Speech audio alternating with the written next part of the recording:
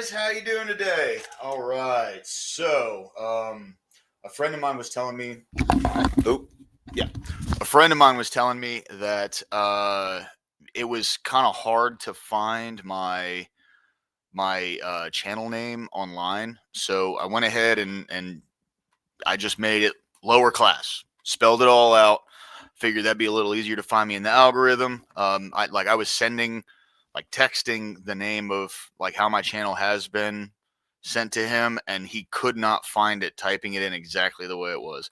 So I have it like this. He said it'd probably be easier for other people to find me in the algorithm. People call me lower class. They don't, that way they won't call me LWR or anything like that anymore. So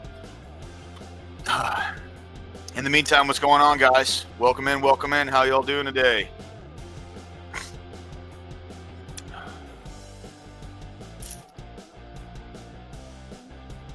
What's the good word? What's the good word? I'm gonna wait for some folks to come in. In the meantime,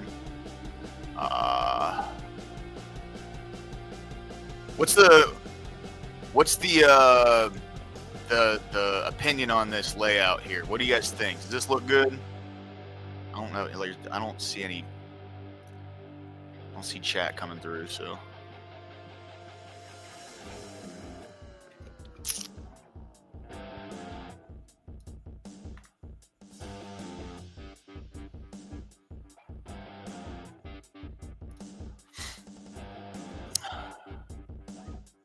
Yeah, thanks, Corey. I appreciate it, dude. Hell yeah. That's awesome.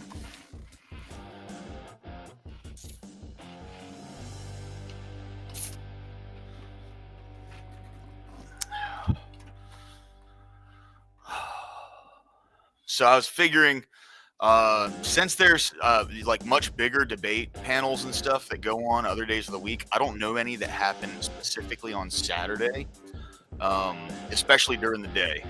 So I figure I can start this, see how this goes. Yeah, exactly. Well, that was the point, right? You know, it's I'm not much of a blood sports debater myself, but I think it just, you know, it kind of goes along with the with the tone of the entire scene, you know.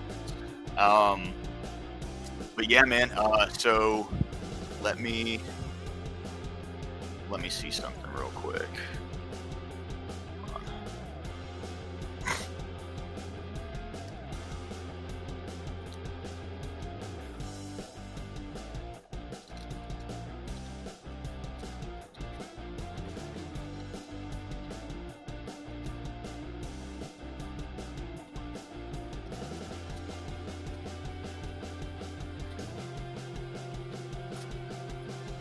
All right.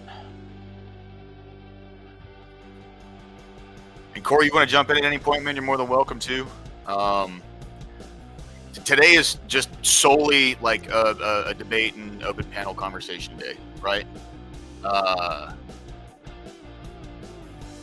I've been reading a bunch recently, been learning a lot. It's been fun. I'm definitely going to keep that train rolling. Starting again tomorrow. Oh yeah, that's right. Shit, I totally fucking forgot, dude.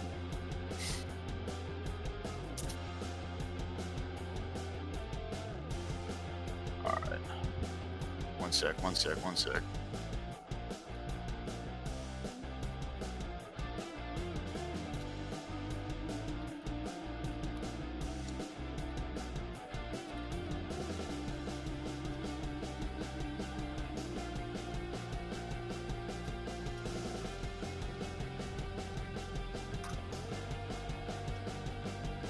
Let's get it.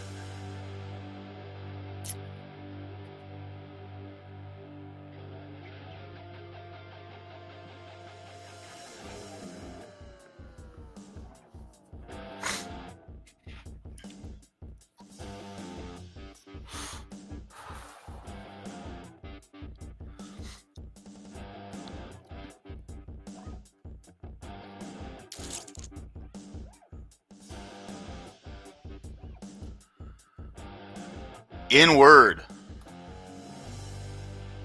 Duck's actually written articles? Hey, by the way, thanks for coming in, man. I appreciate it. Of course. That's interesting. Yeah. I'm a huge fan of people that write articles. Yeah. I mean, I'm definitely willing to give anything a shot, and Duck is a smart guy, so I'd like to hear his takes on stuff. We may not disagree, but that doesn't make him not intelligent. You know what I'm saying? No. I know Well, he sees it the opposite way, but I don't. You know what I'm saying? I disagree with a lot of coof scientists, but they probably could walk circles around me if we sat down and talked. Right. Exactly. I think it's more of a moral issue than it would be an intelligence issue of why it's a bad thing. You mean like lockdown wise? Yeah, or it like that, or like should they have the right to force it on, citizens or this, that, and third? 100%. But when it comes down to that aspect, like they were wrong. I'm not calling them stupid. I'm just saying they got that miserably fucking wrong. Yep. You know what I mean? Like, oh yeah. Like, I mean, we're still, it's 5 years out, and we're still feeling the shockwaves of what they did. Oh yeah, no. And to be honest, they're defended from it. They're defended from the consequences. And to be fair, I would say if the consequences were still in place, maybe there'd be an argument of why they were more justified than not. But the fact that we take away the consequences, it's like, well, they just kind of screwed everything up and we just walk into the sunset. Right. It's like, light the city on fire, and as you're walking away, you look behind you and go, well, that didn't work out very well. But it wasn't our fault. It was the conspiracy theorists. Right, exactly. Yeah, correct. That is correct. So what do you think, man? You think government should stay out of marriage? I mean, now, it's a tough, because I think government should recognize marriage in a sense to where the government shouldn't be in a place to where it's like, oh, we don't believe in your marriage. That's something outside of us, and so we don't codify it. But I will say I do have a problem with the government saying you can't be married unless we recognize it. So I'm a little in between. I lean more to say the government probably shouldn't recognize it, or I guess the government shouldn't be involved in it. But I do think that you have to be careful, because if the government's like, oh, we don't recognize your marriage because that's not something we care about, it could cause some problems in, like, especially with like taxes and like, I guess, authority type situations. Yeah. And so, I mean, I think the government shouldn't have power over marriages, but I do still think there's an argument to say that they should recognize marriages. So yeah, like I agree. And when it comes to recognizing it, here's my thing. I feel that the more government has gotten involved with marriage, the deeper their fingers have gotten into that subject in and of itself. Over time, the divorce rates have gone up, and it seems as though the government works against us having like structured families and successful marriages, because there's literally, like, once you get married, one party has more incentive to leave the marriage than they do to stay. Yep. So, and that's regardless of whether you have kids or not, that's still in place. Honestly, if you have kids, you're kind of even more incentivized to leave. Yep. So, but I will say, it's kind of like when you just have a marriage between two people, and let's say it's gotten really aggressive. Who's looking out for the child? It's like, if we have both sides saying, no, I need this needs to happen, and the other side's like, well, no, I need your money to support me, or I need you to maintain my lifestyle. It can kind of get to where the kid's lost or I guess he's in a losing position, because his parents are just bickering back and forth, and there's no entity to look after the child. Yeah, absolutely. Hey, Duck, I'm not going to debate you in chat. If you want to jump on panel, you're more than welcome to, bro. I'd love to debate you on panel. Yeah, he should fly in. Yeah. That's my duck joke.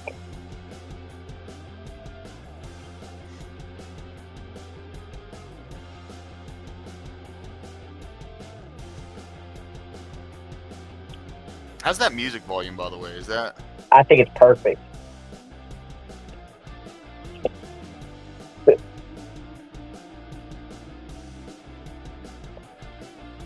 I wonder who is the old man supposed to represent the government?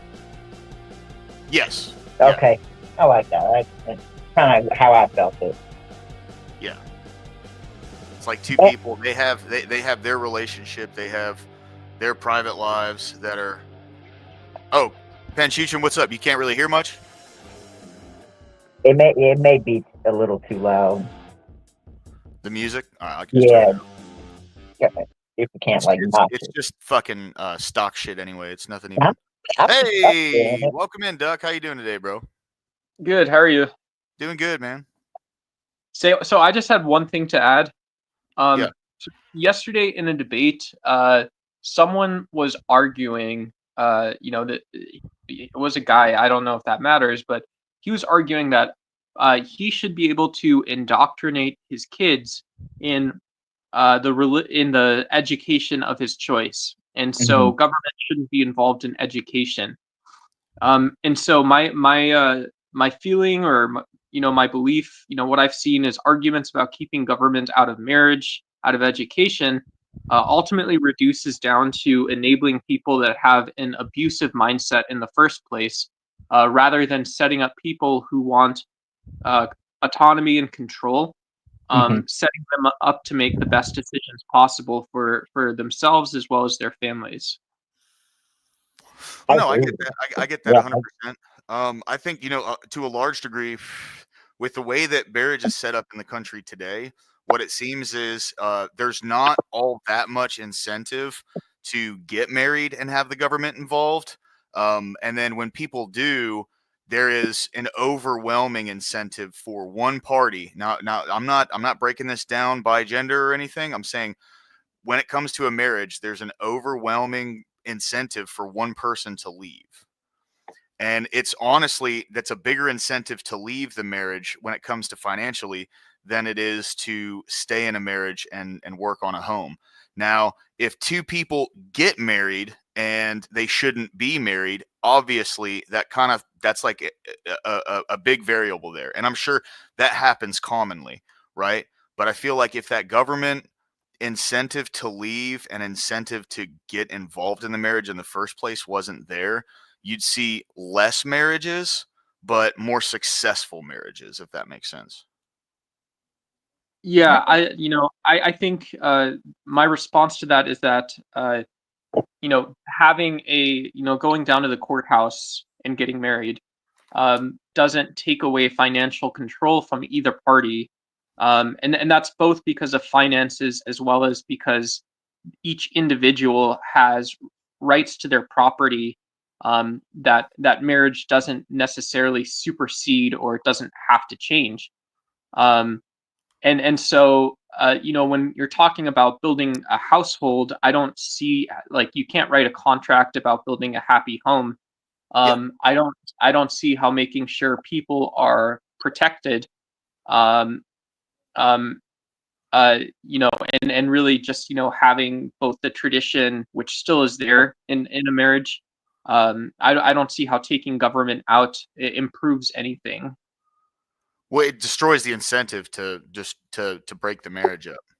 And that's why, like, today there's a 70%, something like that. Here, I can look it up real quick to get an exact number, but it's around there. It's like a 70 plus, I believe, divorce rate of marriages today. And I feel like so here's my thing, right? Marriage, to a large degree, for some people, I don't want to say everybody, I can't make a blanket statement, but for some people, it's a large fiscal decision that two people make. And then there's other things that come with that, where it comes to tax benefits, healthcare costs, then you get into the aspect of like shared bank accounts and all that and yada yada, where if the government stayed out of that entirely, I feel that people who did get involved in marriage would do it solely for the bond. And at that point it's just a church thing, right? Like and like Corey was saying, I understand the concept of recognizing marriage, but when two people go into church and they get married solely for their religion, and whatever religion that is, not even just Christianity, right?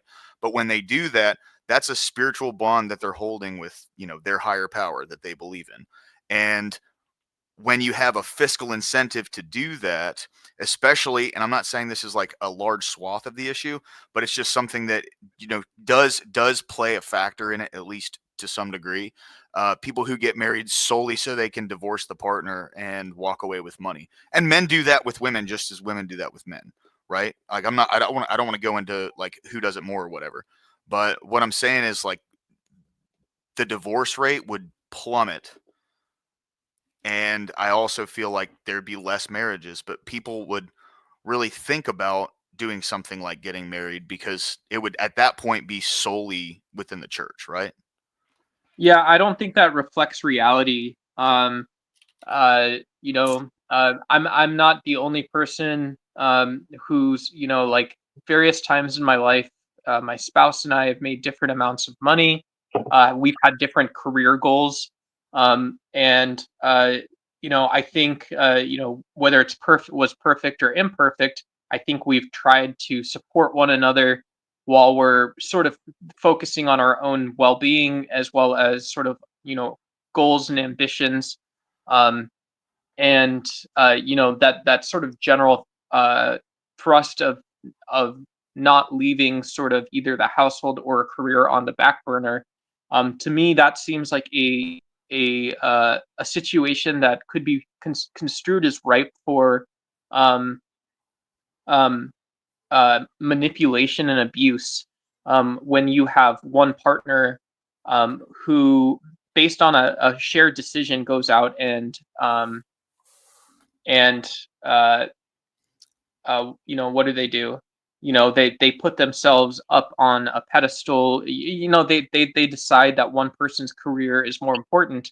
That might be fine, but if that is a shared effort, or if it was never discussed, it's not the type of relationship where you can either just do the prenup to begin with for whatever reason. I know that sounds so sick on social media.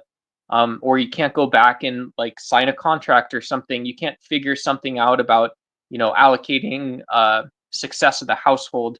um, I think, to me, it seems the complete opposite, that a government, having government, marriage is something that is recognized by the government. Um, uh, that seems like it produces better decisions, and less pettiness. And if you want to choose to have it otherwise, cool. Well, that's fine. If there's you have that freedom and right, but you don't have the freedom of right to use that to create leverage on someone else. So I get that, but you're coming from a position of someone who's in what seems like a healthy marriage, right? Like by all means, it seems like you have a lot of structure. You So have I'm not gonna accept that, because it seems like you're trying to pin my argument down to a small box. And just because it's your show doesn't mean that you get to describe reality when I'm sitting up here on panel as well. well, I mean, I, you I just described I get reality. to describe So it. what I'm saying is, I'm saying I am from your describing a larger perspective, reality. what you're coming from the perspective of someone with a healthy marriage, right? I'm not pinning your argument down. I'm saying that's where you're coming from. But as the government has gotten more involved with marriage over the past 60 years, marriage rates, like divorce rates, have gone through the roof. Marriage is not the same thing it used to be, and government has gotten more and more and more and more Yeah, so involved. this is lower class. This is your trailer park mindset, right? You don't get to tell everyone, uh, everyone, their brother, their sister, their mother, what the world is like and what the solution is going to be. If I'm telling you that, Wait, like, marriage is hold on. serving You're a putting words in my function. mouth.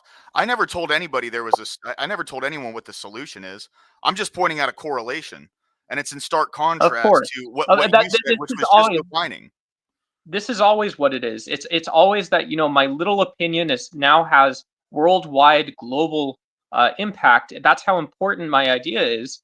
I'm telling you, when you're talking about people spending 40 years of their life together, going to work thousands of times, thousands of interactions with their family, uh, all of these decisions that a person has to make.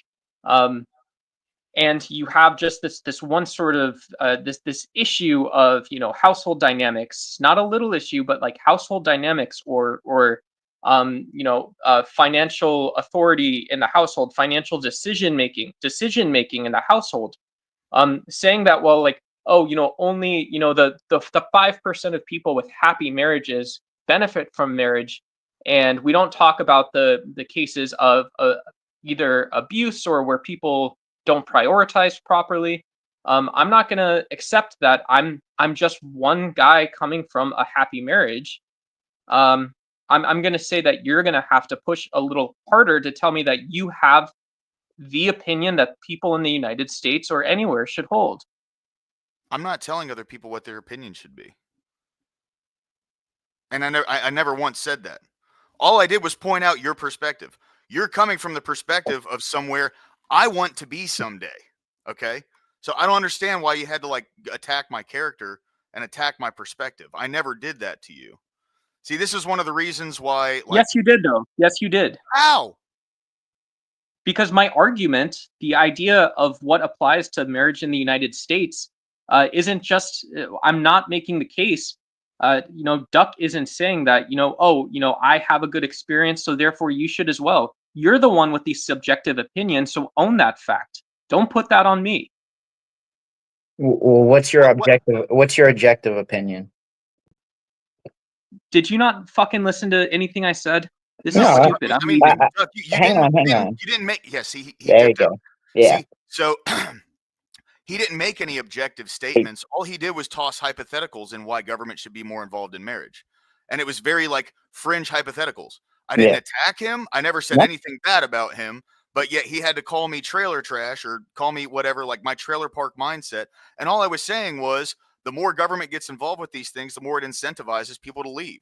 And you can't argue that. No. It's like that's widely accepted. So I guess everyone has a trailer park mindset today. You know, it is what it is. What are you The gonna do? I was going to say the crazy thing is I kind of was going to defend both your positions because I think this is the statistic that you pointed out of like the 70% divorce rate, and I would say I think I've heard someone state that after like an 8-year period, it's like that percentage increases.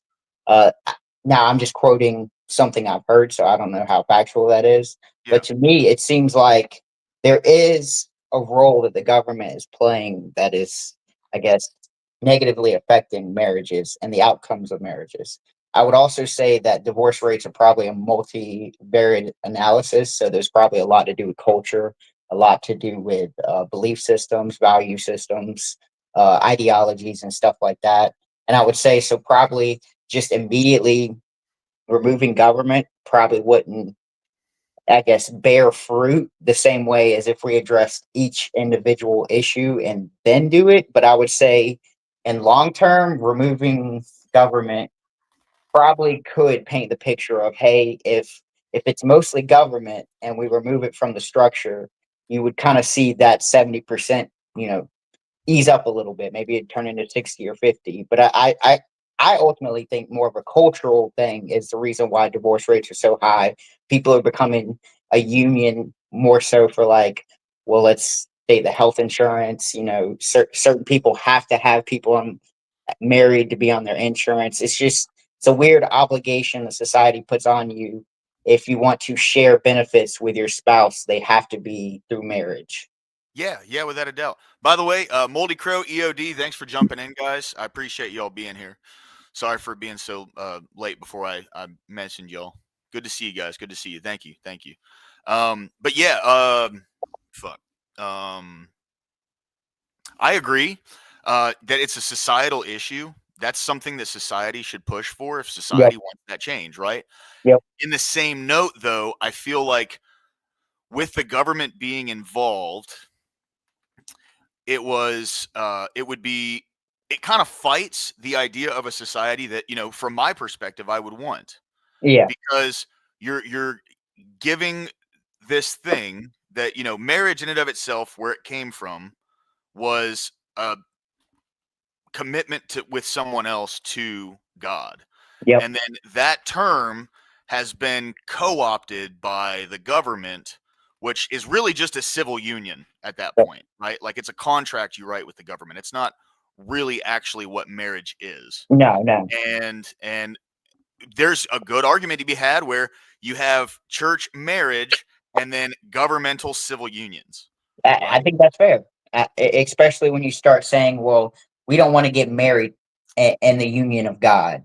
We want to just get married because it comes with certain societal benefits." And Yeah, we want a but I civil think union. that's too, yeah, like you described it. You separated those two things, and I think that's a good distinction because I don't think marriage should just be for anybody. I think if you don't commit to the idea of a union under God, then you're not necessarily doing a marriage. You're just copying and pasting what Christians or religious people believe, and then pasting it on a societal level for everybody. Yeah. It's why I also agree. Well, it's why I agree with the argument. Maybe homosexuality shouldn't participate in marriage, but I, that's not a. I guess someone could easily convince me otherwise. I just think unless the union is toward God, I think anybody that doesn't want that can be excluded from marriage, and I think it's a fair statement to exclude them. But then it's not marriage. Yeah, exactly. Well, that's what I'm You know? saying. It's exclude them from the participation of the union or the union toward God. Right. And like it blows my mind that the term itself is fought for so much by people who aren't even religious. Yep. That's the thing, because it's a religious doctrine. It's a religious concept. It's something that comes directly from religion, right? And people who fight religion and talk shit about religion, they really want to get married and have a marriage when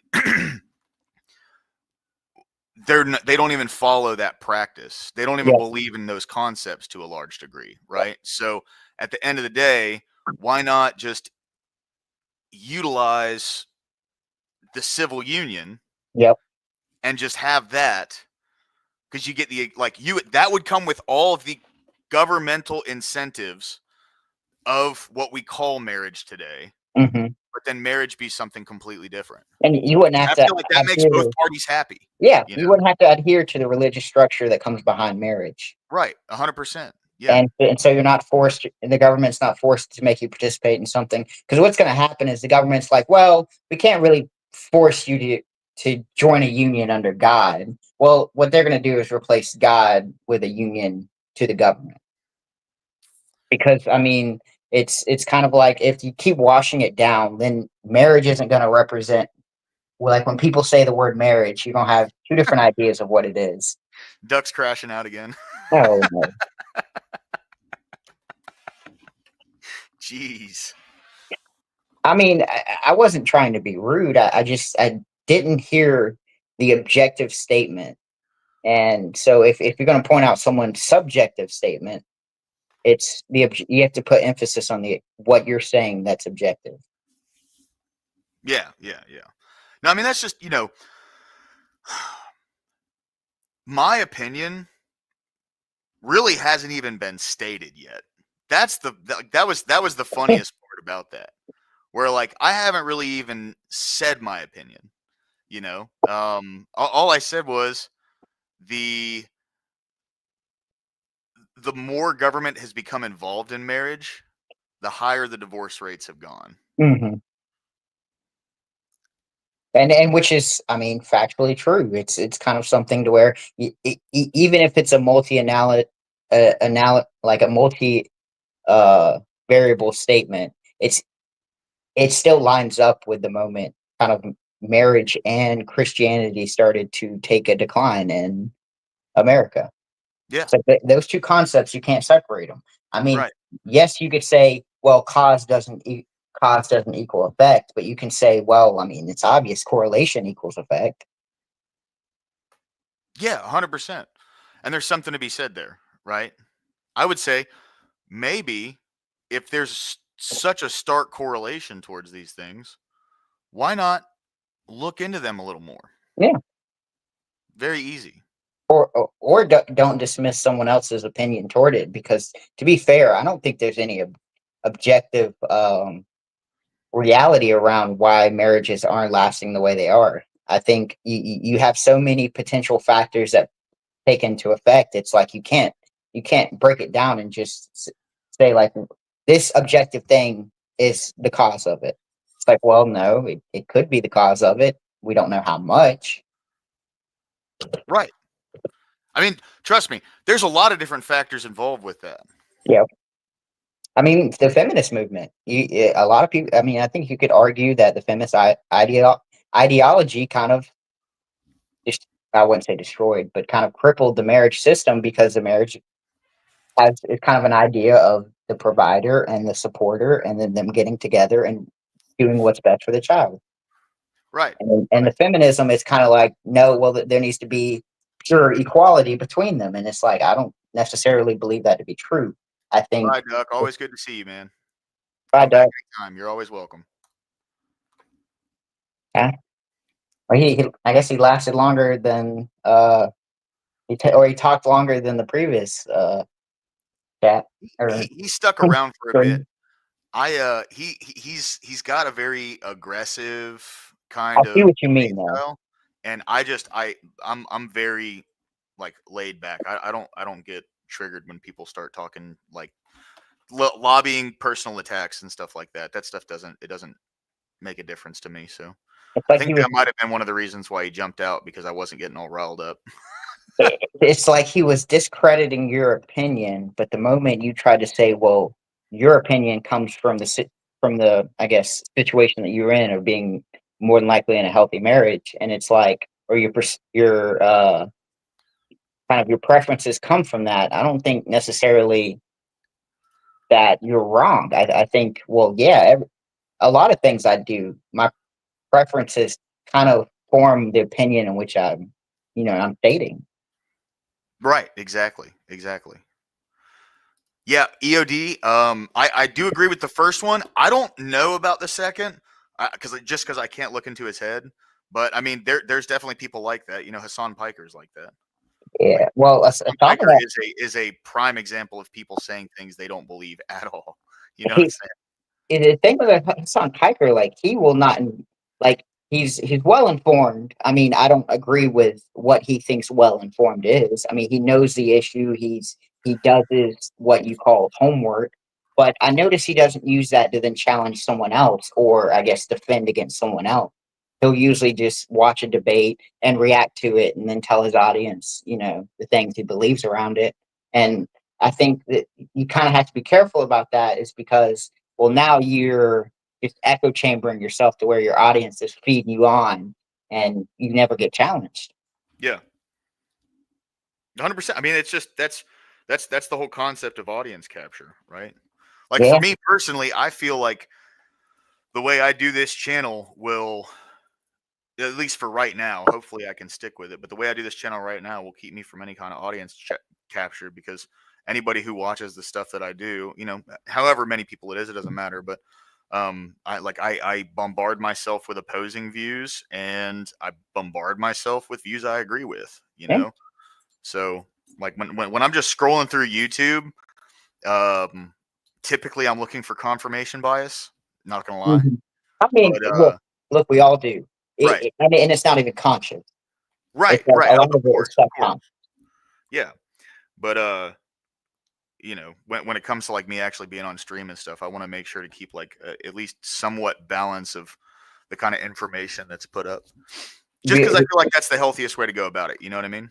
To be fair, I mean, think about the things that you think are a problem. That's kind of uh bias right there. It's like things that you've gone out to look to see. Hey, is this thing a problem? That's a bias in it, in itself. It's kind of like, Yep. because I don't know much about, I don't know, um, certain issues, and it's like, so when certain people talk about certain issues, it's not that I'm not interested in them. It's just my bias led me to be more worried about these issues. Of course. Yeah. Of course. Like my bias is always going to go towards. I want America to be the greatest country on earth. I want America to maintain its hegemony. I want, but I think the way for that and to continue that trend is to have more people love this country for us to procreate and to build strong like societal institutions, not governmental, not state institutions, but societal institutions. Yeah. That's why like the church is so important around here in Birmingham, because yeah, there are like state funded institutions, but there are also societally funded institutions. Like the church does a lot to feed people, the church does a lot to shelter people, the church I would does a lot to clothe people. I would argue they do more. And Yeah. it's like, but I will say it's easy to just throw money at something and then say I did something. Yeah. And so it's kind of like, well, Bill Gates may have donated more money to charity, but it's kind of like, to me, this seems like a scapegoat. It's like if you're just dropping a massive amount of money into a charity and then you call it a day, it's like, what are you really doing? It's like if you really feel like you're attached to an issue, I don't think just dropping money into a charity is like an I guess a moral enough thing to do. I think Yeah. if you feel compelled to do something with charity, you may want to invest a little deeper than just dropping billions of dollars into it. And that's For kind sure. of what churches do. Because a church, well, they'll volunteer, they'll do soup kitchens, they'll do like pantries. That's what a lot of churches do around me is they'll have like a pantry set up where they'll have employees that or they'll I don't know if you call them employees of the church, but you'll have people that represent the church and they'll wait for people and then they'll hand them, a bag of assortment of goods. Oh yeah. So there's a little, I don't know if they're called food drives necessarily, but yeah, Ashton, come on back, man. What's up? Good to see you, brother. Good to see you.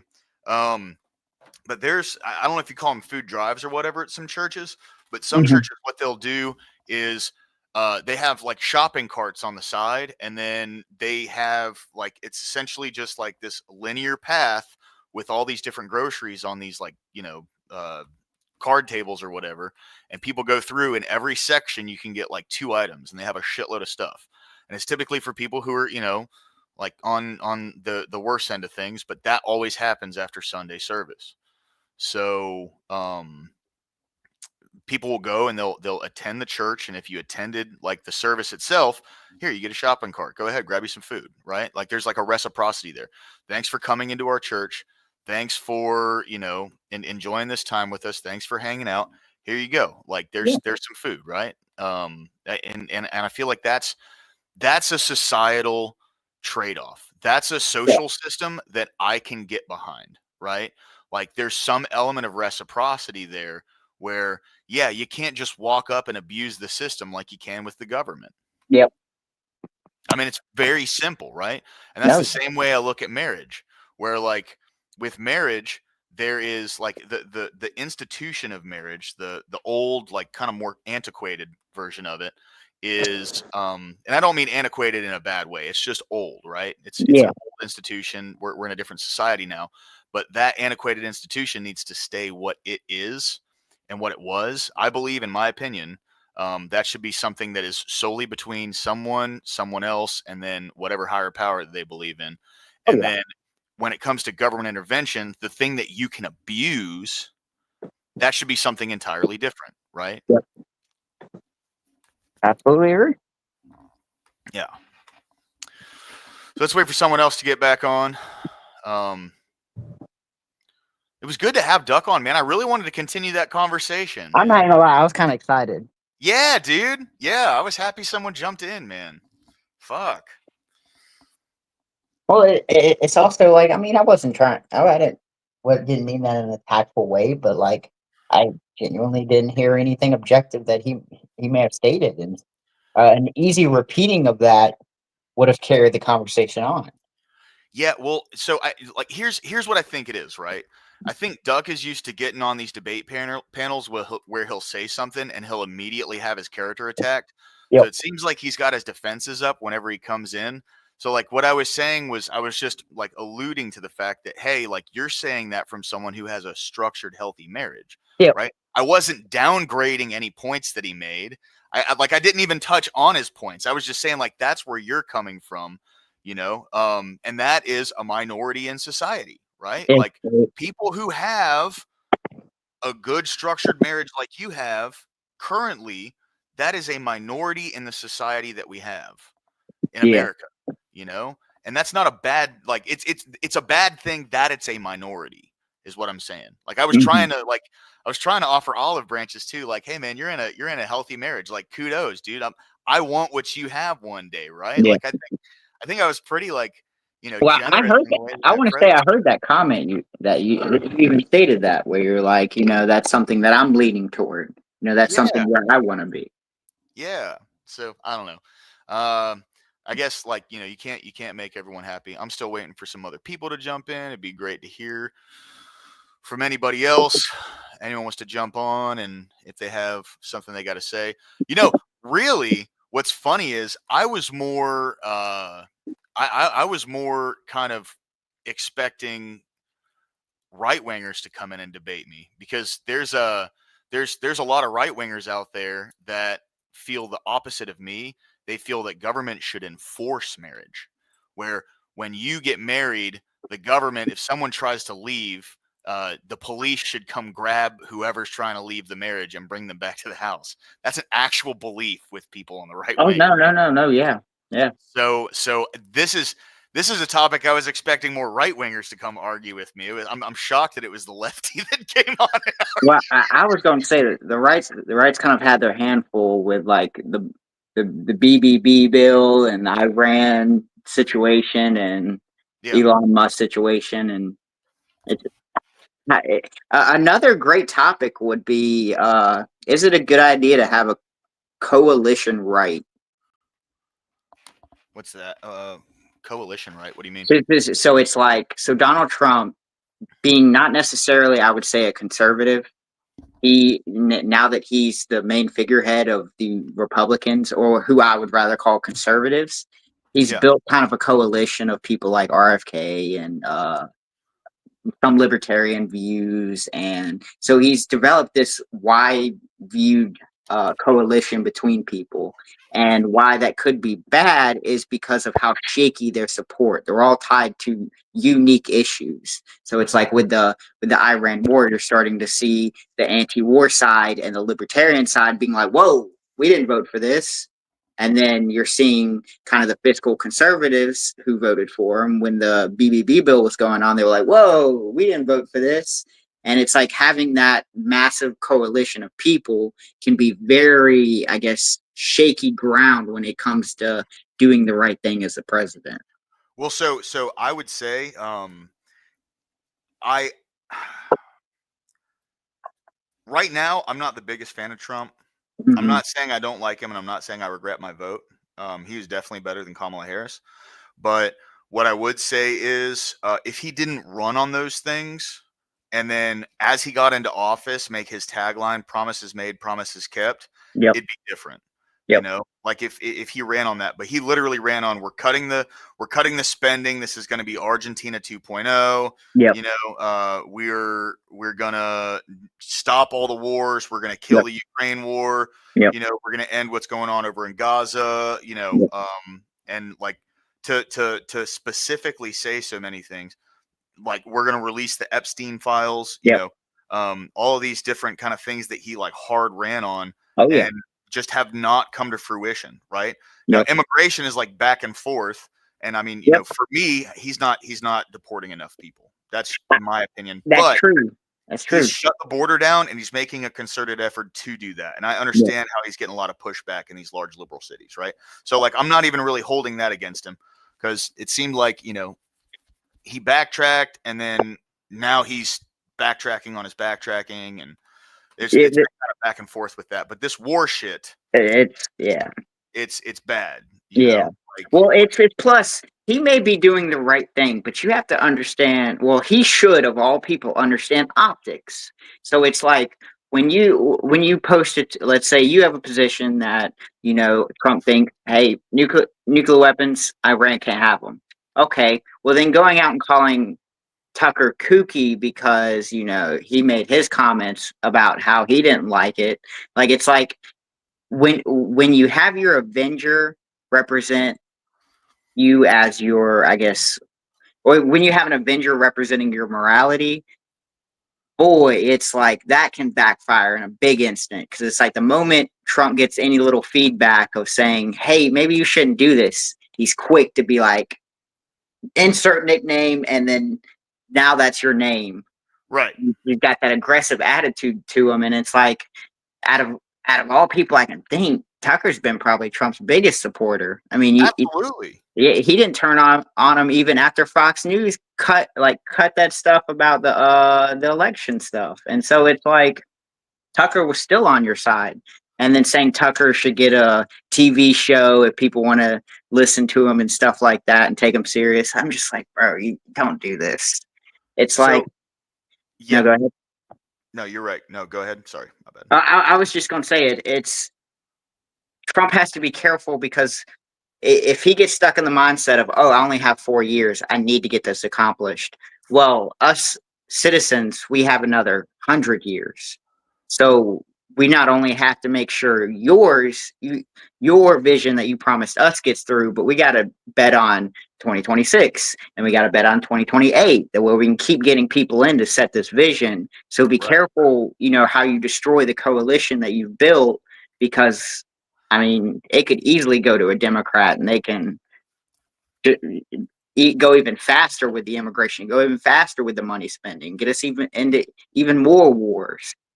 Well, so I have this this theory, right? Now hang in with me here. No, go. It's gonna sound like cope, right? But I do think it's a genuine possibility. I'm not saying this is what's going on, but this would, when like thinking about the situation the way it is right now, this is what it seems like to me. So he's made all of his big moves, and the ones that have been the most controversial within the first, I mean, he's been president for 5 months, right? Yep. He hasn't even been president for 6 months yet. No, yeah. You know? So I genuinely think that he is doing all of the incredibly unpopular shit and like shaking up the ground and kind of riling people up and all that. And he's doing all that in the beginning, because when he gets all that out of the way, he can end with a string of W's. That's what I think, right? Like they're probably holding the Epstein files to release right before the midterms. That's what I would that's what I would think. You know what I mean? I agree. With this whole thing with Iran, like the MO in America, just like the CIA and the way that the CIA has done things, destabilize a country and then capitalize on that. And it looks like the country's pretty unstable right now. Like the Ayatollah has, they're putting through more like oppressive laws that people really aren't popular with. And like, we just yesterday we were watching that video of what Iran looked like, in the mid like 50 years ago, right? Not even. So, this is like this new caliphate of Islam has really done a lot of damage to the people of Iran. And I think like forcing this guy out of power, and then probably what it looks like is people are trying to inject this crown prince back in. They put him back in because under the king, I guess, is who was in power back in the 70s. They were a much more stable country. They had a lot more liberty. People were a lot freer. It seemed like they were a lot happier, right?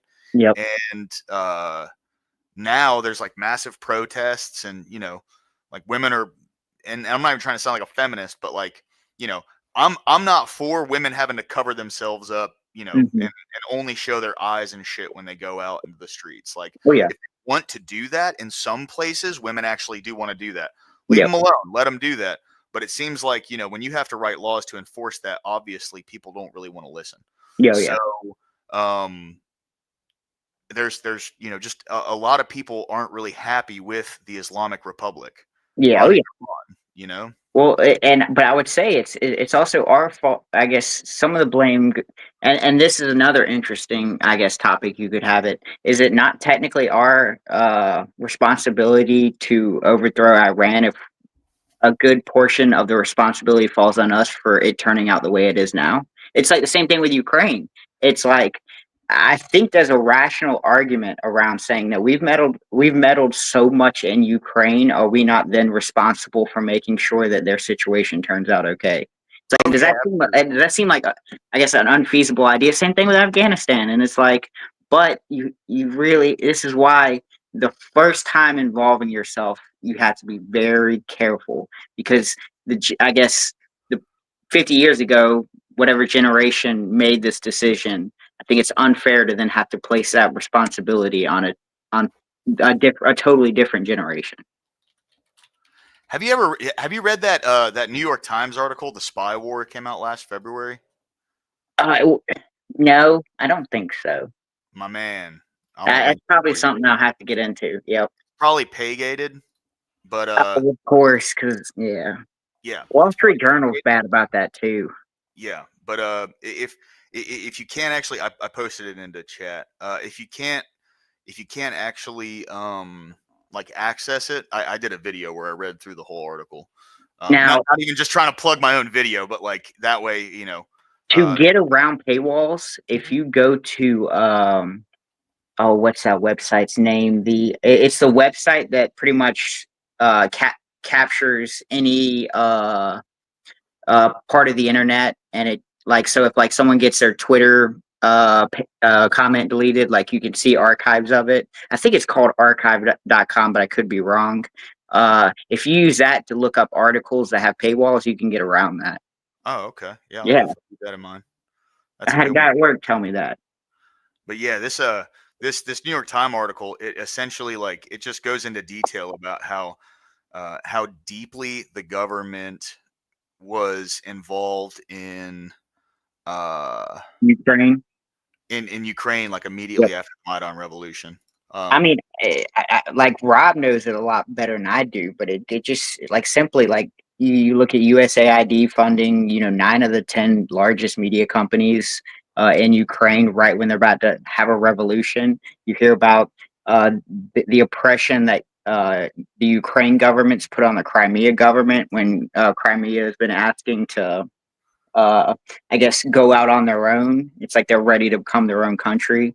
And it's like all this stuff that I've been digging into of like, should technically our treaties be valid if the government was technically overthrown? Like any treaty before 2014 and the Ukraine government overturn or I guess overthrows itself by violating their constitutional law, would that mean any treaty that we've ever made with them is valid?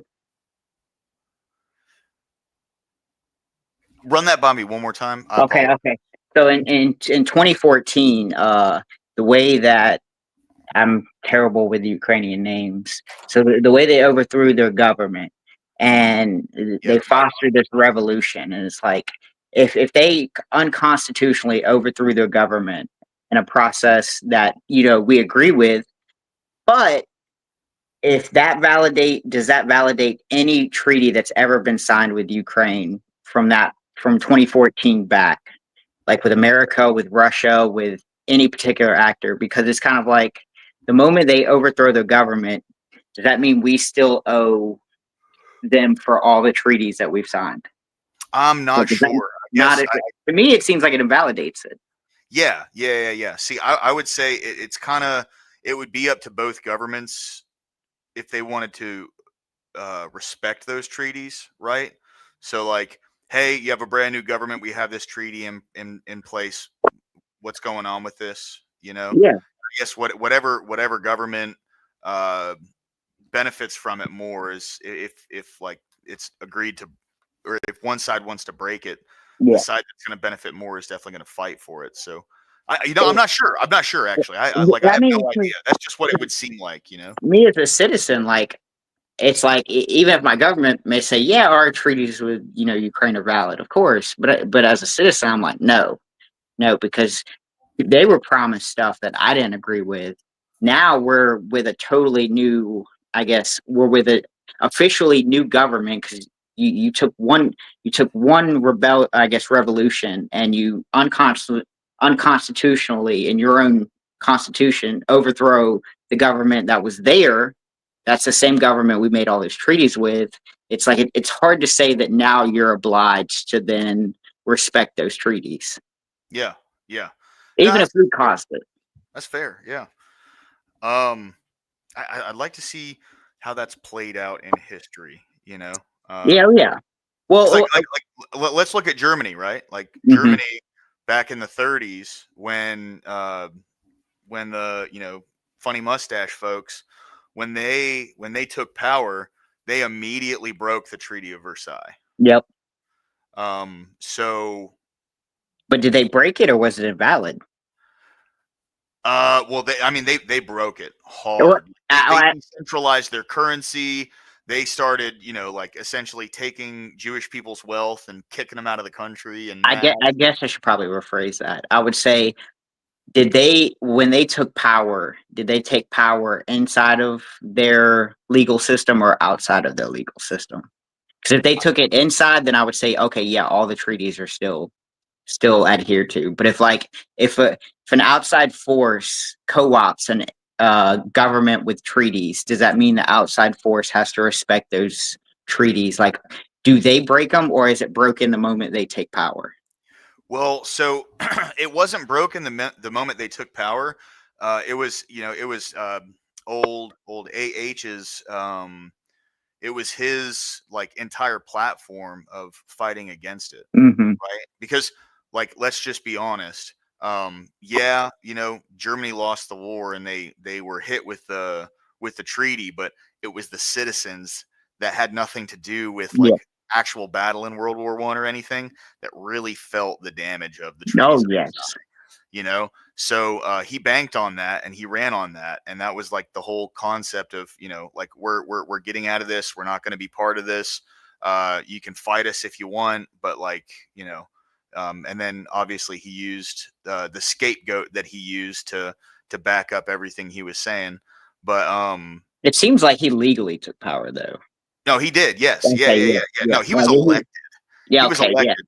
But when he got into power, he immediately like totalitarian took out anyone that would oppose him in the government and replaced them with someone else. Like he went full board. Like Yeah. the second he got power, he was like, "All right, you're out, you're out, you're out, you're out, you're out. You guys are with me." You know what I mean? I think So, it's where the term ghetto comes from too. Is it not? what is it? When they started moving like Jewish people into like very horrible communities and like Yeah. obscure places, like they called them the like ghettos and stuff like that. Ghettos, yeah. Yep. I will say, I guess one more comment on that. Do, do you feel? Let's see, how do I want to phrase this? Like it's not bad in any particular way. Do you think it was right? Like, so when Germany invaded Poland, that pretty much drawn in all the major key forces before us, like France, UK. Do you find it weird that when everything was signed and done, we signed over Poland to the Soviet Union instead of for sure. That was making them a stupid. free state? Like, it just, to me, it defeats the whole purpose of, well, then why did you get involved in the first place? I thought it was to protect Poland that needed protecting, which is a fair alliance. And it's like, then you go and give the Poland to the Soviet Union. Like, that's a wild concept to me. Yeah, well, so I don't necessarily think so. So here's at least in what I've looked up, right? There's this really common misconception that like Hitler emboldened Germany's economy, and that's not true. So the reason why Germany had such, I know I'm dropping the name, but I don't even care. The reason they had such this like massive economic and technological resurgence was because he was pumping. What's up, EOD? He was pumping a bunch of like what equates to American Treasury bonds into the manufacturing sector. They were called MIFO bills, and he propped up the economy on these things. And then when it came time for these companies, and like you look into this, I promise you, will. yeah, when it came time for all these major companies to go, okay, we have these bills, but these aren't necessarily useful when it comes to like paying for food and things like that. It's like it makes the started value to take over other countries. Who's this now? We're talking about Funny Mustache Man. Ah, right on. Yeah. not Chaplin. So what the Chaplin was the original. yeah. So what a lot of people. Oh, someone else is here. Oh, What up? hello. What's going on? Oh, Hi that's guys, not is me audio okay? Doing good, man. Doing good. How are you? Oh, I'm fine, thank you. It was just that I saw your stream about the open panel discussing about government staying out of marriage. Yeah. We kind of got Yeah. off topic a little bit. Well, what's going on? We can get back on topic. Oh yeah, no, get back on topic and I'll pop in. Yeah, right on, man. Well, welcome. Glad to have you. Thank Did you. you have anything you wanted to add in, brother? Yeah, man. Yeah. So, I don't know. It sounds like you have moved on quite a bit. You were talking about Ukraine a minute ago. Now you're talking about Mustache Man's funny money. But I was looking at some stats about divorce and how shit gets divvied up when a divorce happens, and some of that shit's kind of egregious. The way it's possible for it to happen. Of course, you got a lot of testimony from folks like Duck saying, "Oh, that would never happen. Oh, we're so happily married." Until 10 years down the line, you're suddenly embittered against each other. Yep. It's a different attitude when you go to court, right? Yeah, absolutely. So. Yeah, I was going to say, and that's kind of why I was like, well, should the government have a responsibility to the child at least? So that way, when both parents are maybe thinking irrational, there's some entity to protecting the child. Now, see, for the benefit of the child, that's a different thing. Yeah, But in which the is true. actual marriage itself, do you see what I'm saying? No, Like, I agree. Yeah. But I guess I would argue that the government's using for protection of the child to then weasel its way into the conversation again. that's fair. Yeah, because I would say that the government shouldn't. Personally, I believe that the government shouldn't have no interaction of marriage, but they should take a step back when it comes to it.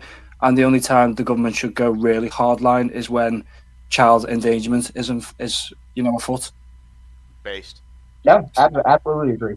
Yeah. I can Oh, get on and board I with would that. say they also kind of have to recognize it. I would say I see a weird conundrum if the government doesn't recognize it when they can do some. Oh shady yeah, the stuff government on shouldn't just make up a falsity and say, Yeah. "Oh, your child's in danger. We're going to take them away when there's no danger." You know.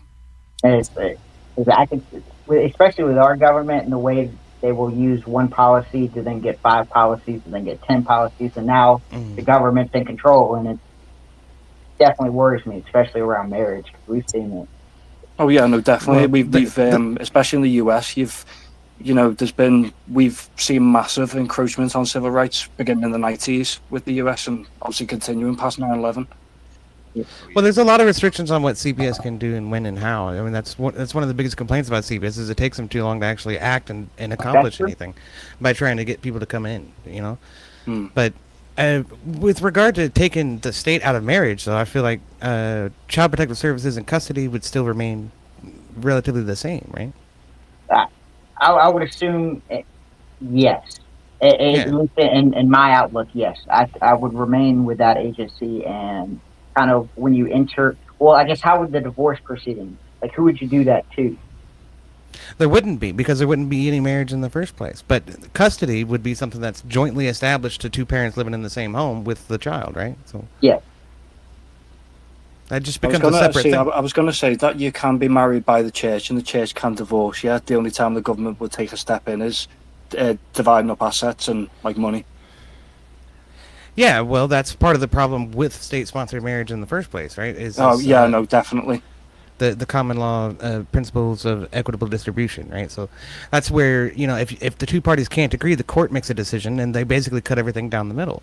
And so even if the woman, spent the past 20 years sitting on her ass and, well, I shouldn't say that, but not bringing in an income, right, or not contributing anything to the household, she still ends up with half the assets at the end of the marriage. That's fucked up.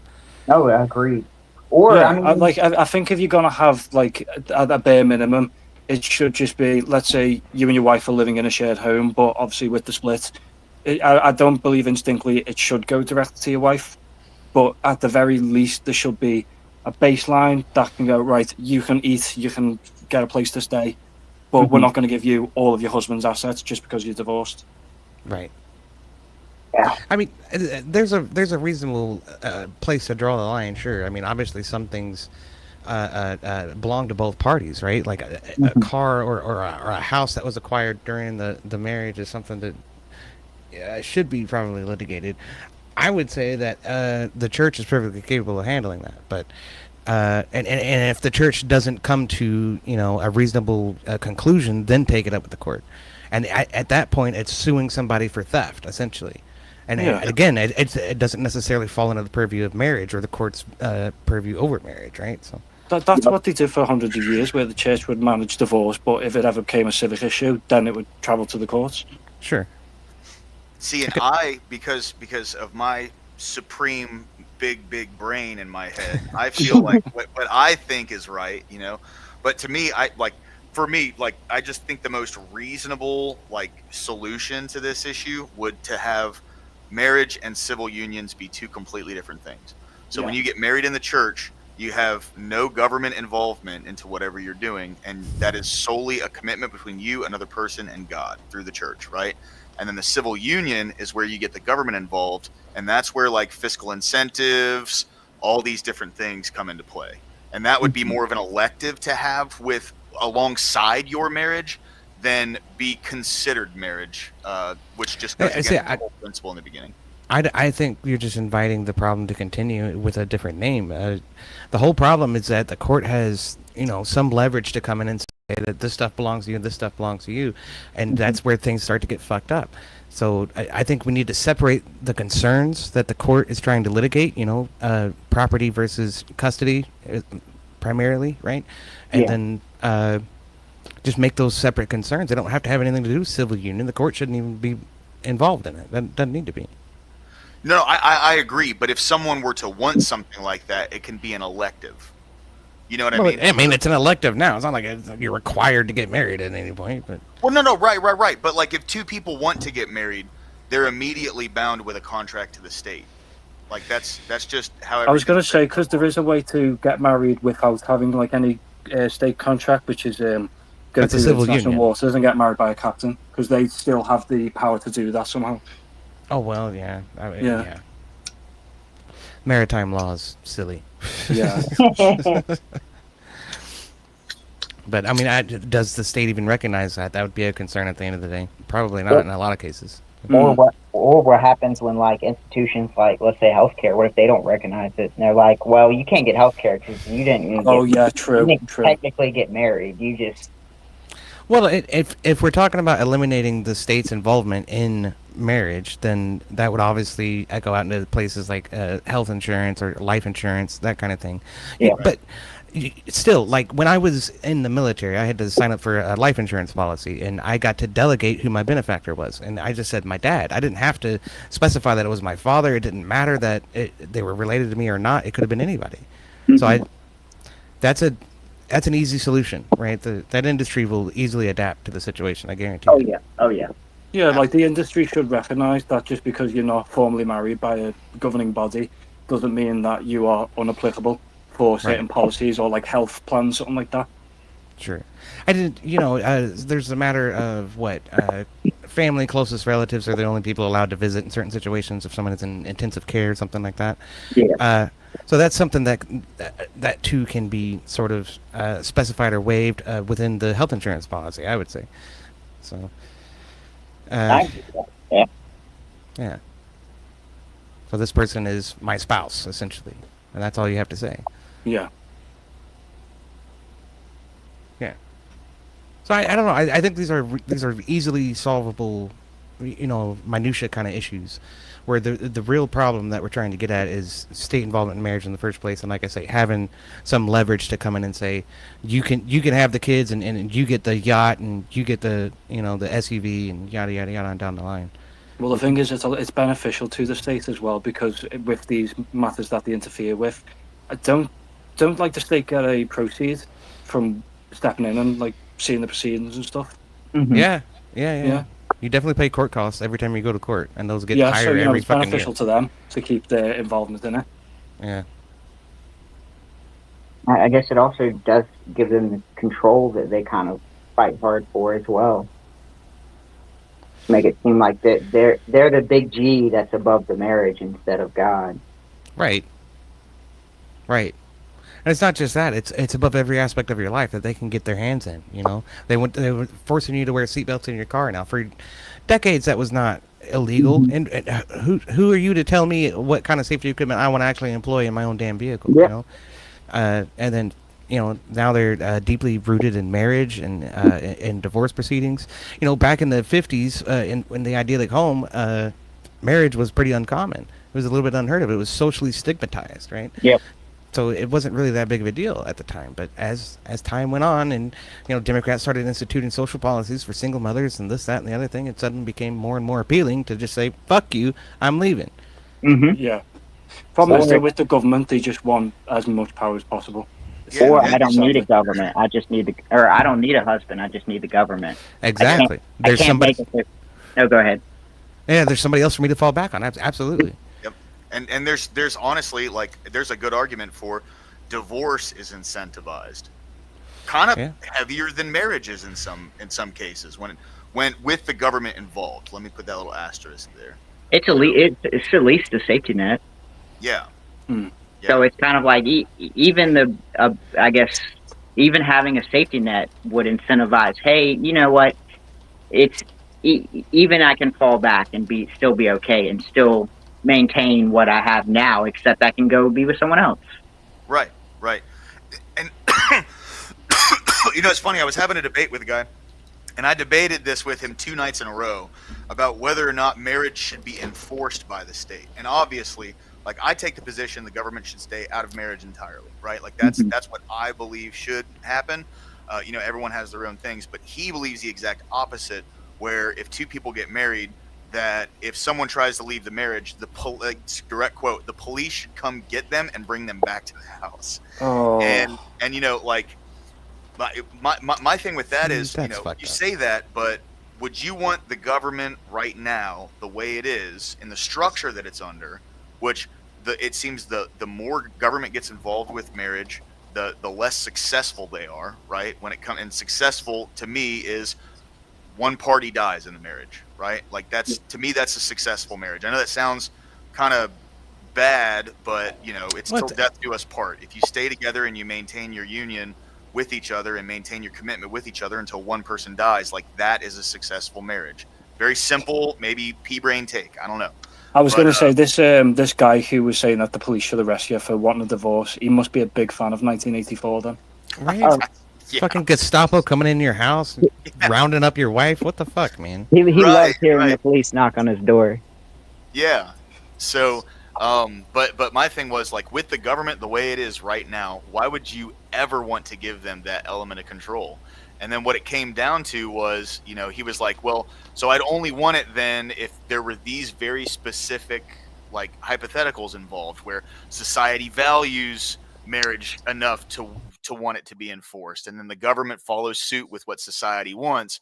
And it's like, well, then why would you need it to be enforced at that point? Because everyone cares about me, So that's the big thing is, like, I feel like if government were to take its hands off of marriage and we as a society were to slowly push towards valuing marriage for what it is, there wouldn't need to be any governmental incentive involved in the relationship itself. Like when it comes to kids, that's definitely one-offs, right? But with the marriage itself, I just don't see any benefit to having government involved. I was going to say though, if what happened if there was talking hypothetically, let's say the government did enforce marriage. What happened if there was a situation where someone was in a terrible marriage and in danger, but you can't leave because it's government enforced? Right. Yeah. Yeah, that's a tough one. What's up, Ashton? Welcome in, man. What's up, you beautiful bitches? What's up, Ashton? Good to see you, man. Here, wait, hold on a second. I got something to share with you guys, okay? I'm going to present and show you this one picture. If I can find it. Hold on. Here we go. And then this one. Yep, that's the one. Okay. Throw that in there. This, guess who that is? Do you guys recognize that? That's Duck. That's fucking Duck. Is that That's amazing? Duck. That was Duck, like, 5 years ago. So Now he's such an asshole. I know, right? It was all the fucking mushrooms. That's what it was. Anyway, that's all I got. Yeah, Is that before he stopped eating meat? Yeah, apparently that's right before he went vegan. Somebody showed up in my kick chat and showed me that. That's All right, hold on. fucking. Abe's coming in with a banger real quick, guys. 1 second. He says, what's up, Balzania? Welcome in, bro. He says, strong moral family units are an important element to a functioning society. Breaking the family structure or creating benefits to break it inevitably leads to a breakdown in society, methinks. Based, I agree, my Yeah. friend.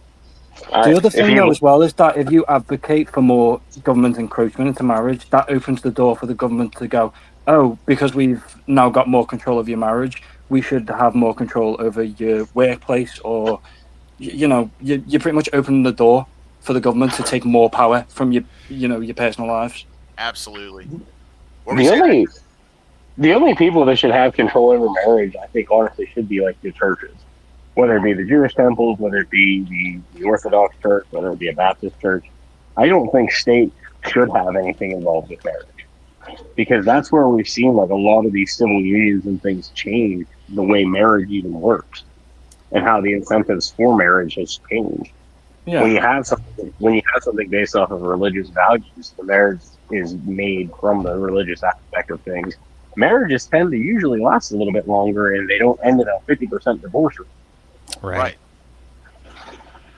Right. Yeah. I mean, that was the thing I was trying to say earlier, where, you know, when people, when they decide to get married, right?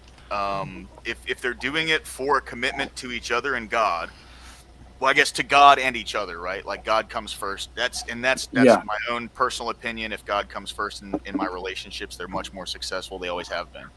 But if people make just solely a commitment between God and themselves, there is, I would say, undoubtedly, and I wish I had some like numbers on this, but a higher success rate for the marriage to go all the way through till death, right?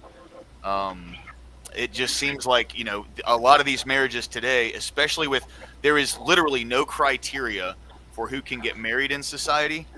So much so that I could go to Las Vegas and get fucked up and meet some stripper, and we have a night of drinking and doing blow, and then end Get up married going by to some Elvis. chapel and getting married, and I wake up and now I'm bound by contract to the government. You know, Exactly. it's those kinds of Indeed. things that if there's a lot more thought put into like how important something like marriage is, at least to society by and large, I feel like there would be just a higher success rate, and I mean, we as a society would do a lot better. That's an opinion, though. Well, in Pennsylvania, the state law is, even when you get your marriage certificate, you cannot get married for 3 days. You cannot get legally married until 3 days after you've already gotten the marriage license. Now, I don't know how that works in other states, but like you literally have to have a 3-day waiting period to make sure like this is something you actually want to do. Well, that makes sense. But even still, I mean, I think there'd probably be even stronger protections in the church, right? Most churches are going to look at that as a much more serious thing. Yeah.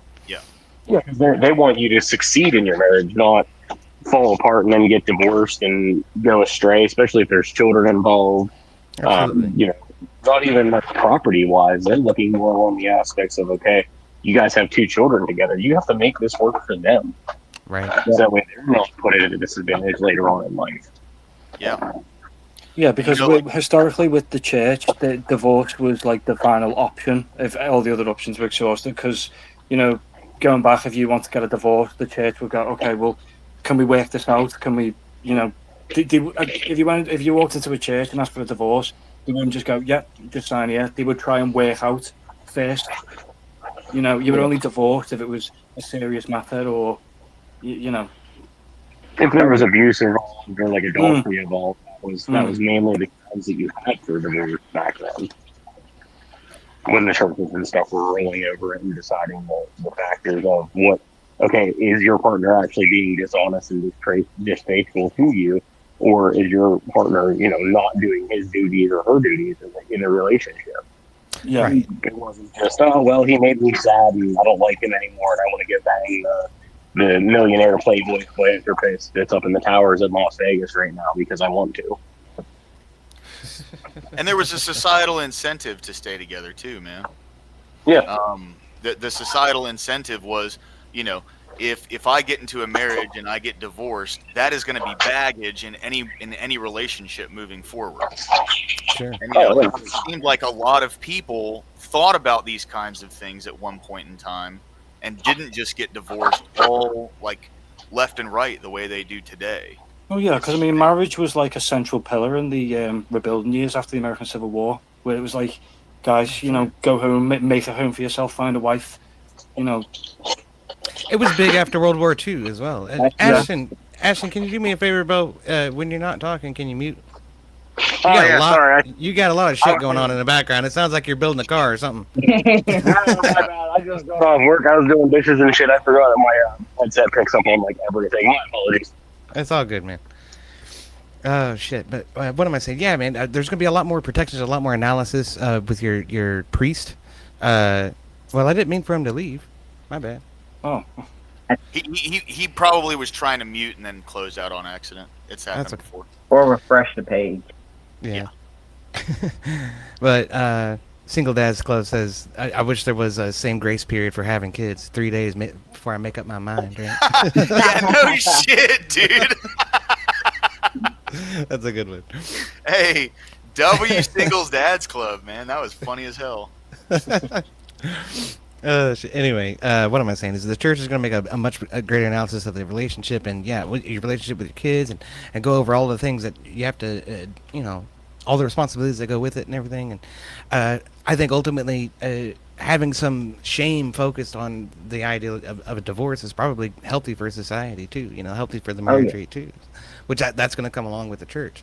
So I just think it was a huge mistake for the state to even be involved in it in the first place, and everything about it would be better if we just moved the state out of it, And I think, like I say, it's small hurdles in order to get there. It's just people are afraid of doing it, especially after the gay marriage shit, because they're like, oh, then gay people aren't going to be able to get married. I'm like, well, there's not going to be any special benefit to being married in the first place. So the problem with the gay marriage argument, a lot of that was misconstrued, because I think for most people who were against it were just saying, no, we don't want them married in a church because it's a completely different, subset.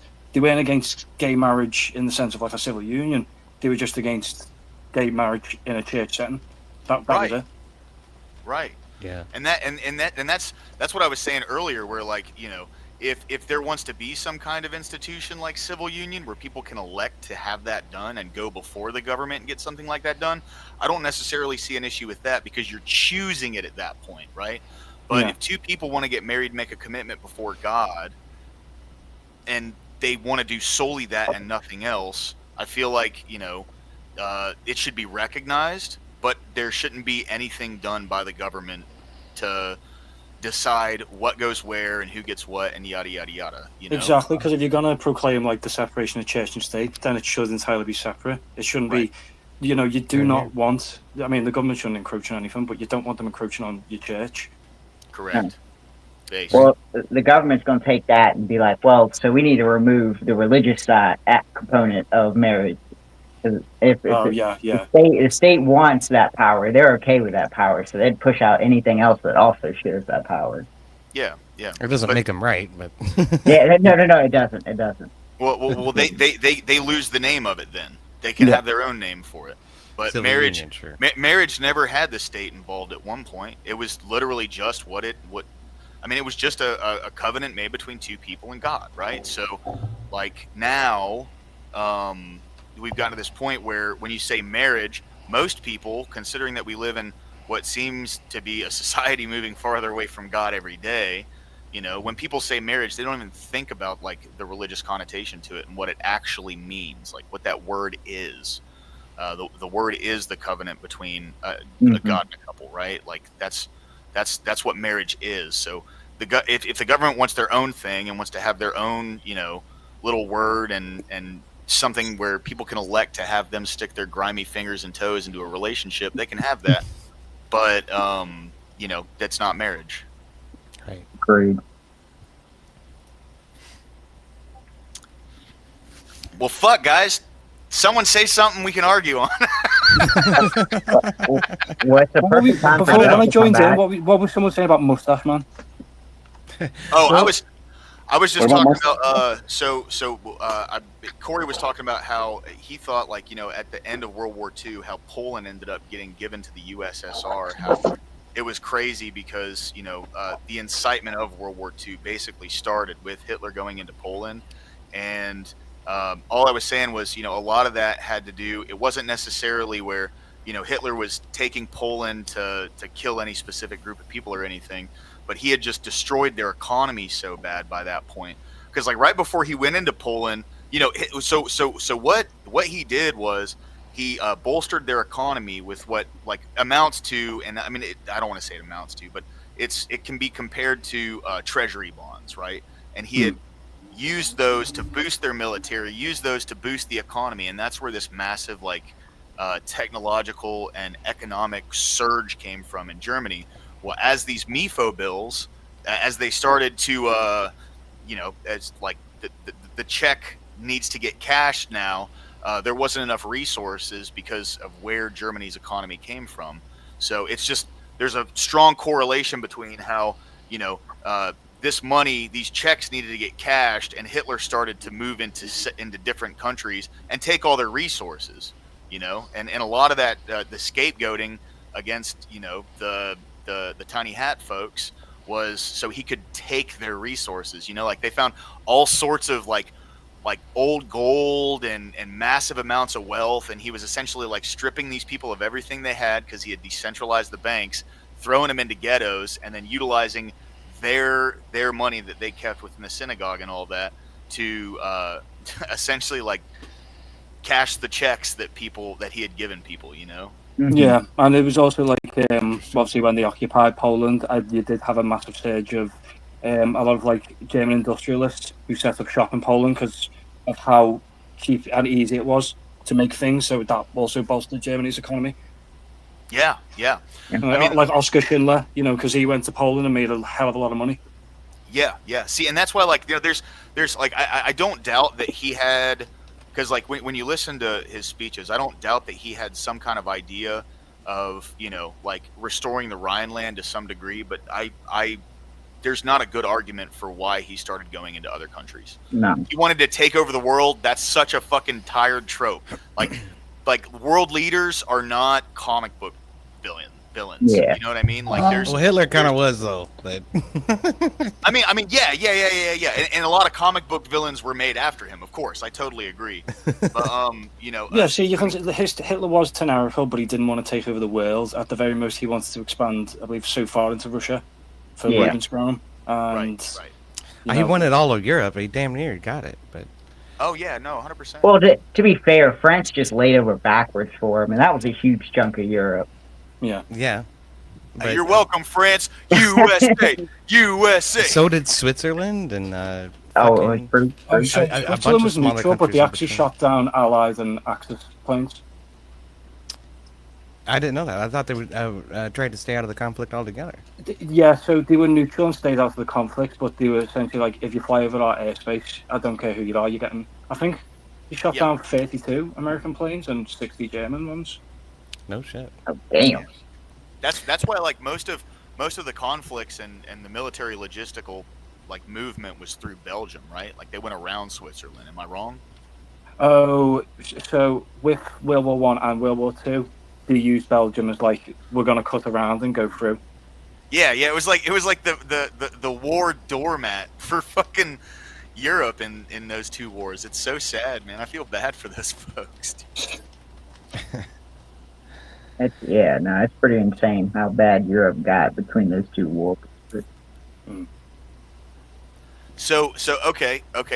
I will take a negative position just so we have something to argue. So check it out. Muammar Gaddafi. One of the things that he was doing in Libya right before we toppled him, and you know people can argue that, but I'm not arguing that. Right before he was toppled, let's say, he was incentivizing families to raise children and send them to college through the government and government packages. What do y'all think about that? Sounds pretty socialist to me, if you ask me. It is. It's socialist as hell. I'd probably say that's a big no, because it's kind of, it seems like, especially with our government style, it's like this project is going to turn into another project and then a constant stream of funding with no return. Like, because if we're kind of leaning toward skilled labor is kind of better, you know, electrician, a mechanic, and all these other jobs seem to do better. I think having the government incentivize sending money to universities would kind of end in the same thing we have now. It's basically like what Joseph Stalin did, where like famous 10-year plans, where he was like, all right, we're going to raise this generation. They're all going to go off to study and work. 10 years down the line, we can start like building plants and factories and stuff. Fair.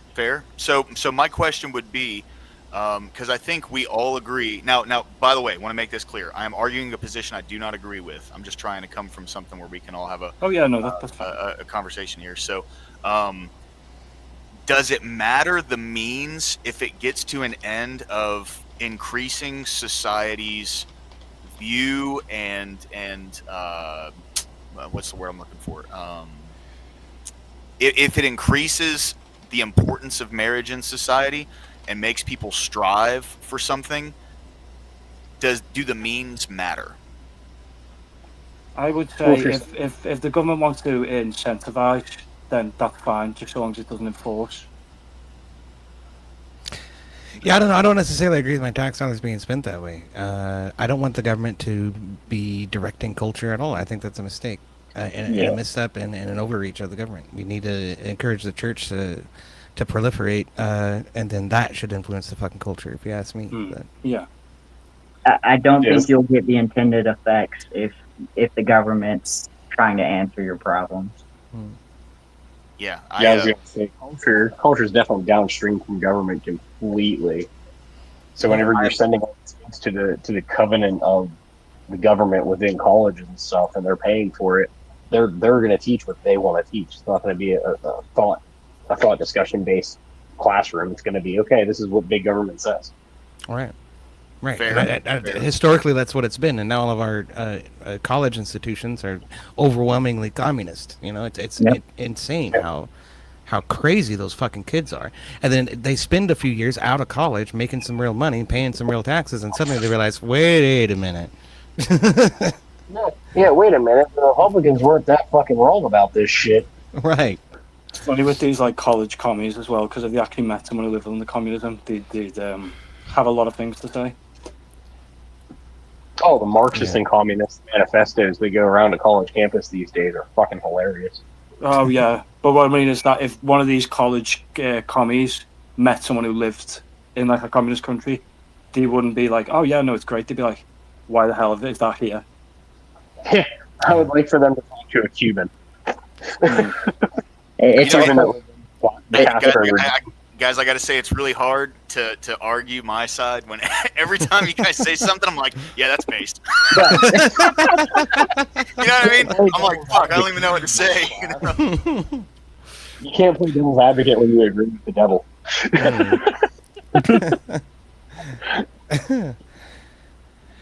Oh, what is it? We're talking about Muammar Gaddafi. I mean, I could give a shit less what happens in fucking Libya, But if we're talking about implementing a similar policy in the United States, I have my reasons that I wouldn't want that to happen. And yeah, the government being involved is never a good thing. Absolutely, I agree. I was just trying to argue from a position I don't agree with, and I'm not very good at that. It's tough. It really is. It's because once you hear all the good arguments, you're like, damn. Those are good arguments. You don't have to make the argument from the other side because you know.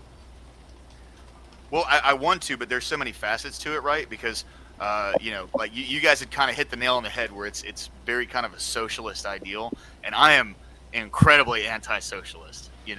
So when it comes to like taxpayers' dollars being given to people, and especially with no reciprocity structure involved, it's really hard for me to argue for that.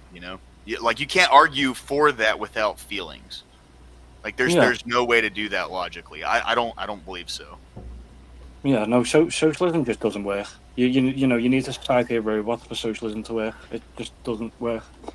Isn't there like a saying like it's like the smaller the group of people, the better that a communist society can thrive.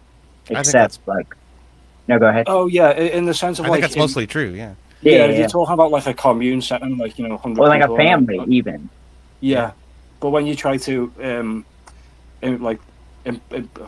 sorry, I was stuck in there. If you try to deploy that on a national scale, like size of a country, it just falls apart Hmm. I think that Because, you know- depends on the country. Some smaller countries might be able to get away with it, like Guyana or Guam or some shit like that. But in the United States, 330 million people, coast to coast, across an entire continent, fuck no. That's never going to No. work. Well, the thing is as well that you can't change human nature because out there someone's going to go, well, hang on a minute. I work a lot harder than these people. Why am I giving them the same amount? You have different lifestyles, different sets of opinions, different ideals about what the ideal life might be, and all of that depends upon what region of the country you grew up in and where you're from. That changes people a lot. So somebody from New York doesn't think like somebody from LA, just like somebody from North Dakota doesn't think like somebody from the backwoods of Mississippi. Yeah, exactly. That's why we have this grand experiment in the first place, and why it's worked so well is because we all have our own little pockets where we have influence over our own lives and the way the And government that's why interacts America with is us. the greatest country on earth. Amen, brother. Yeah. And I'm not even American, so you know. USA. Yeah. Now we have our flaws, but man, our founding fathers and everyone throughout history has built something pretty incredible. Hell yeah. It pains me to see that the federal government keeps expanding and expanding and expanding its influence and sort of shitting on that whole experiment in the first place. All of this stuff needs to be back to the states. And what happens when it gets to the Supreme Court? Supreme Court finds out, hey, you know what? Actually, that was an incorrect ruling, or actually Congress didn't have the jurisdiction to enforce that law in the first place. 10 years after it's been in effect, or 20 years, or 50 years sometimes, it gets turned back to the states. That's where it should have been in the first place. Yeah, because I mean, you had that big pushback with after Waco, where the federal government was trying to, go to the state of Texas and try and enforce upon them, like, you need stricter gun laws because look what's happened, and the state of Texas just told them to F off. Yeah, they had every right to do that. Yeah. So. Yeah, man, we just need to embrace the 10th Amendment and appreciate what the country is built to do in the first place. I think if we send, for instance, marriage back to the states, you're going to see more and more states look at it from a church-only kind of perspective, and that's going to be healthy for society. I think that's the pathway to get it done. I think that's why Trump had a big W when he turned the Roe v. Wade. Like, I guess the Supreme Court overturned the Roe v. Wade, and he just delegated it to the states for them to handle. Well, no, the Supreme Court ruled that it is in the purview of the states to make this decision, not the federal Congress. Yep. So that's a big win for Trump because he appointed the justices that came to that conclusion. That's true. I guess, way better way to frame it. Yeah. And that's the perks of having judges that come off the panel whenever you have a Republican leader that's a conservative versus a Democratic leader who's more of a socialist or a leftist, because then, okay, now we're going to reinstitute the factor of state law versus federal law. Mm-hmm. The federal government doesn't have its hands in every little aspect of life. They need to have the hands in where they need to be, such as defense, medical stuff, research and development. But at the same time, when it comes to marriage and societal structure, that should be at a state level. That way it's easier to contain within the states themselves. Yeah, definitely. It's also easy to change. Like if the group of people find that, our state's going a little too far, that's a lot easier to change than going straight all the way to the federal and being like, we need to change this law or change that. I mean, you couldn't have a federal blanket law with things, because if they brought in, like, let's say, guys, we're going to get rid of all the rifles. One state that doesn't really use rifles will go, okay, but if you've got a state like Montana, they'll turn around and go, well, hang on a minute, we've got loads of wildlife out here. What do we do then? Yep. Or Alaska or Kentucky, where hunting is a family pastime. So. Or even in my state, yeah, for sure. There's a lot. There's no way that would ever work. Places in like Texas, I know they shoot wild hogs for destroying like vast amounts of like property. Oh yeah, they make a big tourist killing off that, because they put people in choppers to shoot them, or like trucks. Yeah. Texas is big, y'all. I'm gonna tell you what, it's fucking huge. Texas is bigger than the UK. Yeah. in PA, we have hogs that are an invasive species that you can actually hunt them on Sundays, and you're allowed to use like any caliber, any rifle up to, like, no, you can't use a 50 cal to blow it apart. You have to do it a humane way. But like, you can use AR, use whatever. I'd love to see a hog get hit by a 50 cal BMG though. I'm saying, dude, he ain't gonna feel it. Come on. Not in South America like a 50 cal. Just a nice little red tip and scenario around, just hit the freaking hog right in the head while it's split into You pieces. just need one of those like Huey choppers from Vietnam with 2 miniguns on it. Playing Ride of the Valkyries as you come in with the rifle. Mm. M60 sitting out the side. Yeah. Hell yeah. I love the smell of napalm in the morning. Yeah. Get some. Get some. Here to kick Don't need him as much. I can't think of anything more humane. I can't think of anything more American. I can't think of anything more patriotic.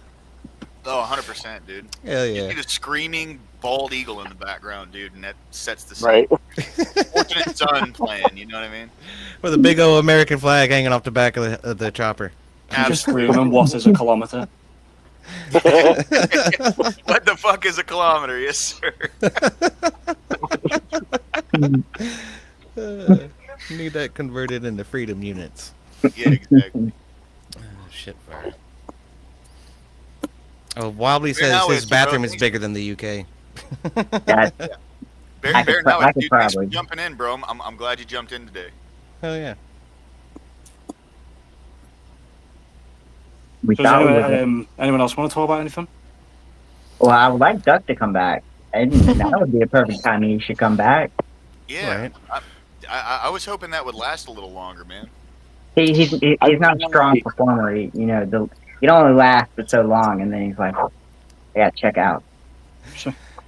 I literally saying. hopped in at the tail end. I was literally about to jump in. I saw Duck. I was like, oh, I'll jump in. I have like 10-minute break while I'm at work. I'll jump in real quick. And then as soon as I went to load StreamYards, he was gone. I'm like, what the fuck? Yeah. It's That's because probably he's a what's gonna happen. wanker. He's just a wanker, to use a British colloquialism. But what's the problem with him? He doesn't want to talk about anything, man. You start nailing him down and start figuring out his points, and he wants to wiggle away from it or call you a fucking piece of shit for one reason or the next, or to say that you're not supported by real evidence, this, that, and the other thing. Just completely deflect. I'm not going to defend anything I have to say. I'm just going to state it like it's fact, and if you don't believe it, you're an asshole. I hate that shit. He jumped down lower class's throat because lower class was he didn't even get to make his opinion before he got jumped down his throat. Yeah, I think yeah, it was like 5 sentences and trailer trash came out. Yeah, and I was like, I mean, you can say that, man, but it doesn't take away from the fact that the more government's gotten involved with marriage, the higher divorce rates gotten. I mean, like that's an undeniable correlation. Everyone agrees with that. Yeah, at the end of the day, you don't want more government control because, it just leads to like a really powerful government that eventually spirals down to authoritarianism. Yeah, well, and then, like we were saying, it incentivizes things like divorce. It incentivizes people to take advantage of one another. It's all kinds of ripe with opportunities for abuse. And it's like every time leftists want to institute one social policy or the next wave for government to reach into your life and tell you what to do, they completely ignore the idea that maybe somebody is going to have malicious intent while leveraging this policy that you're instituting. Exactly, yeah.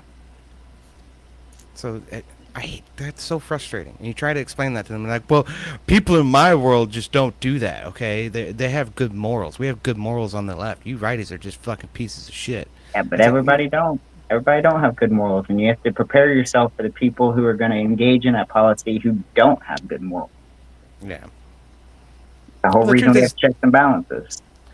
The truth is, there's plenty of immoral people on the left. There's tons of them. Okay, there's tons of people who are getting food stamps and going to the fucking grocery store and picking up steak and lobster with them instead of something that's actually nutritious and helpful for their Or family. selling the food stamps for cash that they'll buy for like drugs and stuff. Yeah, I was just about to say, dude, beer. people will go to the dope house with a food stamp card, and you get 50 cents, $1 for food stamps, and you can go and you can buy a whole bag with it, dude. It's crazy. You can buy candy from the gas station.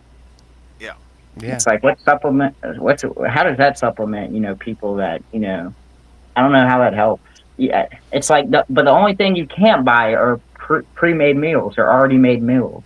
So it's like, wouldn't that be the thing you want them buying out other than anything else is already the pre-made meals? I would think, yeah.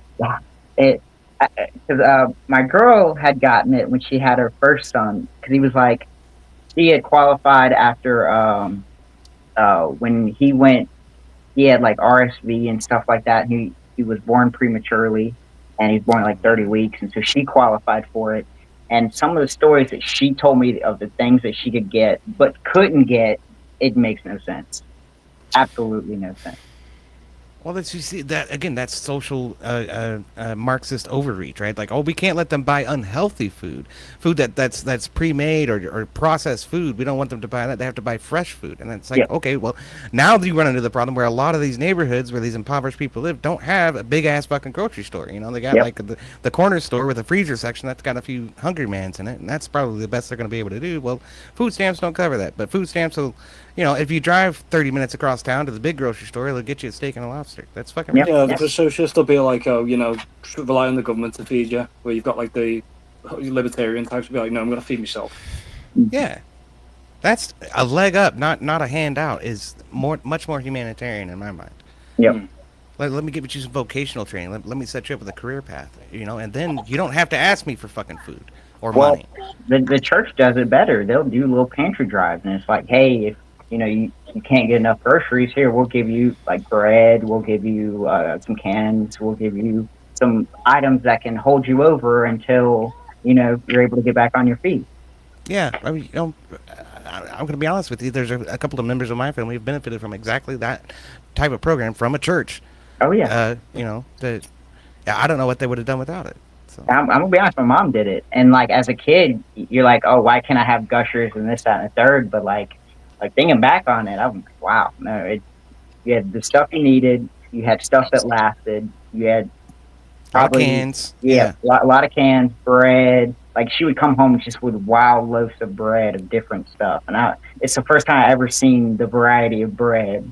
Well, Like, wow. the church also established like free medical centers, free like place to go and educate yourself. You know, so with the church, it goes far beyond than just like food. Yes, for sure. It's Go ahead. yeah. I'm sorry. I don't mean to interrupt. No, you were talking. I kind of interrupted you, EOD. That's all me. Go ahead, Oh. bud. Well, a church is a strong, tight knit community. They're willing to do whatever is necessary to help somebody in need. You know, and you don't get that out of specific facets of the government that are focused on these one striated issues like the food stamp office. Yeah, or there's a reason why the church has been foundational for like the past 2,000 years. right. You also have to think of the element of subsidization inside. So, like when you are like, yes, we're pro the government helping people either eat or helping people, find stuff. You got to realize that the government's literally just writing a check saying, "Hey, we'll pay for X thing from incorporated." So it's really just a direct streamline of money from the government to a corporation.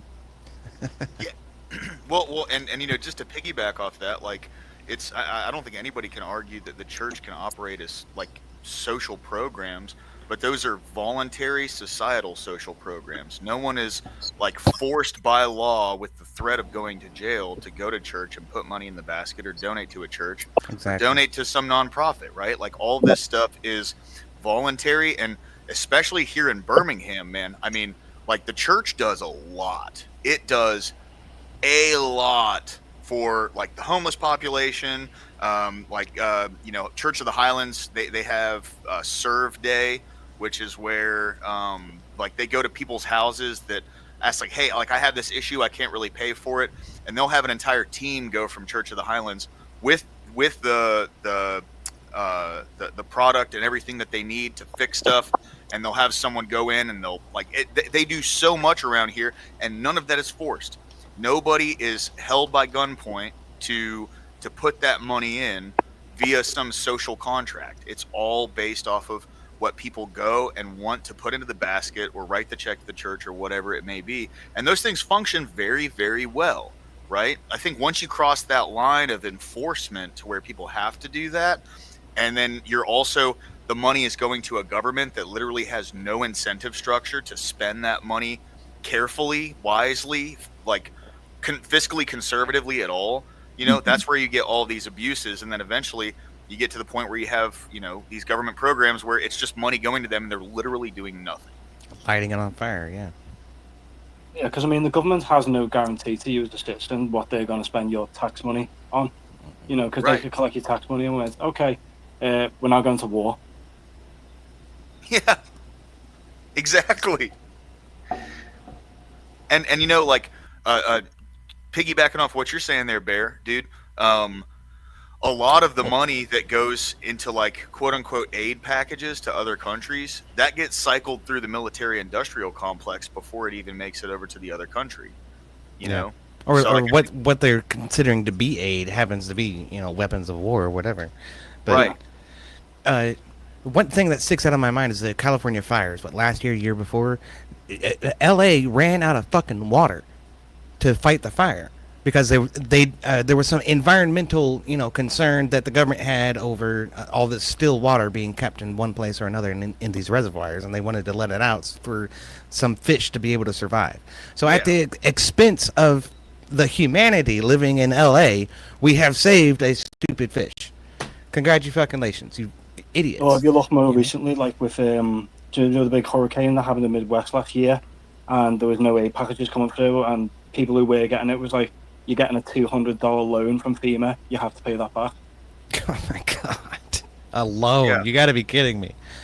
What, they wrote him a $750 check in Lahaina and acted like that was a big damn deal. So that there was a hurricane that came and hit North Carolina not that long ago. I think that's what he's talking about. Yeah, I was gonna say I just got my FEMA check maybe 2 weeks ago. Yeah. Are you serious? You just got it? Yeah, Good it was wild God. too because like I was looking through my bank account and then my girl was like, "There's $750 added to this." And I'm like, "What?" And then I look at it and there it is, FEMA, and then a bunch of side numbers from I guess the name of the transaction. It was set the $750, and I think it had been almost a year and a half after that event. Yeah. Well, And so many people North lost their Carolina went homes red. and They don't give a everything, fuck man. about y'all. Oh yeah. You know what I mean? That's true too. We didn't in South Carolina. We didn't quite have it as bad. There was a lot of, I guess, areas closer to the coast, but like I still see people whose porch is completely destroyed, or they're in the aspect of fixing it. Like even a place on our main street, there's an older building that had its front porch was all slammed in from a tree, and Damn. they haven't even began to fix it. I guess they're waiting for that FEMA check. I don't know. I reckon. Forget who was it, Christy Nome, that came out and she said that like there are people who've been waiting on FEMA checks for like 10 years. Like there's some people who still haven't gotten their FEMA checks from like Hurricane Katrina. Oh, Yeah. If that's true, that is fucking egregious, bro.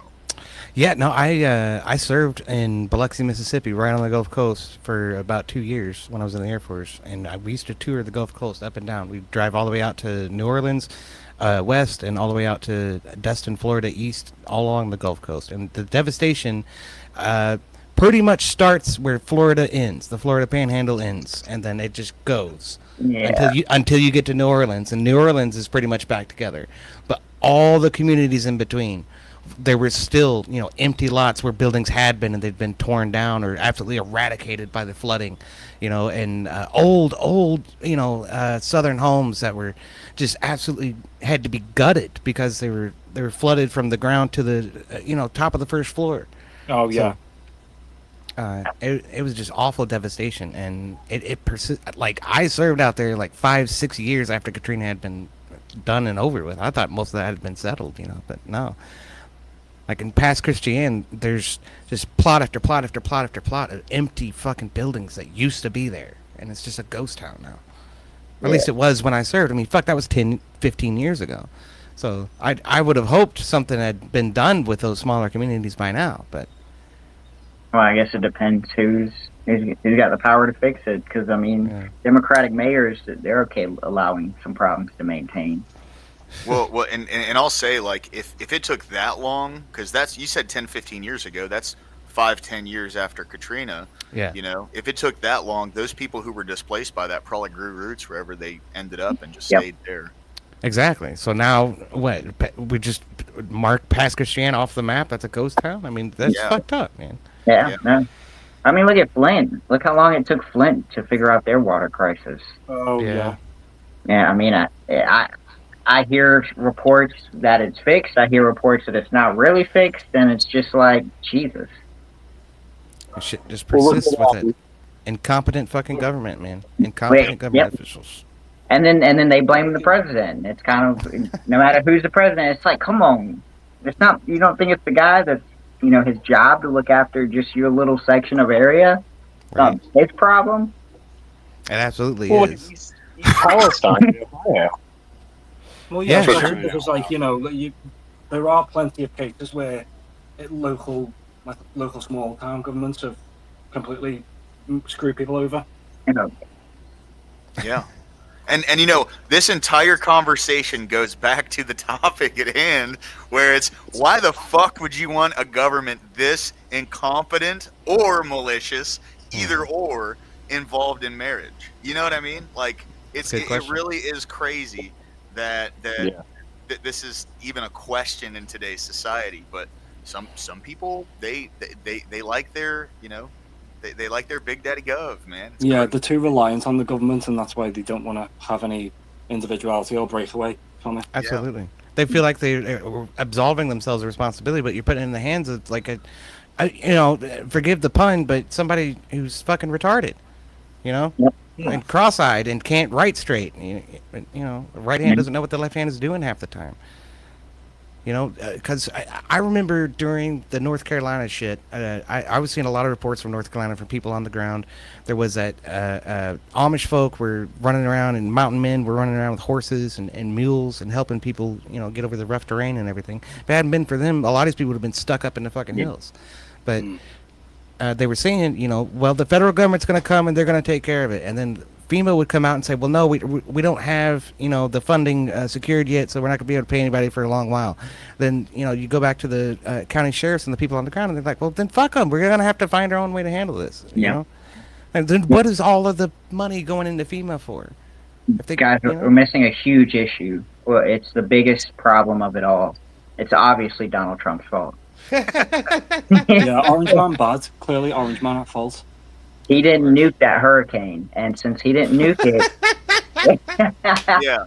No, Kamala Harris could have talked the hurricane down into a peace talk. that's what I'm saying. Like she did that with Russia and Ukraine. It worked so well. I know. Yeah. Don't. Well, they fucking did anyway. Now what? Yeah. You're like, well, that was all I had. No, you guys are getting it wrong. Kamala Harris would have blew the hurricane and got it calmed down. Get the Yeah, knee pads out and take care of it. Yeah. Just like she did to get into office, she could have saved us from that national storm. She just had to huff and puff and blow her way down. I didn't think he could get much worse than Biden, but man, they really tried with Kamala. Oh, they sure as hell did. Excuse me. I am speaking. There's a woman of color on this panel. I know. The thing with Kamala, though, is that she was saying a lot of stuff where it's like, if I'm president, I can do this. And it's like, hang on a minute, you were vice president for 4 years. Right. What have you been doing all this time? And then when she's asked the question directly, if there was anything you could change about your vice presidency under Joe Biden, would there be? She's like, no, not that I can think of. Oh, Yeah, yeah. I thought we did a fantastic job. Absolutely crazy. Inflation's at like 10%. There's 10 million illegals in the country. There's two different places at war right now. No, we're doing fucking peachy. We're fine, guys. Don't worry about it. We will not say Merry Christmas. We will not. No, never. Happy holidays. Oh, the hilarious part about that is if you flash forward to the year following, it's Merry Christmas, everyone. Yeah. Yeah. Right. You Right. flip-flopping fucking snake, I swear. It's like, look, guys, I support this issue. Oh, I can't? Okay, yeah, no, that was Joe Biden. That wasn't that was the stance of the original president. I will say the one thing with Kamala that actually enraged me the most during her campaign, which was only a couple months, but when she was on stage with a bunch of drag queens and she was like, y'all are the real Americans. Like, go fuck yourself, bitch. No like, shit, dude. Go back to California, keep fucking throwing people who are smoking weed in prison and laughing about it when people ask you if you ever have, and leave Right. this I do those times. country to the real, like, dude, that really fucking, I got so hot when she said that shit. It was bad, dude. Well, that's obviously why California burned down from that wildfire is because she left. She was blowing it all out, huh? Yeah, she was single-handedly. They didn't arrest enough weed smokers. Clearly, someone threw a lit joint, and that was the reason for the fire. So, if she arrested more weed smokers, there'd be no fire. Right? Yeah, If yeah. you would have kept weed smokers in jail, we wouldn't have had the forest fire. Yeah. Mm. For shit's sake. What was it? I heard they were fucking paying homeless people to start a lot of fucking wildfires so things would look worse under Trump. I mean, they were paying them not to, so might as well pay them to do it as well. Yeah, 100%. Yeah. They were just paying them. Right, guys. I was just going to say thanks for having me on the panel. I'm going to shoot off now. Hey, dude, thanks for coming in, man. Yeah, man. It's good Oh, talking thank to you. Hopefully, do this again soon. Yeah, Hell Bear, yeah. you're always welcome, bro. Come on in whenever. Oh, thank you. Take care, guys. Peace. Take care. Here's what Yeah. It's always Little nice to meet base. some. Yeah, it's always nice to meet some base motherfucker from Britain, man. Oh, It yeah. really is. Oh yeah, 100%, dude. I worry about that country sometimes. Their government does not like them. Yeah. I was starting to get worried because I heard there was somebody from the UK, and I was like, okay, is this dude going to be the argumentative one, or is he going to be the one that's like, yeah, I agree with you fuckers. You guys are all like perfect. Nah, bro. Yeah, he's on point. Like if you compare like how more left wing, I guess his country's political situation is than ours, man, he's extremely far right. They would Yeah. probably lock him up if they found out he was on this podcast. I still can't get over the fact they actually arrested fucking Count Dankula for making a pug do a Nazi salute on Twitter. Isn't that Yep. crazy? That's And not go fucking after the insane. pug. The pug's the one who did the thing. Come on. Yeah. Yeah. Oh shit. That shit blows my fucking mind. I think there's a neo-Nazi pug somewhere out there on the loose. Yeah. Charlie. You hear about this shit all the time, though. People getting fucking arrested. But cops show up at their fucking house, barge in, and arrest them for things that they posted on the fucking internet. Yeah. Oh, it's Ridiculous. insane, dude.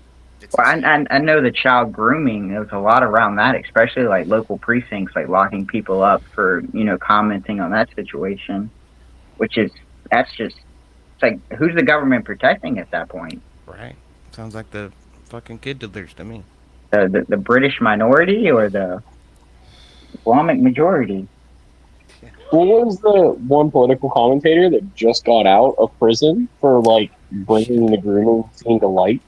Tony That Robinson, I think. Tony Robinson. That's it. Yeah. They say he just got released like not too long ago, and they're still trying to put him back in jail for talking about it. Yeah.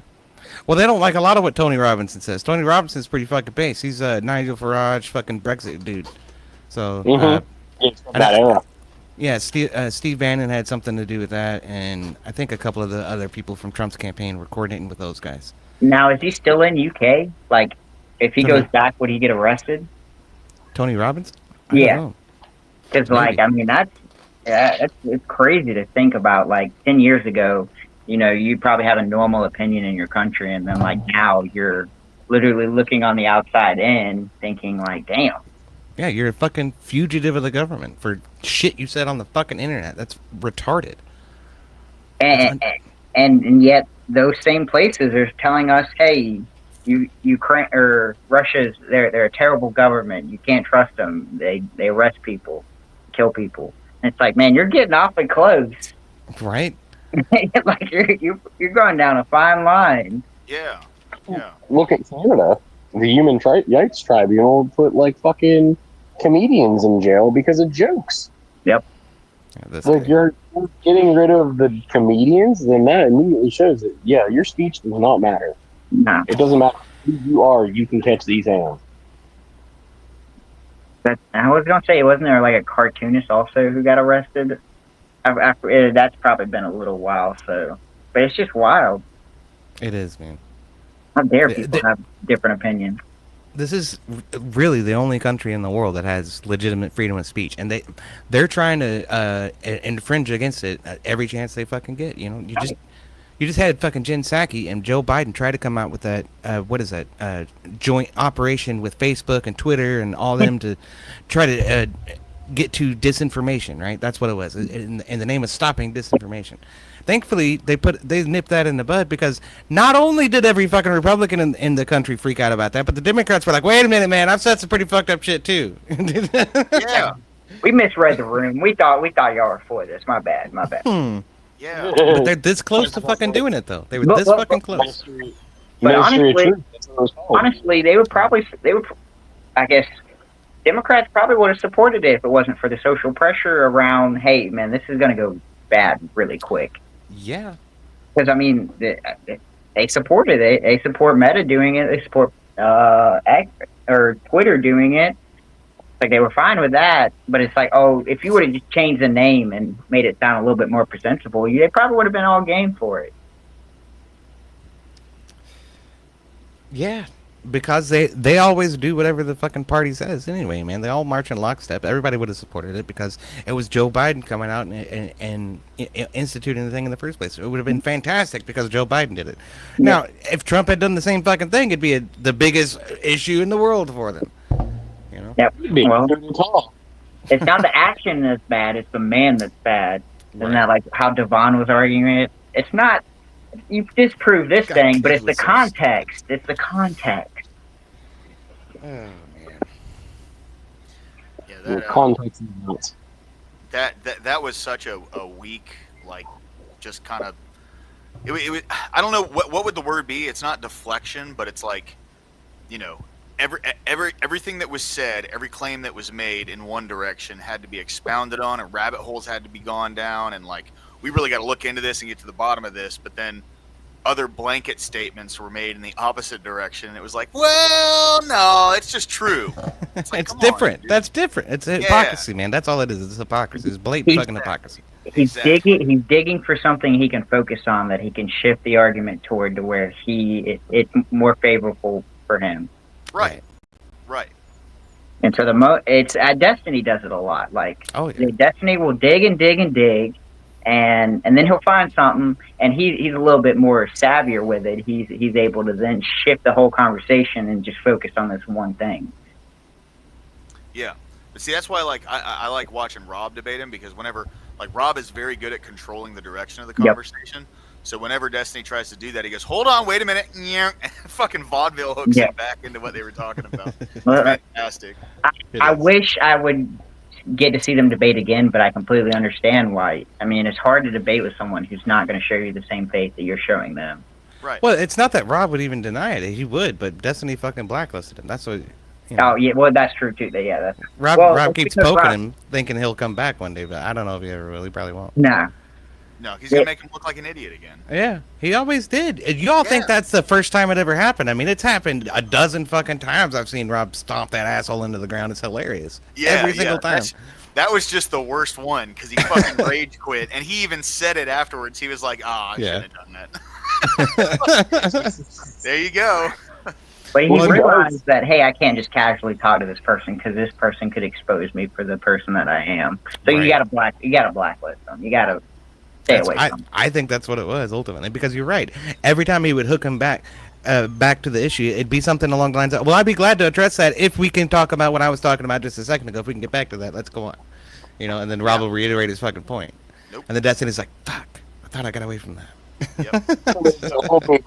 God damn it, no. Like, we have to move on. Right. Oh, I've heard Destiny say that so many times. But Rob does debate Radical Coder, by the way, they're lower class. On the 28th, there is a debate between Radical Coder and Rob. Okay, yeah. I think that's what I was talking about. I looked that up last night. I just debated him last night, actually. What's up, Balsanya? Crusty. I missed that. Yeah, man. Or Epsteiny. That's another good one. Were you on like Sarah's panel when you did that one, or which panel were you on? I was on Jess's panel. Oh, okay. Yeah, I was on fucking- Jess's panel. It was a 2v1 there for a minute because him and Mel both got on. So they I always was- fucking suck each other's dicks. I hate it when they get together in a room. No, it's okay. So it like essentially started with, you know, Mel and him were going at me, and like the topic of the debate was, should society tolerate and accept female promiscuity and feminism. Hmm. And I made sure to make a clear distinction that, like, from my position, I'm against promiscuity in general. Also, I'm against the kind of red pill movement and feminism. And there's a good argument for how red pill is just like the male version of feminism. Yeah. But much. I am not in favor of, like, I'm in favor of intolerance on a like citizen to citizen level. But when it comes to like the citizen to state level, the state shouldn't get involved in anything like that. That's just my personal belief, right? I think that as a society, we're the ones that like direct the way that society goes, and I feel like with two main things, shame and then societal incentive, you could really push society into actually giving a damn about marriage and all that. And it was funny because they would levy all of these. They would levy all these, studies and research papers and all this shit at me. And where's your study, bro? Where's your study? Yeah. So I was like, all right, well, I'm going to play this game too. And I put mine up. And of course, whatever I put up, that wasn't valid, or that's not what we're talking about, and yada, yada, yada. And it was like, no, that's like, what are you talking about? Yeah. Like conceptually, marriage is the exact opposite to promiscuity. Right. Is that a fair statement? I know. think so. I think these are two polar opposites. Yeah. So, like, what I had posted was like all of the literal physical health benefits that come from marriage, and that's studying a lot of people over a long period of time. There's like a longevity of life, healthier mental health. There's financial structure. There's just like a whole levy of like benefits that come from being in a structured monogamous marriage. And like essentially the argument was, well, that has nothing to do with what we're talking about because we're not talking about marriage. And it was like, that's such a bad faith way to go about that, because conceptually they are like exactly the opposite thing. Mm-hmm. And to be fair, a lot of times when they argue, should society support this, there's usually some type of undertone of like political institutions should support this, or the government should support this. And it's kind of like, welcome in, man. I'm a little wary of that. Yeah. Well, yeah. so I don't support the ideal of like what we were talking about a little bit ago, where you're going to send the Gestapo out to round up your wife who's cheating on you or something like that, right? But government-sponsored messaging has a lot to do with like the anti-tobacco movement and shit like that. Yep. So there's a lot of publicly funded messaging that goes out in public interest, and I think promoting shit like marriage, and shaming shit like promiscuity is probably a fine thing for that to be participatory in, like put it in schools that mommy and daddy stayed together and that's why I grew up happy, shit like that or whatever. Exactly. Well, the government does everything bad, so I would say they would do a terrible job of that. I'm just saying, like that level of involvement I'm okay with, but I don't want the Gestapo going out and arresting people for doing How porn. dare you sleep in another bed? 15 years. Yeah. You didn't give me a blowjob this morning. 10 years down the pike. Right. Oh, easy now. I can't support that. No, I'm just kidding. I support it completely. Oh, y'all are crazy. I'm just saying the nuance. We gotta get the nuance of it. Okay. 2 years on a dildo. Ah. But yeah, it's funny. So yesterday we were going into. I've been doing. I don't know if it's necessarily a series, but like during the streams, I've been going over like God and society and like actually going through studies and stuff involved with that. And it was funny because yesterday we went over one. I don't remember where it was from, but they had gone over all these like this big test that they did. With people in Germany during the pandemic and the lockdowns and stuff, just to see what religiosity is what they call it, what its effect on social cohesion is. And it was funny because the way they went about it was, they essentially measured through like a survey where people's trust in certain thing was over in Germany. And when you look at the data, people who were more religious tended to have a lot more social cohesion, like citizen to citizen and citizen to state, than people who weren't. The only thing that was different was like social trust. So like individuals, right? And that makes sense. There's a variable there that's involved because we were dealing with a sickness that at the time was believed you can not have any symptoms and you can still get it. So, or you can still spread it, you know? So it was just funny how like the evidence went in the exact opposite direction I think they were trying to go for. So instead of basing their conclusion off of the information at hand, they said, "Well, we're gonna need to do some more research. The conclusions aren't really there." And it's like, what are you talking about? Like all of this data is right here in front of you, and you're not gonna even like try to make any conclusion from it. It's so weird, bro. It's crazy. We need a whole new set of funding to fund another survey to see if we can get different answers, so that way we can give you all the different answers. Right. Insane. There's a whole bunch of like, what the fuck? But that's where you get with these studies, you know, because a lot of people they won't look into the actual data. They'll look at the conclusion, and that right there was a prime example of why just looking at the conclusion isn't necessarily like a good thing to do, because the data itself speaks for itself. I don't know. It's just weird. It was crazy. Can't believe people funded that, is I guess the better way of saying that. Absolutely. Yeah. But there was also some weird like World Economic Forum like insert key buzzword. Like it seemed like they did a heavy focus on inclusivity and diversity. They also were saying how social inclusion is increased when you have a minority belief system or a minority framework inside of it. But it seemed like they were leaning more toward that being a Christian's fault or the majority problem, when in reality it's a minority problem. Yeah. It's a lot of hogwash. It always is a very vocal minority on the fucking left, man. Anybody that they can cater to and try to convince with money or some type of social influence, they will.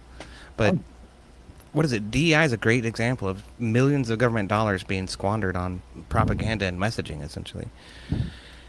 So we need to shift that, as Rob often says, we need to shift that in our direction.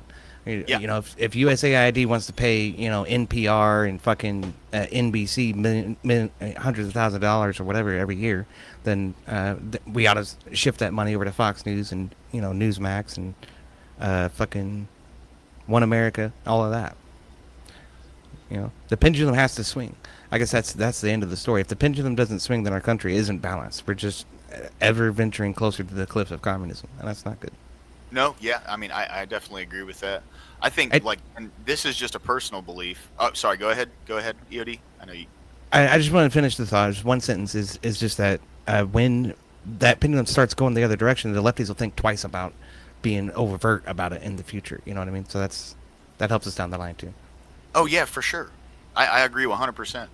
I think a lot of that, you know, and this is just a personal belief, right? But like the societal shift starts with society, and government follows suit.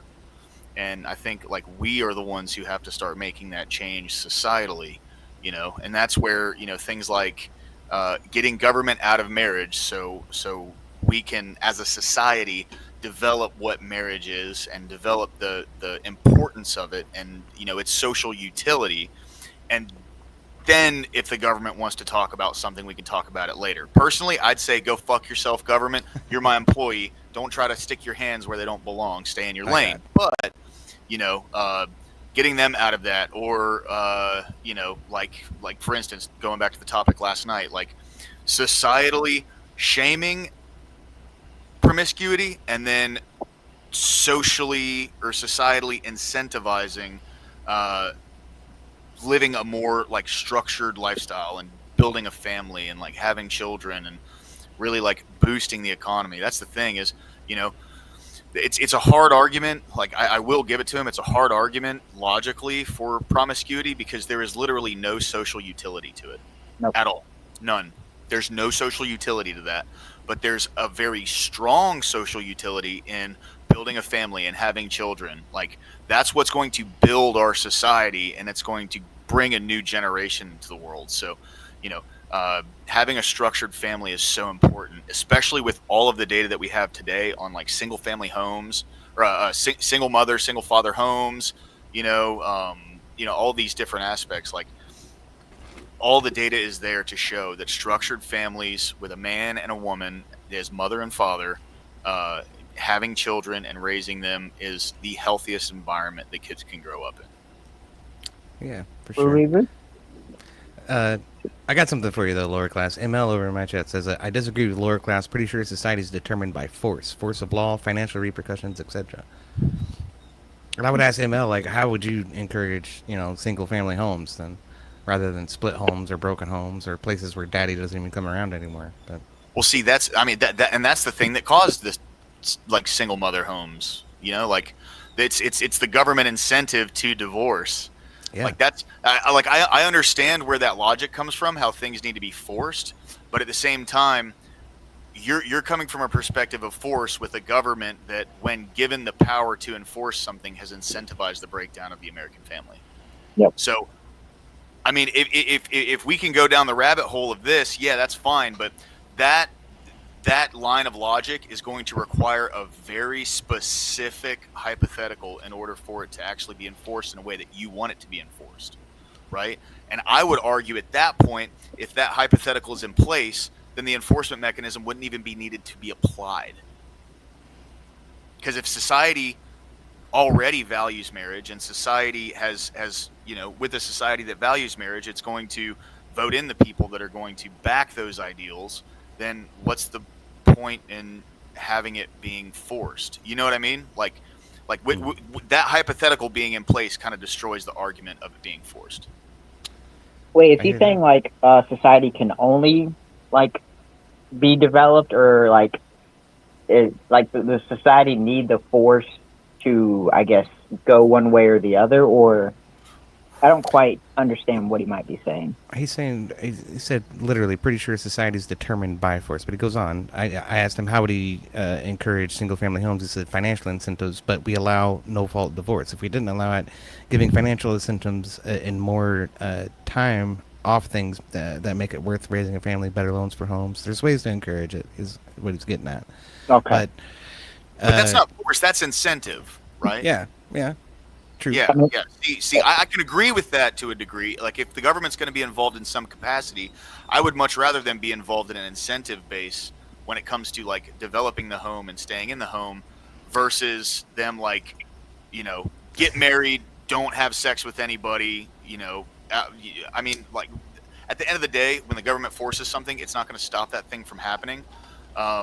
That's why there's literally like kilos of fentanyl coming. That's why there were kilos of fentanyl coming over the border for the last 4 years. That's why people have been overdosing on drugs for over 100 years, probably longer by now.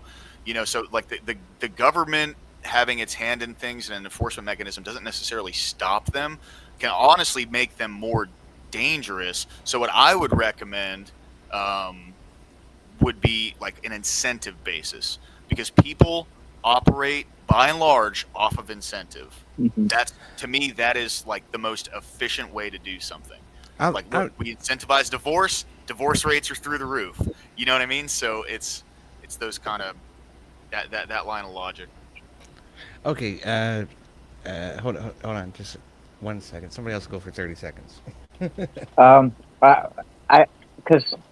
to me, I guess I don't necessarily think society goes, forward only through force. I think force is probably the most, easiest to use. I think a lot of people can control society outside of force. And so I was just confused at the scenario of, is it only force that pushes society, or is it, just what he thinks is the biggest factor in pushing society? And I guess who he means by, is it the government's force pushing society, or is it just anybody's force? Yeah. What was I going to say is,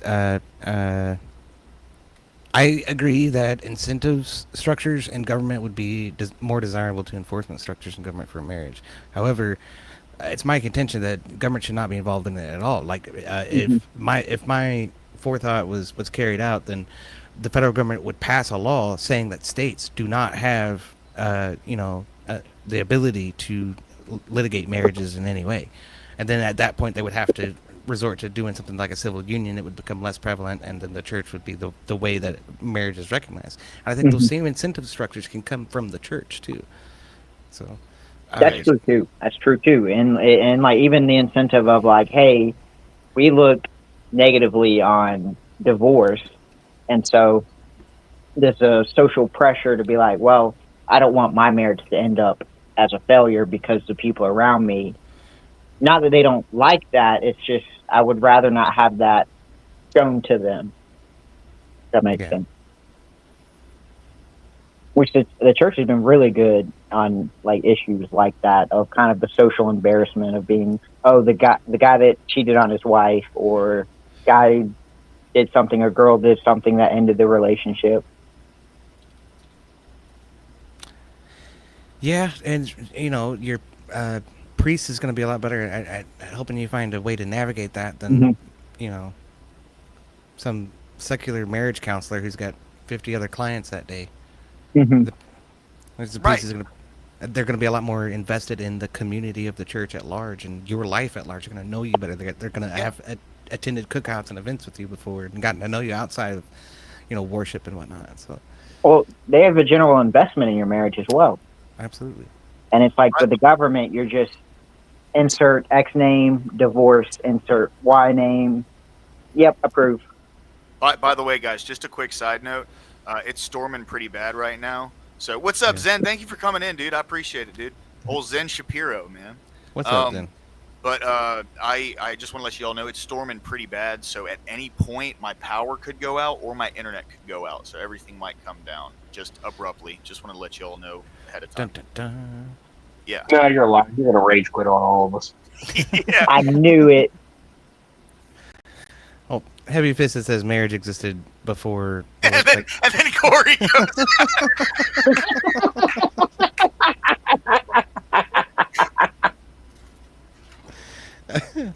He must be having a storm too, I reckon. I don't know. Yeah. No, he'll be back in just a sec. All right. There he is. What am I saying? Heavy Fisted is saying marriage existed before any form of government and religion. And I'm like, I guess to some extent, but you know what? Even Neanderthals had mates or whatever, right? Yeah.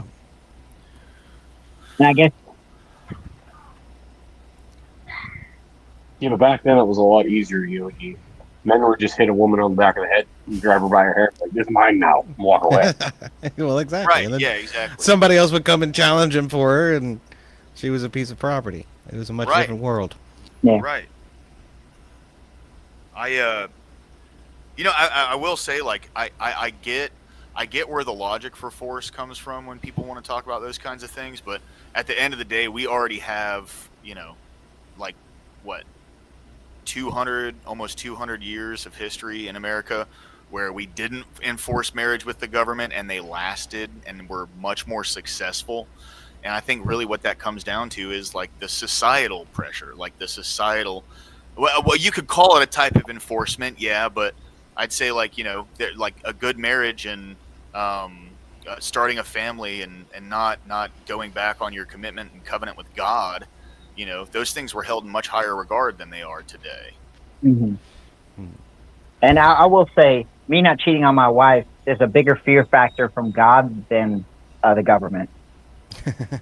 I hear that. Based. Well, I mean, yeah. Because what's the government going to do? Tell me? God can do a lot worse than that. Yeah. You're coming from a perspective of Christian morality. I think the government has to be able to operate with people that do not adhere to that. You know what I mean? That's it. Within and around people who do not necessarily adhere to that. So that's what makes it, I don't know, defining what the government should be a little bit ambiguous sometimes for me. But it's definitely I feel like there are two very distinct roles that each should serve, and the government's role is very small compared to what it actually is, versus the church's role is very big compared to what it actually is. Right. That's a balance that has to be corrected somehow. I'm not sure how to do it appropriately, but Yeah. Yeah. I guess it would just start with us prioritizing, like individually, us prioritizing God over the government in every facet we do. I hear mean, that. it'd be a long time till it changes, but it's just something. I guess we have to keep in the back of our mind. I gotta take my dog out real quick. I'll be right back. He's Yeah. Do your thing, man. he's about to bust a gut. It sounds like Yeah. somebody cut off his arm. One of the two. Anyway, I'll be right back. All right.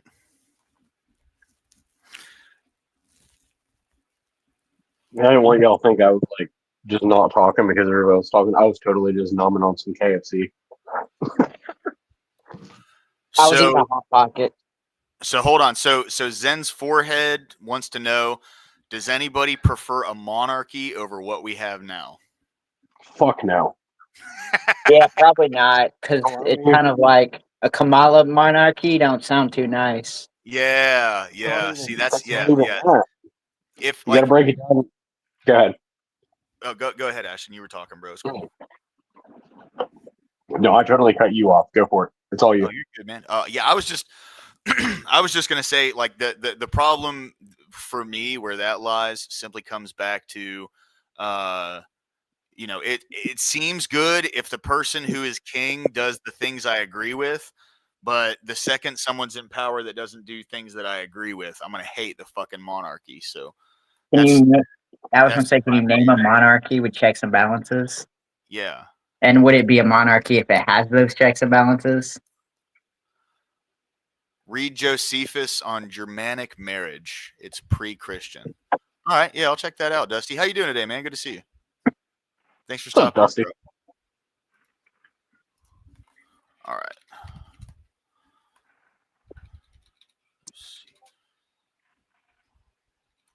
I was gonna say with the monarchies and stuff, it's a lot even deeper than that sometimes when you actually break it down to things. It's you have one governing body versus no checks and balances to help protect the people that you're monarching. Yep. So when the monarch says, "Guess what? We're going to war." Guess what, soldiers? Hey man, hey man, line up, boys. We're going off to war. Yeah, I mean, it's simple. It's like, do you trust the government to overrule your life now? Now, would you like to make the government kind of more direct? And now, do you want them to have power over you? I'd be like, probably not. Well, it changes the hierarchy of the society as well, because then you have the upper echelon of the monarchy, and then you have the feudalist class like the peasants. Yep. And we would all be fucking peasants. So, Dusty, I couldn't find much on Josephus and what he said about Germanic marriage, but from what I've seen about Germanic marriage, it's like I wouldn't believe in anything like that. You know, like severe punishment for adultery. I'm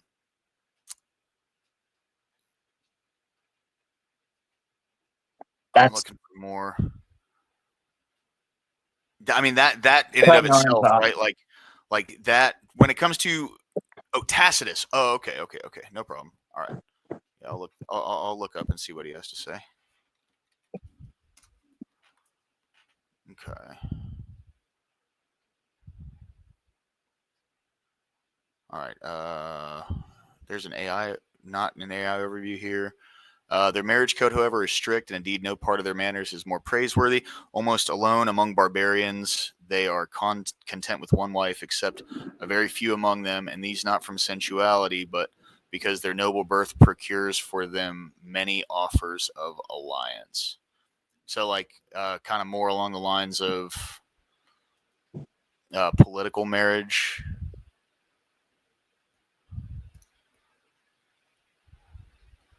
Okay. I'll pull this up. We can read through it, boys, if you're all down with that. Hold on. Let's go here.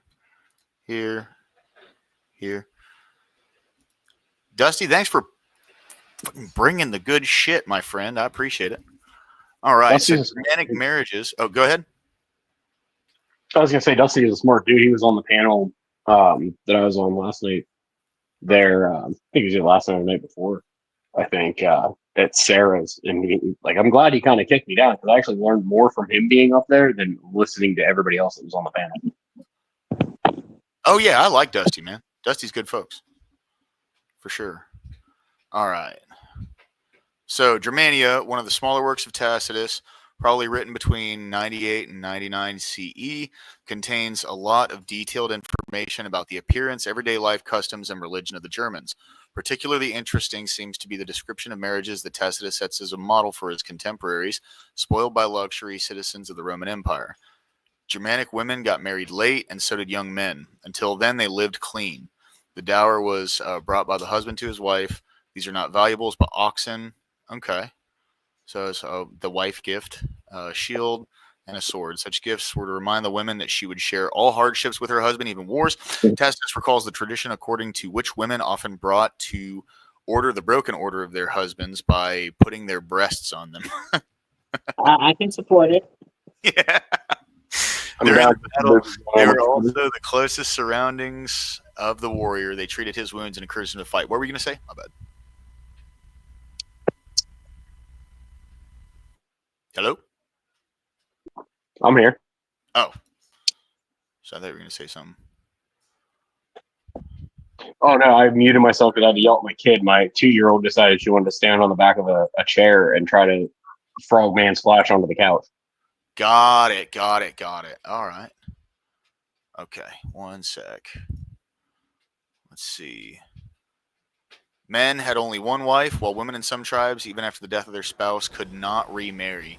See, now I don't. That's a little extreme. Yeah. See, I don't see that. I mean, like, let's say I were to get married to a woman, and then I get in a car accident a year later, and she's 2 or 3 years younger or older than me. Like, she still has the potential to like have children, and I wouldn't want to societally strip that from someone. Adultery does not often happen here. It was punishable by cruel punishments. Yeah, see, there's a little like too much. I mean, I see where you're coming from there, Dusty. I'm not a big fan. I take the position of, like, government wouldn't have much to do at all, if any, with relationships by and large. I'm okay with the I just wanted to answer Dusty's comment right there because he said about the panel. Yeah, the one you got kicked off of, you kept booting me and somebody else off because we didn't have cameras. It was fine. Like, I'm totally glad you did it because, like I said, I learned more listening to you talking about the panel and like what they were trying to do because I was getting lost in their lingo. So I actually appreciate whenever you did put me in the back so I could hear the arguments better, and you actually made it easier for me to understand. Yeah. So that's what I was saying about it. I wasn't the one that kicked you off, dude. I don't have enough money for that shit.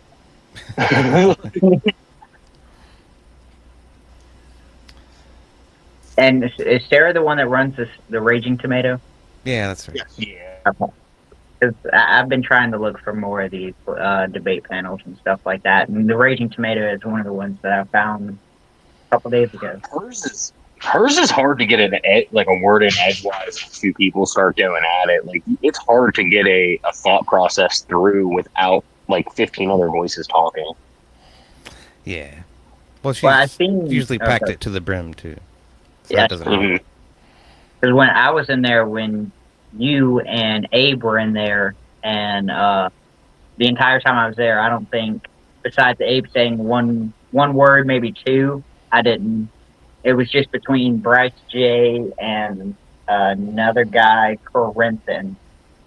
Corinth. Yeah, Corinth Yeah, is from the Crucible. And I just noticed that we get hyper focused on them two, and then everyone else would just be listening. Yeah, he has a good argumentation, but he's not. I don't think he's Christian. I'm not sure, but I'm pretty sure he's not. But he's very slick-witted with his tongue. Actually, You- he just hit you with the say it with your chest. Yeah, Yeah, well, that's ultimately what it is. They have to actually get something out on Sarah's Sayers fucking panel. That's for sure.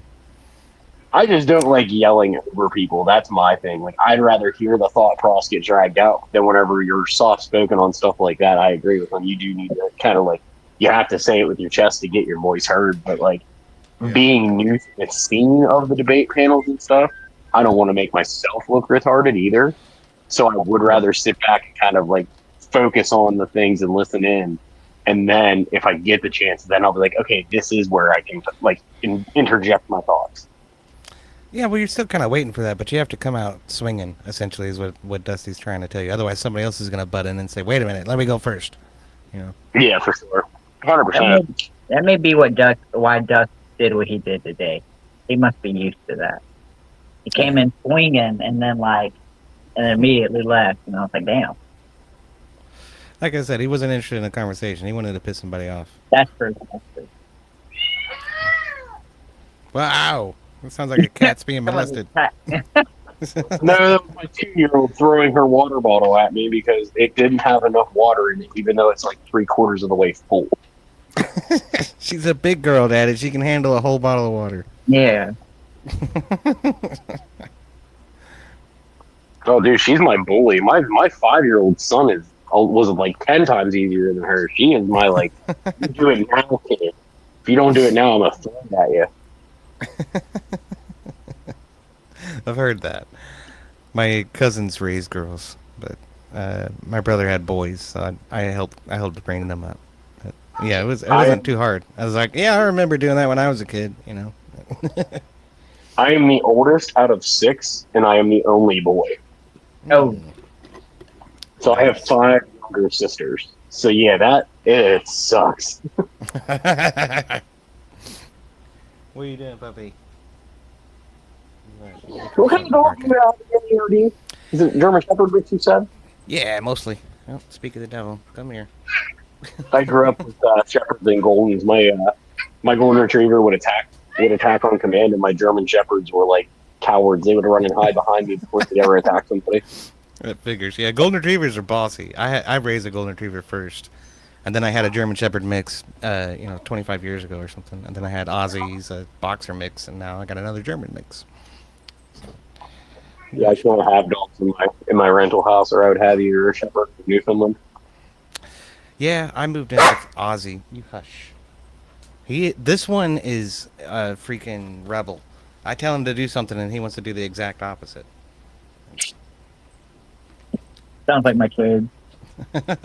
Right. But anyway, what was I saying? I moved in here with Ozzy. Ozzy's a big ass fucking dog, so my landlord's cool with it. Everybody around here has dogs. We have a pretty bad crime rate in this neighborhood, so it's understandable. Baseland. Yeah, my mom has 2 German Shepherds and 2 Newfoundlands right now, and her one Shepherd is like 35 and a half at the withers. Her Newfoundland is like 4.5 feet tall. He's a big boy, not even a year and a half old yet. Gigantic. Those are gigantic dogs. I call them the black bear and the grizzly bear whenever I go down there. Because like when my oldest was like 3 years old, she got her first Newfoundland, and she's like a pure black Newfoundland. She was laying down inside her crate, and my son went over and kept like messing with the crate and everything else. And I looked at him. I said, "Stop doing that. She's gonna stand up and eat you." And he goes, "No, puppy's small," because she was laying down. Yeah. He was turned around. She stood up, and he turned around again. And she was eye level with him. Oh shit! That's a big dog. But they're babies. They are literal like 120, 140 pound lap dogs. Yeah. The people across the street had a Newfoundland. Yeah, that's the one that sort of looks like a Saint Bernard, but it's black on the back, right? It looks like a Saint Bernard, but they have more of a longer coat, Yeah. and they are like one pure color. They're usually like a dark brown, a chocolate, or like a black color. Yeah, they're in the same category as Saint Bernard. Yeah, that and Mastiffs, right? They're pretty much same kind of build. Gigantic fucking dogs. So. Mastiffs are more like a Cane Corso and a German Shepherd body. Right. That's the way I That's the way I always describe a mastiff. Like you have the height and the stockiness of the shepherd, but then you have the power of the cane corso. All right, I'll be right back. Hold on just a second. Oh, you're good. Lower class had the BRB, now EAD's BOB, and it's me and you, Big Soda. I know. I was gonna say, I don't know. You watch UFC at all? This is related back to the dogs. Yeah. I watch UFC. The Wonder Boy Thompson or Stephen Thompson. Yeah. Okay, so he lives in my community, or at least his father runs his dojo out of our community, and he's got two cane corsos named Bane and Bocce, and those dogs, they like very gentle and calm dogs, but they would rile each other up, and they would the fight, or I wouldn't say fight, but the playing really sound like some aggressive fighting. Yeah, it gets that way sometimes, especially between boys. Yeah, like my mom's shepherds, they'll literally sit there and toss each other around, but as soon as the oldest shepherd or the oldest shepherd and the youngest Newfoundland get together, it all stops. Because like the old shepherd, he literally just looks at her and he goes, "Okay, that's enough. Like you're done doing that now." And they're like, "Oh shit, we pissed mom off, or we pissed dad off." Like I remember when I was a kid, we had a shepherd that lived to be 19 years old, and she was literally like, she was mama bear of the house.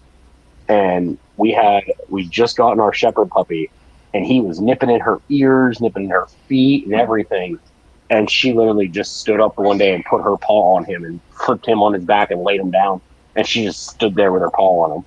And he, like, from that point on, he would, like, literally go right over to her, lay down, and just put his head down underneath her, like, "Okay, I'm sorry. I didn't mean it. I'll do it again. I'm sorry." Yeah, that's an alpha asserting dominance right there. I've seen it happen a lot of times. When I raised the golden retriever, we had the shepherd mix 25 years ago or so. Golden retriever was my first dog. She was about 5 or 6 when I got Maggie, the shepherd mix. I'm not sure what she was mixed with. She had floppy ears, but big bushy coat. She looked like a shepherd in every other way.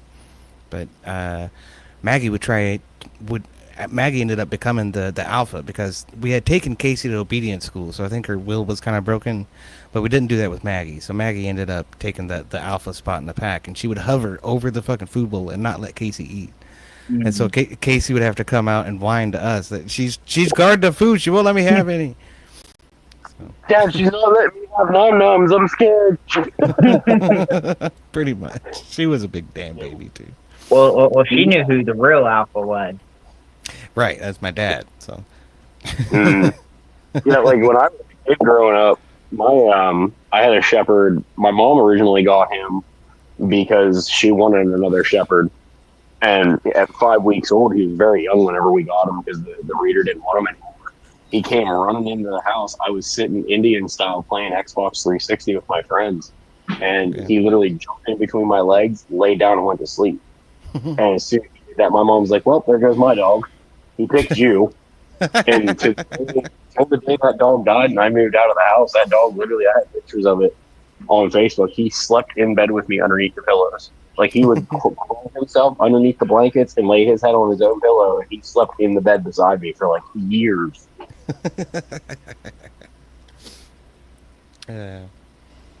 Ozzy ended up doing that with me, because I raised Ozzy while I was in the Air Force, so I was the alpha. But yeah. Oh, they pick German shepherds pick their people. That's where a lot of people miscommunication that shepherds are more territorial. They'll guard the house. No, they could give a shit less about the house. There's their person that lives in the house. Right. As long as that person's okay, they don't care what else happens. Whereas, like, golden retrievers, Goldens and Labrador retriever breeds, they are territorial. This is my yard. This is my house. These are my people. Don't touch. Right. Well, see, that's going to be an interesting thing with him. I had to put him in the kennel. He would not stop clawing at me. But he's a Labrador German Shepherd, I'm pretty sure, judging by his coat and his ears. He's young yet. He hasn't fully grown yet, but I think he's Labrador Retriever or Labrador German Shepherd. Yeah, I would say German Shepherds that's the weird thing with Shepherds, especially when you start getting like mixed breed Shepherds and stuff like that. it's hard to delineate which breeds they get mixed with because the German Shepherd breed takes over so much of the genetics. It's very and the dominant. heredity. Yeah. Yeah. Except for the Very, ears. very dominant with these. Any shepherd mix usually has floppy ears. But Another way to check, this is kind of like a funny thing, but it fits for most German Shepherds. If you have a Shepherd that has like a tricolor to them, or even like a delineation of black and gray or black and brown, look at the top of their forehead.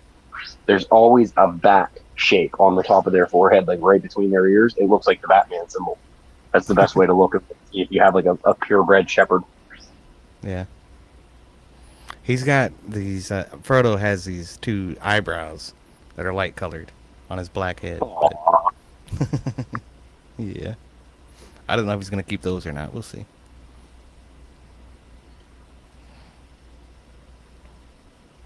Oh, we got N-word in your chat over there, lower class. It says my 220-pound English Mastiff submits to my 80-pound bull pit bull. Whoa! 220-pound old English Mastiff? That's a Mastiff, yeah. fucking massive dog. They are huge, dude. Mastiffs are like bears. They're Yeah. Well, they were bred to fight bears in like Russia and Ireland and stuff like that. That's what they were bred for, and they literally had the breed to protect them against grizzly bears and like Russian Yukon bears and shit like that. So that's why when they're a Mastiff, they were bred to take down a bear if need be. right. I thought that comment was going to be a little different when I heard EOD say N-word in chat. N-word in chat, so did I, bro. I was looking at the fucking weather radar and I heard N-word in chat, lower class, and I went, oh! Like, I was like, where is this at? Like, how did this get posted? He did that on purpose. He named himself that on purpose for exactly that reason. No, but hey, N-word. Bravo. Bravo. Oh shit, man. Richard Misfit says, "What's it eat? Whatever it wants." Pretty much.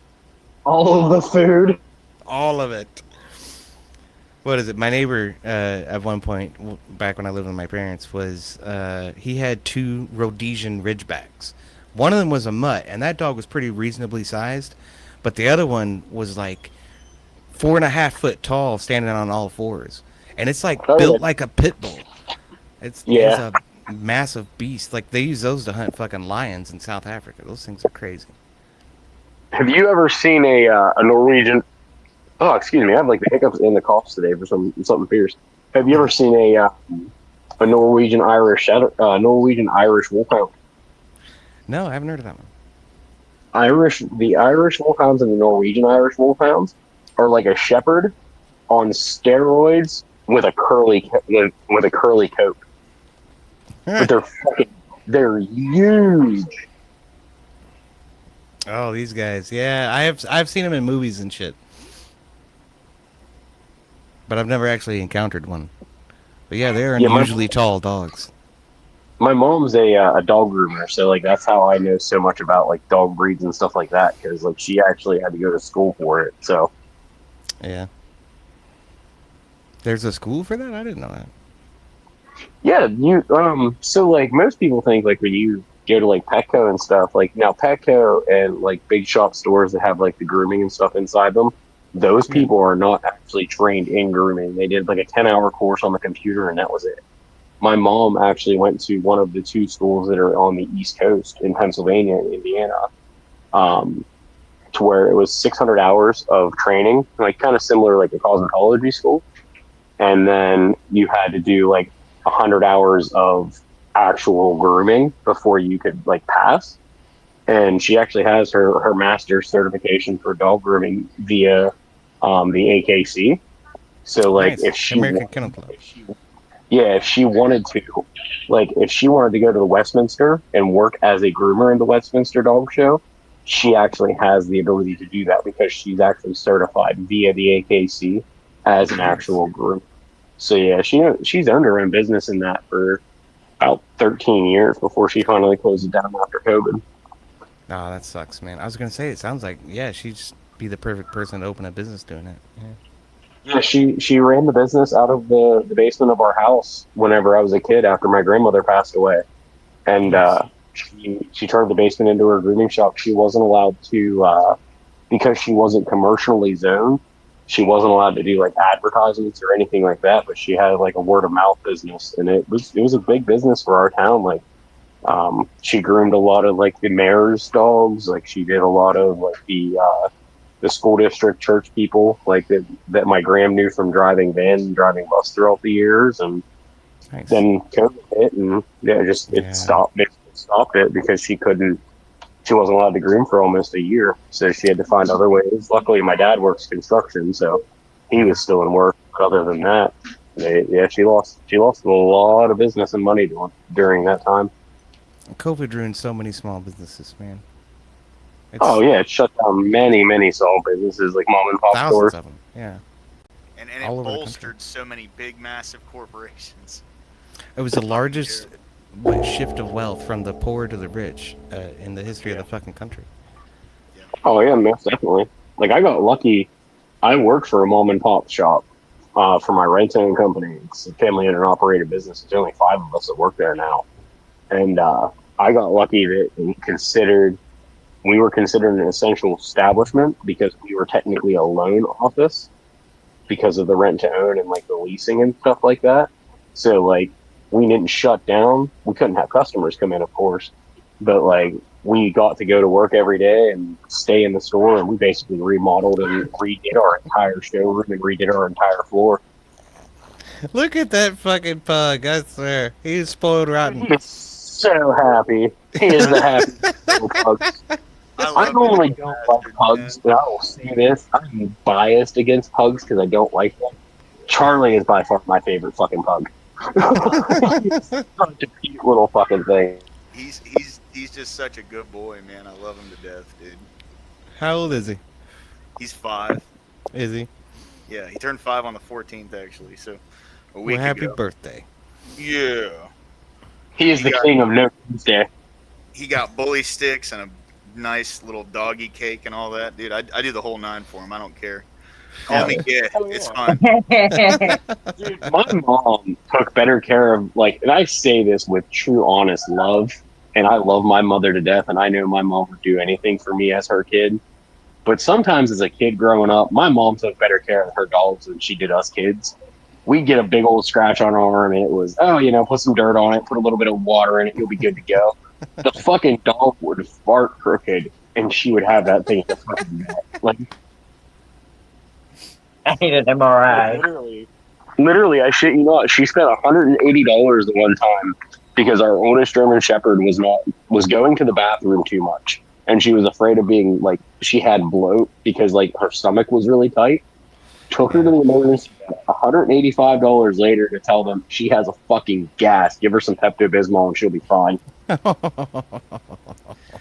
Oh yeah, my mom was hysterical. Thought the dog was dying because she had like a stomach twist or something like that. Ran down, like, took her like an hour away to the emergency 24-hour vet. Paid all this money, and the doctor looks at her and goes, "Well, ma'am, we're glad that you really care about your dog's life, but she has a little bit of gas. She'll be fine." That's an expensive lesson to learn right there. Oh, my stepdad was pissed. He was fucking livid. He's yelling. Like, I remember, like, I was with my gram, and like, I remember my stepdad coming in the door. You gotta be fucking kidding me! $200 and some to fucking have us told that this dog has gas? You fucking idiot! Oh god.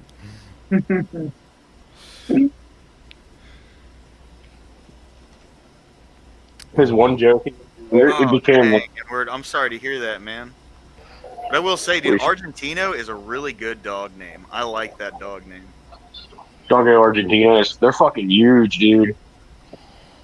They're bigger than Cane Corsos. Oh, that's a good different lord. dog. Oh, I thought he was saying his dog was named Argentino. No. Doggo Argentinos are their own breed. They're like a subclass of the Canine Corso breed, but they're like, you've watched Steven Crowder, haven't you, lower class?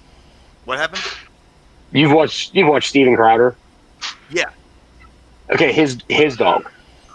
Oh, that's a doggo Argentino. Okay. Oh, okay. Yeah, that's a Doggo Argentino. They look like Cane Corsos, but they're not as They're not as ferocious, but they're still like, if you fuck around, you're gonna find out. Yeah. For sure. What's his name? Joe Louis. He looks like he'll tear somebody up too. Those Joe Lewises, they know how to handle themselves. That's Joe Louis. That was the name I was trying to fucking remember. Thank you, Big Sir. I appreciate you. Anyway, speaking of dogs, my dog's gotta fucking get fed, and I'm brewing iced tea, so I'm gonna go do that. But I do like hanging out with you guys. It's been good times. Yeah, EOD, thanks for stopping in, bro. Hell yeah. And By the way, EOD, where do I find that Mad Max game at? Is that on Steam or is that on like what exactly is that on platform wise? yeah, it's on Steam. It's from 2015, so it'll run on a fucking potato. Oh, okay, sweet. Because I was watching you play that the other day. I was like, actually, it looks pretty fucking fun. It is, man. It's a blast. But sometimes it turns into a scavenger hunt, which is a little less than ideal. So for streaming and shit like that. But I don't know. I enjoy it. I did some of it offline today, and I'm still gonna continue going on with it. But you know, it's fun. It is. It's a very underrated game. It flew way under the radar. I think something else that was a big name came out the same year, so nobody knew about it. But Yeah. When did it release? That's not a new 2015. release. It was 2015. Yeah, it came out when the movie did, when Fury Road came out. Wow. Oh shit. Okay. It's pretty cool because it's got groundbreaking footage of the LA riots. Footage of the LA riots. You son of a bitch. That's what I called it when I first started streaming. When you said that, it killed me so much. Well, I have an intro to that stream. If you go back and watch I reposted it as a video, I think, but the intro was that, you know, it seems like LA always riots. Democrats always make excuses for it, and then, you know, 5-10 years later, they're finding an excuse to riot. So if this cycle continues, eventually, this is what LA is gonna fucking look like. Right. Yeah. Absolutely. Escape from LA. Because all the taxpayers are going to move. Right. And they're gonna run out of money to pay for all their social shit. But I think Family Guy's got a joke about I think it's either Belk or J.C. Penney or one of the places in the mall, and it's like so old school that it's tore down and there's like a little Mad Max inside of it. yeah. Most of those stores are closed down in my area. Like, we don't even have J.C. Penney's, we don't have Sears anymore, we don't have Macy's anymore. Like, our mall is like, it's so sad. Like, the mall is literally just a college and an arcade all in one. Well, anyway, man, I'm gonna head out. Thanks for having me, Lower Class. I'm sitting there. Everybody go to Lower Class's channel. It's Ghetto Raid Lower Class, because I can't raid y'all. And I'm gonna post your channel up in my chat so everyone goes and subscribe. Subscribe to EOD, guys. EOD, have a great day, man. Thanks. Enjoy your too, day, man. brother. God bless, I'll brother. see y'all later. God bless. Peace. God bless you. And to respond to InWorld from the chat, yes, I do agree with you 110%. And I'm so sorry to hear that you had that happen to you. Bloat is a very, very, very serious issue whenever it comes to dogs. And I completely understand. I'm so sorry that you had that happen to you. I've lost, all my childhood pets have been passed away now from different reasonings. From hemolytic anemia to cancer and stuff like that goes through their body. So when you do have a dog and they are showing symptoms of bloat or, anything to that extent, I 110% agree with you. You need to get them to the vet as soon as possible because you are playing with precious seconds of life. So I am very sorry to hear that happened to you. Like I said, it's definitely not a joking matter to worry about. But like the funniest part about it was just the fact that it was only gas for mine. But I don't disagree in the least amount of world. Again, I'm so sorry that you have you've gone through that. And if anybody in the chat or anybody with pets or animals, there is one quote and one poem that I do refer everybody to because it is something that I have had read to me from the age of a small child. It's called the Rainbow Bridge poem. So if you ever lose a pet or, a fur baby in your family, I recommend to read that poem because that is a great Christian poem. Not only that, it does kind of help ease that pain a little bit over time and stuff. So yeah, man, I apologize, and I hope that you're doing well after losing a precious part of the family like that. Oh yeah, it's yeah. I mean, it's like Duck, losing a taking way relative. too much. Thanks for jumping in, bro. I appreciate it, man. My beard is something else. Yeah, I gotta at least like clean this thing up a little bit. I Single shaved Dads my head. Club. It was Hey a man, big what's deal. going on? Sorry about that, Corey. Go ahead. Nah, I was gonna say Abe's got a legendary beard. Oh yeah, absolutely, dude. Abe's beard is pretty fucking awesome. It I had is. to trim mine. I trimmed mine down a little bit because I went to fucking trim it up because mine was about as long as yours, if not longer. It was like down to here almost. But I went to trim it and it fucking cut all this off instead of trimming it off. So I was like, yep, guess what? Clean shaven for a little bit. Full Ah, commit. shit. Shit.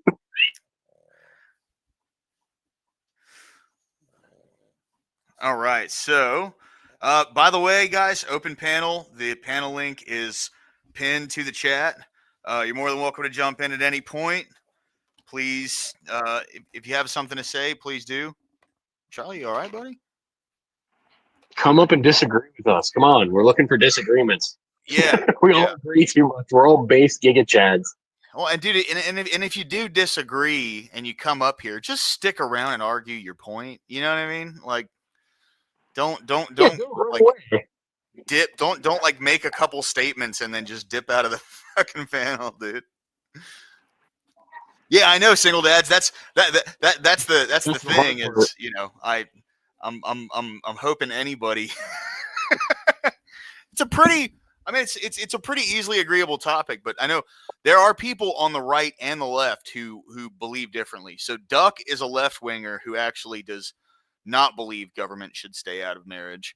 And then I've actually debated some folks on the right that believe that marriage should be enforced by like police. So I'd love to hear anybody who believes that government should be in marriage. Please come on in. Love to debate that point with you.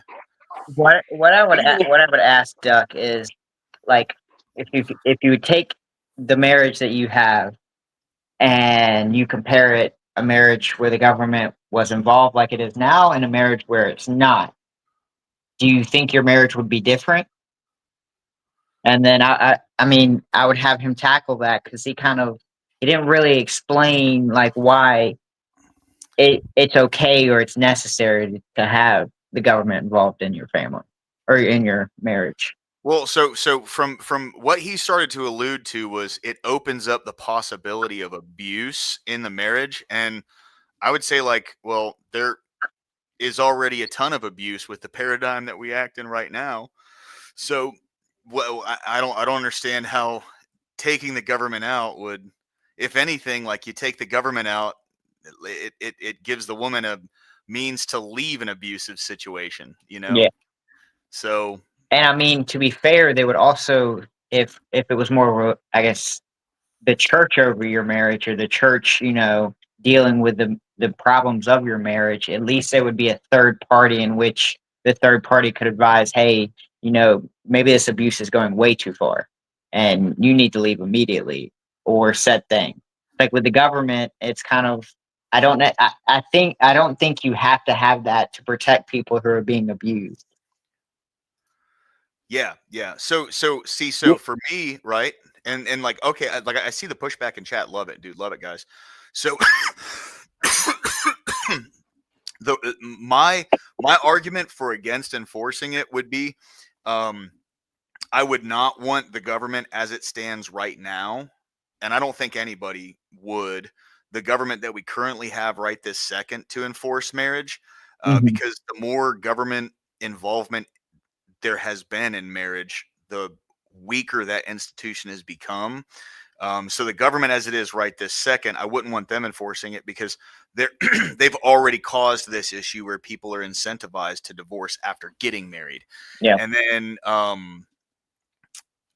so in order to have a system where government enforcement would be somewhat reasonable, there would have to be a large societal and governmental shift because you're going to want a society that is going to be able to vote for people who are going to, push towards ideals of strong marriage and things. And for me, I would say at that point, you wouldn't necessarily need enforcement if you have that big of a societal and governmental shift, because people are going to think twice about getting married regardless. Just because I would say, like, a society that takes marriage seriously and sees it for the important kind of commitment and covenant that it really truly is, you wouldn't have people just kind of willy-nilly getting married left and right. Yeah. I mean, yeah, 100% coding. Yeah. You guys are both. I mean, I agree on both of these for sure. Marriage would be fundamentally different if there was an enforcement case and if you took marriage out of it entirely. I think it should go back, honestly, to the original law of marriage. It was controlled by the church. Government being involved has, and we've seen it through history and throughout the previous, especially the past, like, what would you say, 50, 60 years, if not less, how much the divorce rate has skyrocketed, how much, civil unions have caused a lot more societal damage versus good. So I think if we get rid of the government inside that aspect, even down to a state level, even, like, I don't want any portion of the government dealing within my marriage. My marriage is between me, my wife, and God. And if I need help with my marriage, or there's something going on within my marriage, I'm going to seek help of my priest. I'm going to seek help, well, not my priest, but my pastor. I'm going to seek, biblical thought and biblical processes from that to actually obtain the reason, okay, why am I being so mad about these things? Or why does my wife feel like we're not together or close enough? That's where it needs to be in at. And that's where we've seen throughout history from like the 1800s to the 1970s, marriages lasted longer because the government wasn't encroaching on the marriages. It wasn't, oh, well, you're married, so now, we can tell you what to do or tell you if you're doing this the wrong way.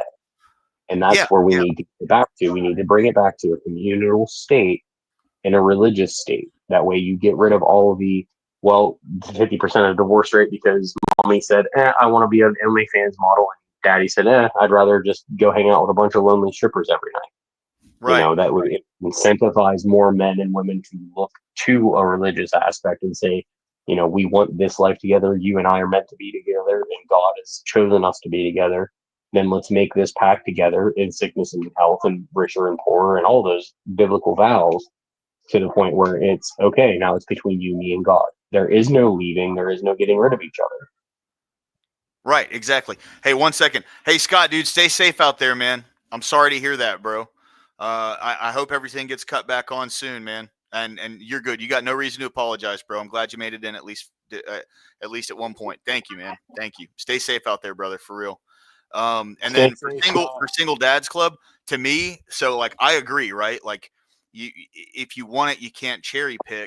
And that's why, for me, I would avoid it altogether, just from my own personal experience, because there wouldn't be any, like, we can't cherry pick. The government in and of itself is going to have the good and bad. I completely agree with you on that. Yeah. Anyway, as you were saying. Yeah, I was gonna say that's what I actually, that's why I was reading his comment when I was saying about that. Like, I don't want government involved in my wedding. I don't want government involved in this is what my role of government is. For the federal government, I want them to protect me. I want them to make sure that I have access to clean food, clean water, and reliable housing. Not saying that they have to provide those things for me, but I want to have the ability to get those things whenever I want. And I want them to keep us away from any foreign or domestic conflicts.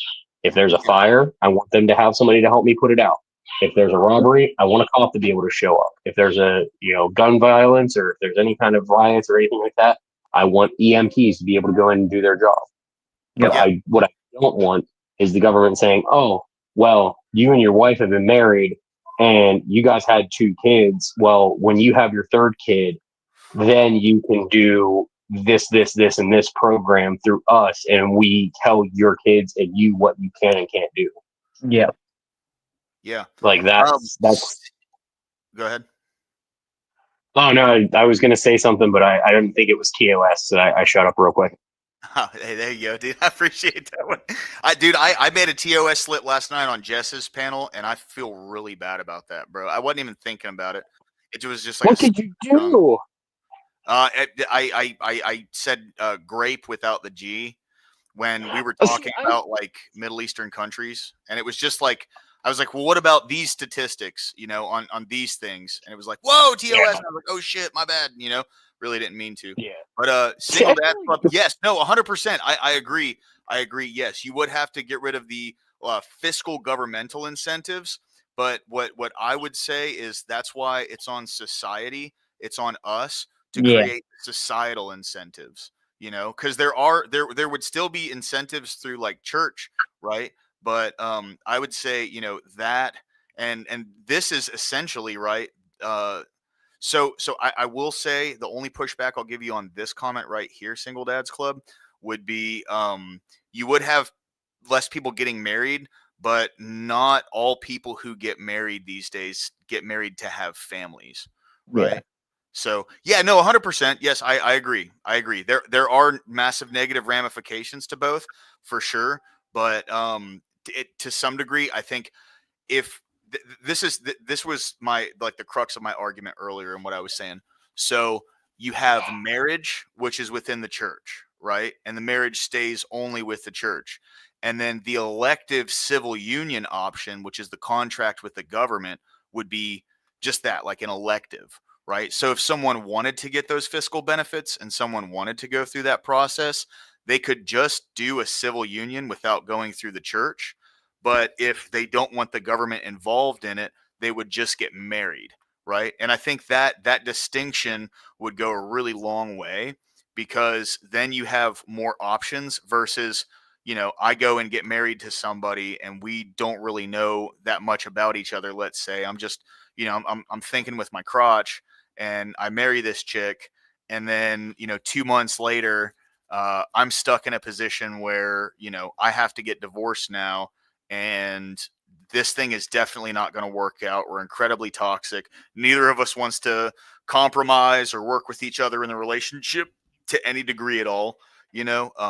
So to me, I think like having that elective option where it's like we'll get married in the church, or we'll have a civil union, or both, right? I think that would be the most like generous compromise that I would give from my argument. Yeah, and to kind of piggyback off that too, like I have been married twice. This marriage right now is my second one. And I went through like the civil union process, not the civil union, but it was me and my wife, my ex-wife at the time. But like we did a JP, we didn't do anything through a church, like there was no pastor involved, there was nothing. We paid $140 for the marriage license, $132 to get hitched. We were married within a week, like all that great jazz. But we were good for each other until we weren't.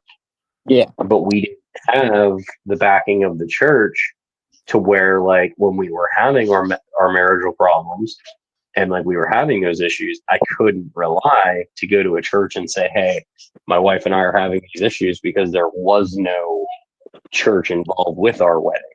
There was no pastor that gave his blessing. There was no like anything like that. And I think that's where my wife and I now differ, because even though, yes, we got a JP, we had to go through the church, through marriage counseling. Like we had to go like 2 months of counseling for twice a week. And we had to go through all that. And I think that's what brought our marriage closer, because when we went through the church, there was more, okay, are you really sure you want to do this? Do you really, really, really want to do this?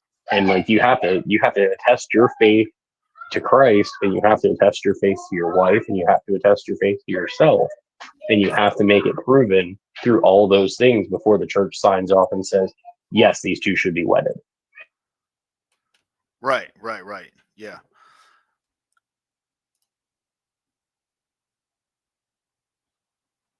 Well, yeah. I mean, that's kind of the point, Single Dads Club. So that's what I would say. I mean, and I also wouldn't say that like men wouldn't want it. Like, yeah, there's definitely a case for like, even if it's a large portion of guys that wouldn't want marriage without the civil union, or that wouldn't want marriage, without the civil union. I can understand where that comes from, but typically marriage is like it's a thing that comes from the church, and it was never like utilized and incentivized to be broken up by the government the way it is today.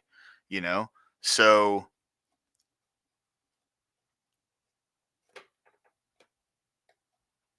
women would still Yeah, want but the marriage, but that won't change. That's 50% of your population. It wouldn't have the impact as suggested. Yeah, but I mean that's a blanket statement though, right? Like there's so many case by cases and variables involved in that. Not even just outliers. There's a lot of people, you know, like what percentage of them, you know, aren't Christian, right? Like that's marriage is an institution that would come from the church.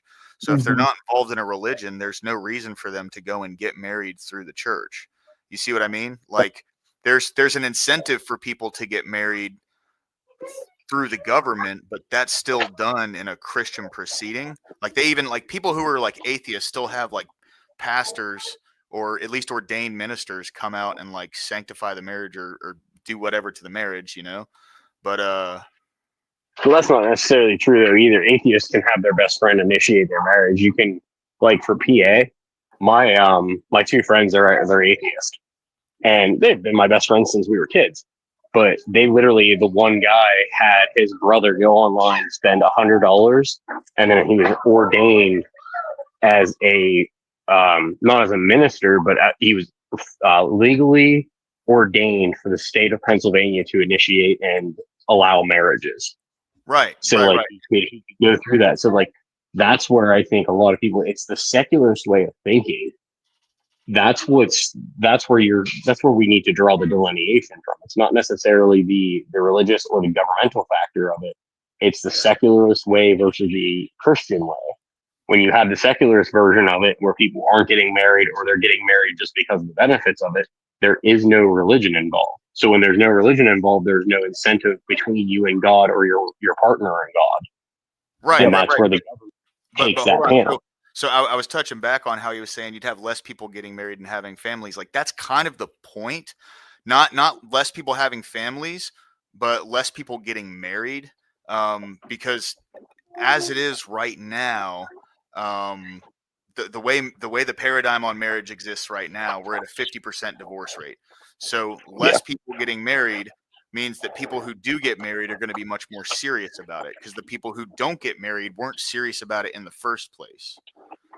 You know, Yeah. so Yeah. Yeah, I agree with from that my portion. perspective, I think like the first step would be to take away governmental incentive just so Hey. people stop getting married all willy nilly, and then just like Abe was saying up here, like we need to drive the cultural change to take this thing more seriously and then show the societal incentives of that, which obviously like nothing's ever going to be perfect in that regard.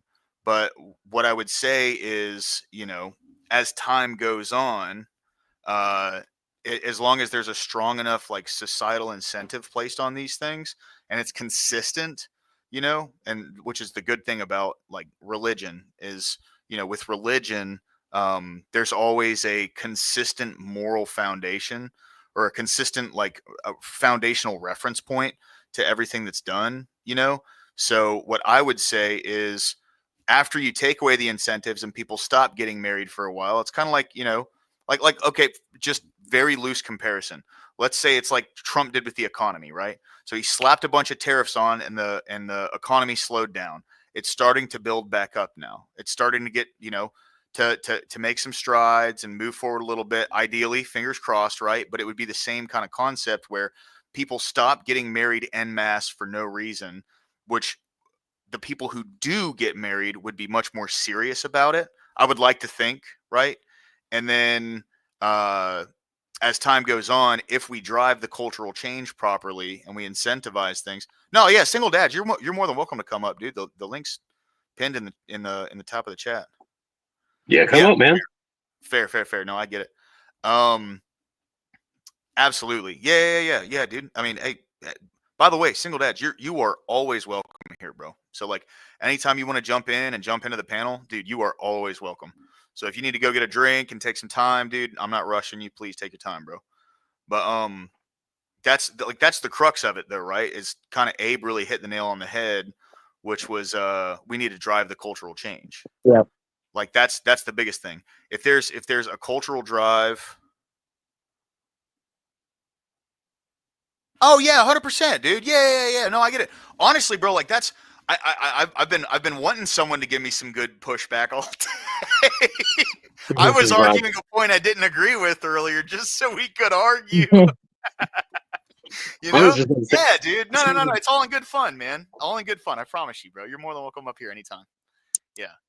But I was just about to say, single dads, like if you want to come up and let us be your crutch to help you with your anxiety, I have no problem with that. Even if you have an anxiety breakdown, we're here to help you. Like we're not going to force you to be here. We're not going to force you to change your mind on any opinion. That's one thing I will say that I really, really appreciate about the guys that are on this panel. Mhm. Right. Absolutely, single dads. Yeah, no. I for sure. I'm still working on that myself. But I yeah, mean, that's a big one right there, bro. Like we do have to agree on the foundations that we utilize for culture. And the thing is, in America, there's a wide like diversity. So of kind of like thoughts and the way people react. So or the way people think mhm. and act and stuff. So what I would say is like getting those W's on where people come together on things. That is going to be the most important aspect of winning this culture war. Yeah, dude, single dads, come on back, Hell bro. yeah, Please, yeah, come on back, dude, for sure. that's big. Yeah, but Fuck yeah, yeah, man. it's Come up and make me look retarded. Do it. Yeah, I dare you. I dare you. You could probably out logic me in a second. 100%. Yeah, That's what I like, and that's where I love these panels. These are the kind of things that, like, what we truly in a society fully need. We need to be able to come together, talk to each other, yes, with respectable ideas and respectable surroundings, but we also need to have those voices that are not of our understanding. But the Yep. same way, like Single Dads is doing it, and the same way Abe does it, there has to be an actual logical way to convey that, because then you're just missing the point of your argument and you're not showing the other side of the coin, so to speak. yeah, And that's why I've always respected like you lower class. That's why I respect Rob so much. We are willing to show both sides of the coin and disagree, but we're going to disagree and agree at the same time because of the foundations that we hold to each other. yeah. And that's the disconnect that all the other people like the Ducks and the Radical Coders and the Melanie. Sorry, I had to sneeze. That's where the disconnect comes in, because they don't come in to have a logical thought process. They come in for clickbait. They come in for trolls. They come in for, I'm going to prove you wrong because I can. You're not conveying your argument to the audience, and that's who you're targeting. You're not trying to agree with the other person on the other side. You're never going to agree, but you need to be able to show your point. That way, if the people in the audience are understanding it and watching it, they're going to be the ones that come to you through that understanding. But when you're up on a panel and you're acting like an asshole, you're not conveying your point. You're just making your point look worse, and then you're pushing people to the other side. Yep.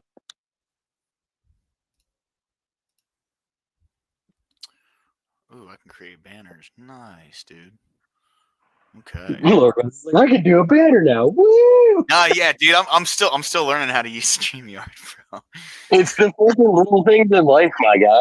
I figured out how to get on Discord where I can actually go to the different channels the other night whenever you were messaging me. And like I figured out how to finally get into Rob's channel and EOD's channel and shit like that, and like look at the previous shit on there. And I'm like, holy fuck, I can do this? I was like rolling through like the fucking live feeds and shit, and I'm like, this is fucking tech. See, I've yet to learn how to use Discord. Like, I'll get lost on a channel and I won't realize I'm talking in a very unique channel instead of talking where I'm supposed to talk. Yeah. Single Dads Club. Sorry, I didn't mean to cough in the mic there, guys.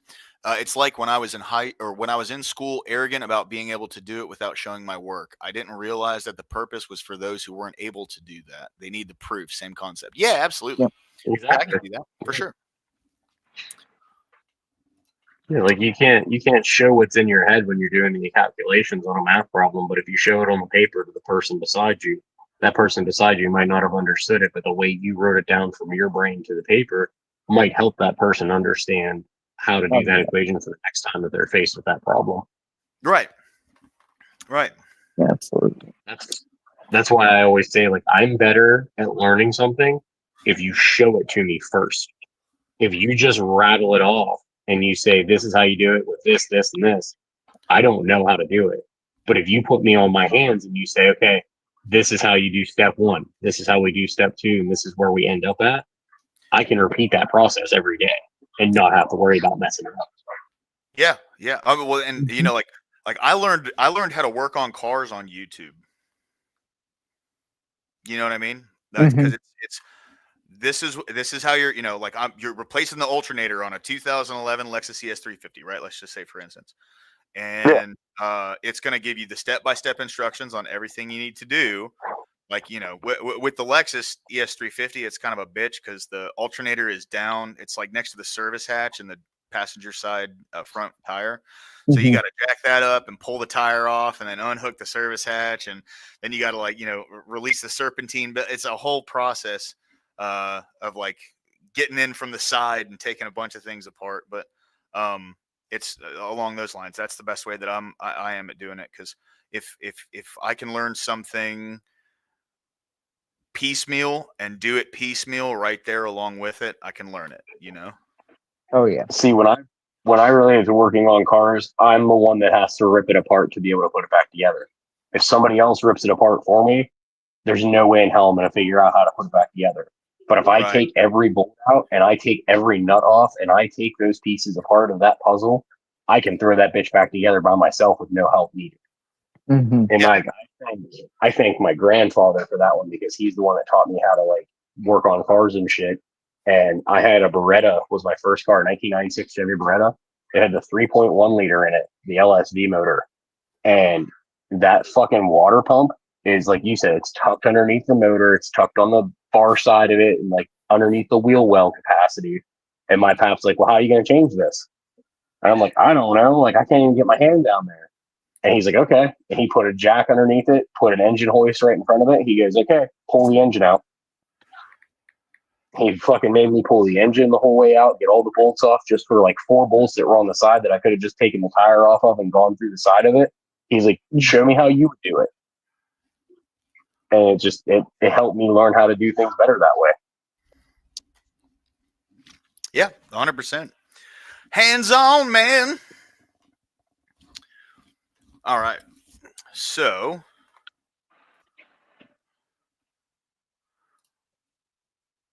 dude, earlier I was looking into those Old English Mastiffs. Those are cool fucking dogs, dude. Oh yeah. Yeah, dude. I could have a whole stream on dog breeds. Like, I literally could have, like, that could be my channel. Like, I could go into dogs. Like, I would love to have a dog channel. It'd just be Charlie doing his funny shit, dude. You know, like, so like Charlie, bro, like the funniest thing he does is when I take him out to go use the bathroom, he'll walk up to a tree, lift his leg, and start pooping. Oh. Hey man, that's his own unique way. This is what he learned. Yeah. I said that and he looked over at me like, what, dude? Why are you making fun of me right now? Dad, why are you telling my secrets? Yeah.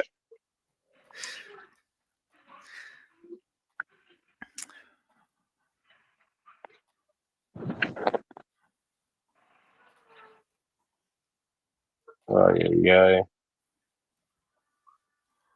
Wonder what any debates are going to be on tonight. Tonight's Saturday. I'm not sure of what is going to be going on later. That's why I chose Saturday to do this town hall debate thing. I need a more contentious topic. Yeah, I was going to say this. I thought this one would be a contentious topic. I did too, but having this, like, you know, it was like an overwhelming amount of people agree. It was like, oh, fuck. You know what I'm saying? Well, hey, I'll be right back outside and pick up a package that my wife ordered. I guess, you know, a lot of the left wingers, I will say that I've debated, probably don't want to go anywhere near my channel. Well, yeah. Well, I don't know, because I know a lot of left wing channels that'll target smaller audience, thinking they'll have an easy debate. No, yeah, absolutely, single dads. Yeah, we're waiting on you to get back for sure. Ready to hear this wisdom.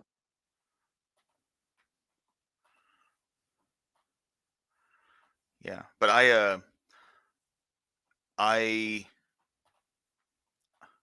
mean, I know Duck came in earlier and he was arguing it, right? But Yeah. but he didn't like stick around, and like he just kind of came in and like attacked my character and called me fucking trailer trash. Yeah. And then, Yeah, how dare he? well, How dare he call you trailer trash? I heard that. That's what made me want to jump on. Like I was It was like, Duck, you're a fucking idiot. terribly no. bad. Well, that's the thing, Ashton. Like I am. I was raised in a trailer park. You know what I mean? So, But that's irrelevant to the argument, though.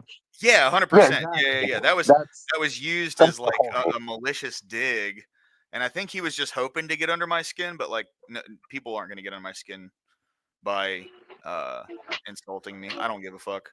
Inward, Jake Rattlesnake versus First Amender. All right, I'd definitely like to see that. Wait, first, interesting. Is Jake opposed to like absolute First Amendments? Is that what that? No. The person he's debating is First Amender. Oh. Okay. Let me see if I That can. makes sense. That makes sense. I was gonna say I didn't realize Jake was not a free speech absolutist, which I would assume he's probably not.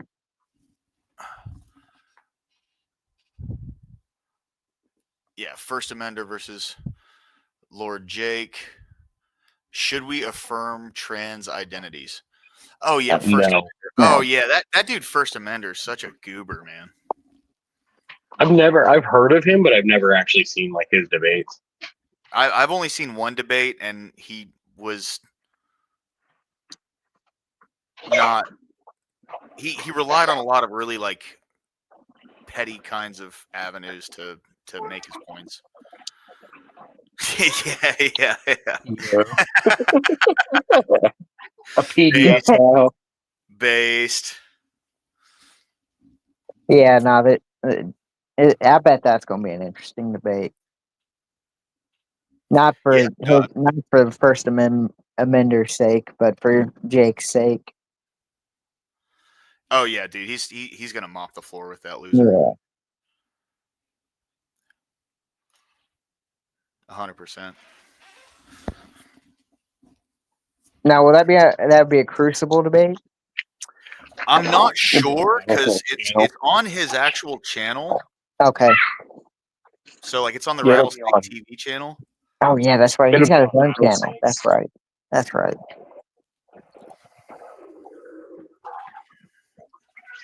Don't mind me if you hear me like pumping around. I'm walking my 2-year-old in out of the kitchen and into the living room with her cookies. Oh, man, you're yeah. good, dude. Yeah, neither. She's getting into the cupboard and she's like trying to get it like a pack of Oreos out of the cupboard, and I'm like, hold on, let me get you a bowl. I don't need Oreos everywhere. I just swept the floors. Come here, you little monster. So apparently Carmelo Anthony, like I haven't seen it yet, but the way people are talking about it is this video that got released of the whole incident with that kid that pricked the other kid. Apparently, like everything he said about this was an absolute lie, and like he's going to prison for a long time, dude. Wait, which one's this one? I missed this. This is a track star. Oh yeah, go ahead, bro. That's fine. Well, I was just gonna say this is a track star.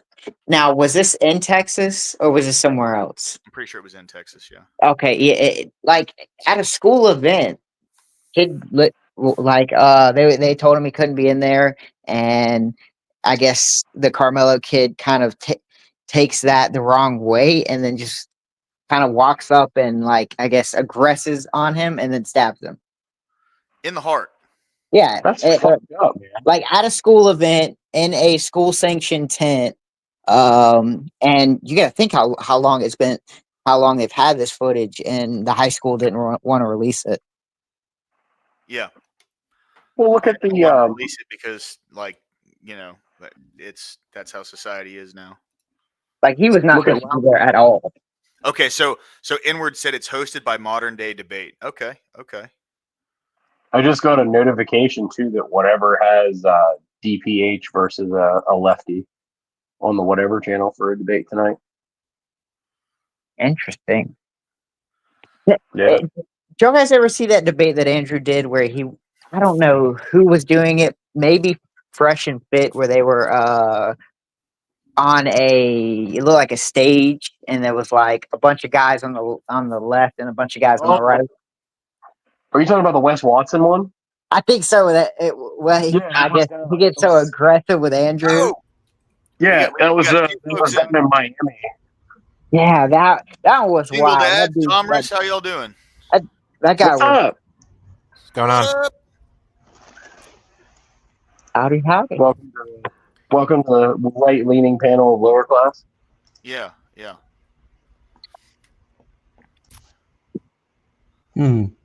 Welcome in, boys. Hope y'all are doing well today.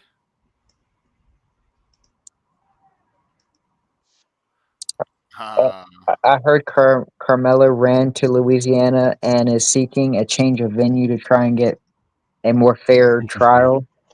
Yeah, I don't even know. well, it's all at a school, so it's like I forget. I think it's automatically considered a felony crime, even if it was, even in aspects of self-defense, just because he brought a weapon and then engaged in a action inside the school. Yeah. But Texas does have a weird law with a self-defense clause. But like since we got the video, it's blatant now that it wasn't self-defense, and in fact, Yeah. Carmelo was the aggressor the entire time. Yeah, take your time, brother. There's no need to rush or anything, for sure. Carmelo, if you're or not Carmelo, Singer's dad, if you're using a headset with your phone, go down to the more option, click on settings, and make sure it's set to Bluetooth headset. Mine does that a lot too, where it'll like come through my phone speaker instead of coming through my headset speaker, and like I have to fuck with it. Go into the settings and click audio and click into where it says Bluetooth headset. It should relink back up for you and work properly.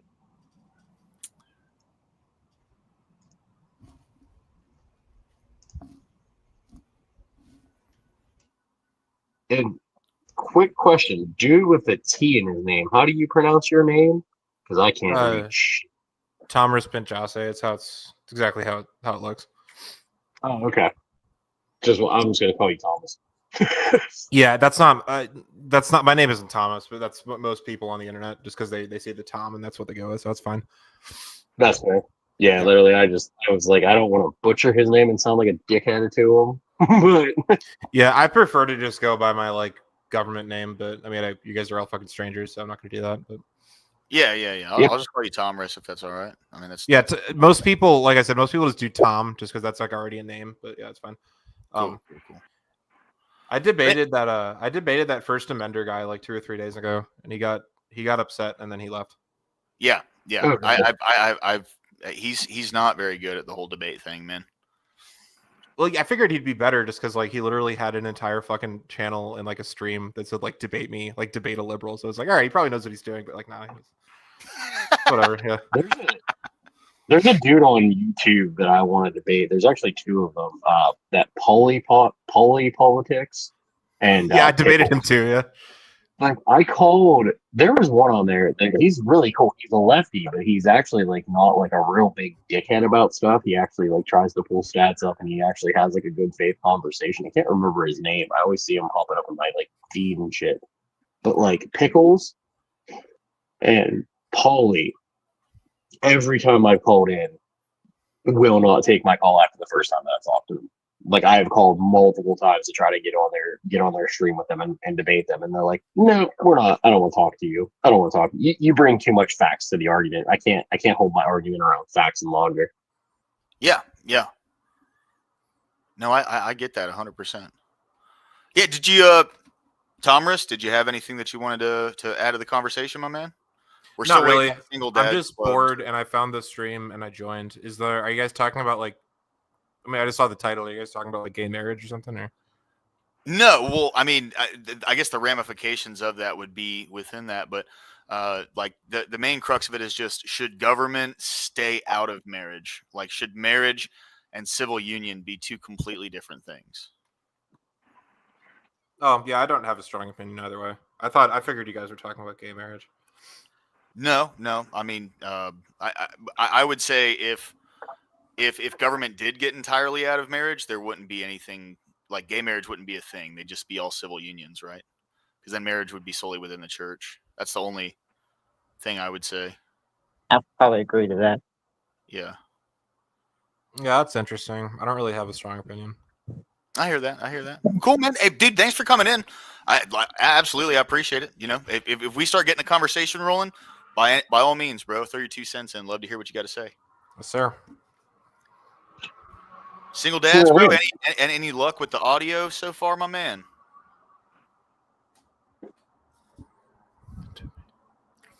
Does he have himself muted? He does have himself muted. Now, I can't unmute him, but he wasn't muted when he was saying he couldn't get audio. Okay. Yeah. I think he's still troubleshooting right now. That's fair. Well, then, Thomas, let me kind of since you did I'm bring here. up. Give me a second. Oh, okay. What is your stance then on the gay marriage? It's no good. Okay, then never mind. Yeah. Okay. All in agreement. I rest my point. Thank you very much for playing the game. Well, I would say it's not really even marriage. It's just Yeah. kind of Based. Yeah. Damn. I just Absolutely feel- based. Yeah. I tried to get him to disagree with me. Damn it!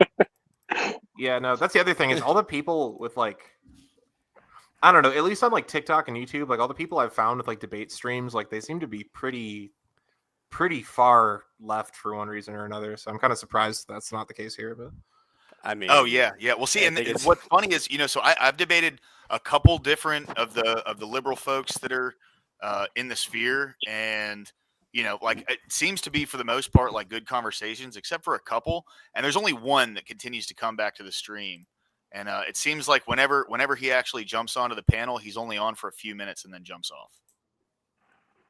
Fucking duck. Yeah.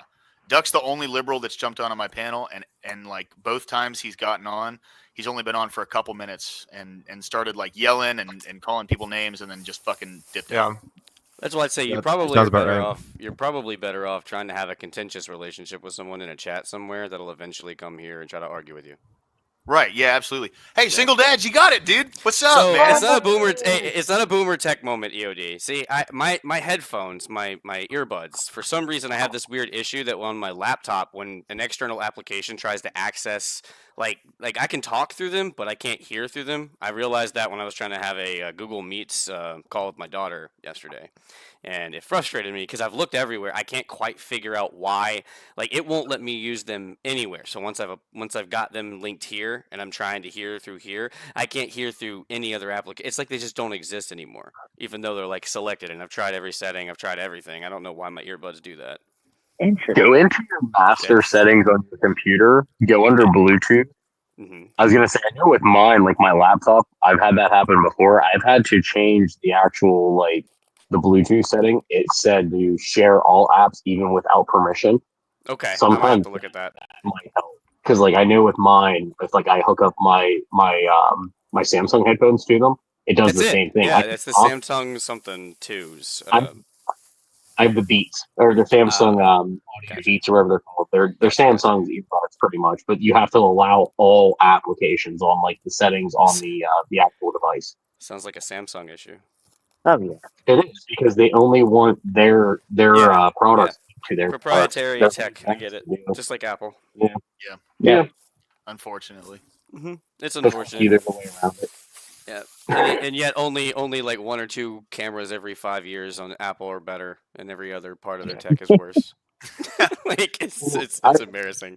Yeah, it is. I saw a funny thing with an iPhone the one time.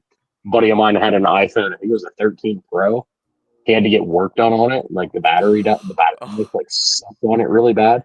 They opened it up. It was a Samsung battery on the inside. That's good. It was a Samsung battery placed on the inside of an iPhone. Like the technician took a picture of it, and he's like, "Dude, where did you get this phone at?" He's like, "I just bought it at Verizon like a month ago." Oh. DEI. See, so I'm stuck using these big ass headphones. That's it's. Oh, dude, that's shitty. Those turtle Yeah. See, I beaches. have, No, I these have aren't these turtle little beaches. fuckers.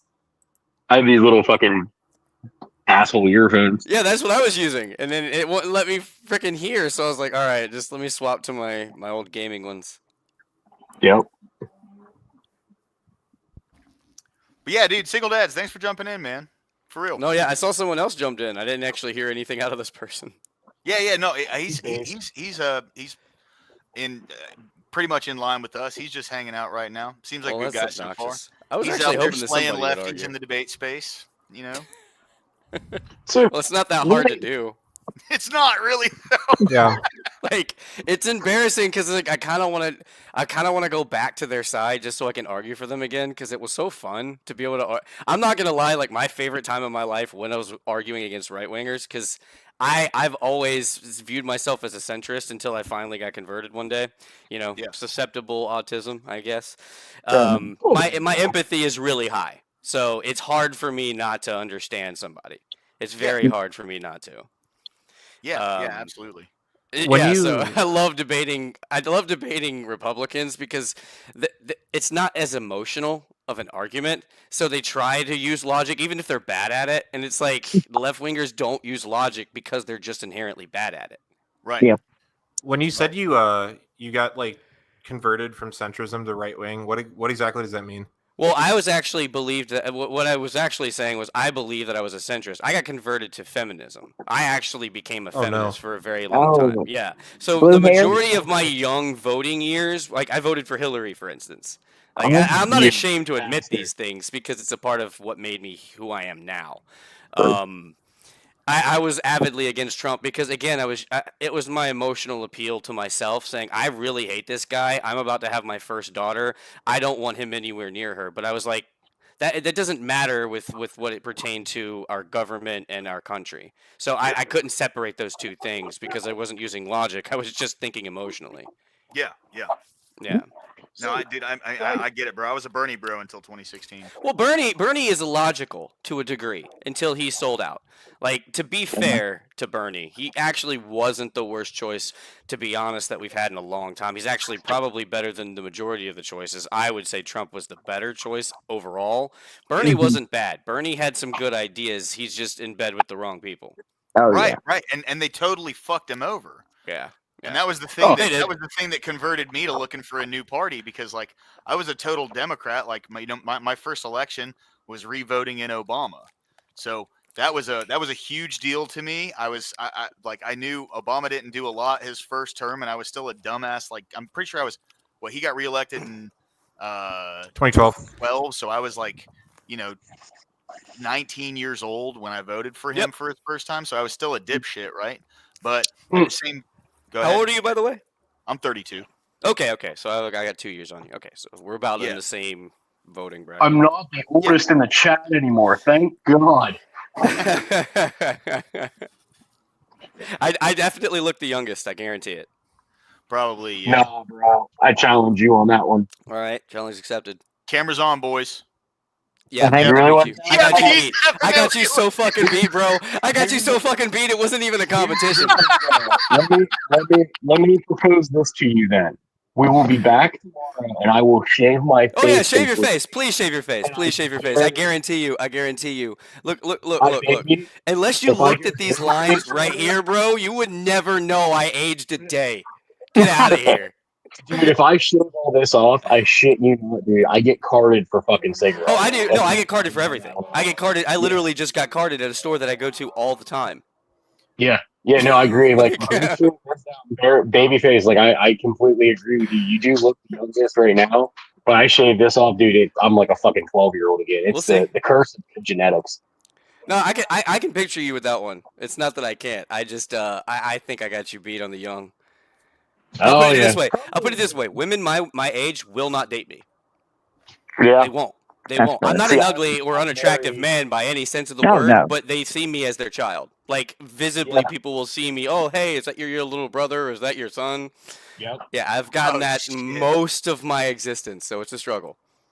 Yeah, it's because you have that really prominent, like, jowline. Like your chin is very prominent, and you have like a lot of like the baby face features. Yep. But like mine's the same way. Like if I clean shave, dude, it's No, like, I know, but see, you can grow that. That's the difference. I can't. oh yeah, this is 100% choice. If I didn't have this, dude, I would fucking look like a baby. I would choose to have that if I had the opportunity. Well, why can't you? You can grow a beard. Anybody can grow a beard. No. It grows right here, and then right here, I look like a fucking hippie. No thanks. Oh, okay.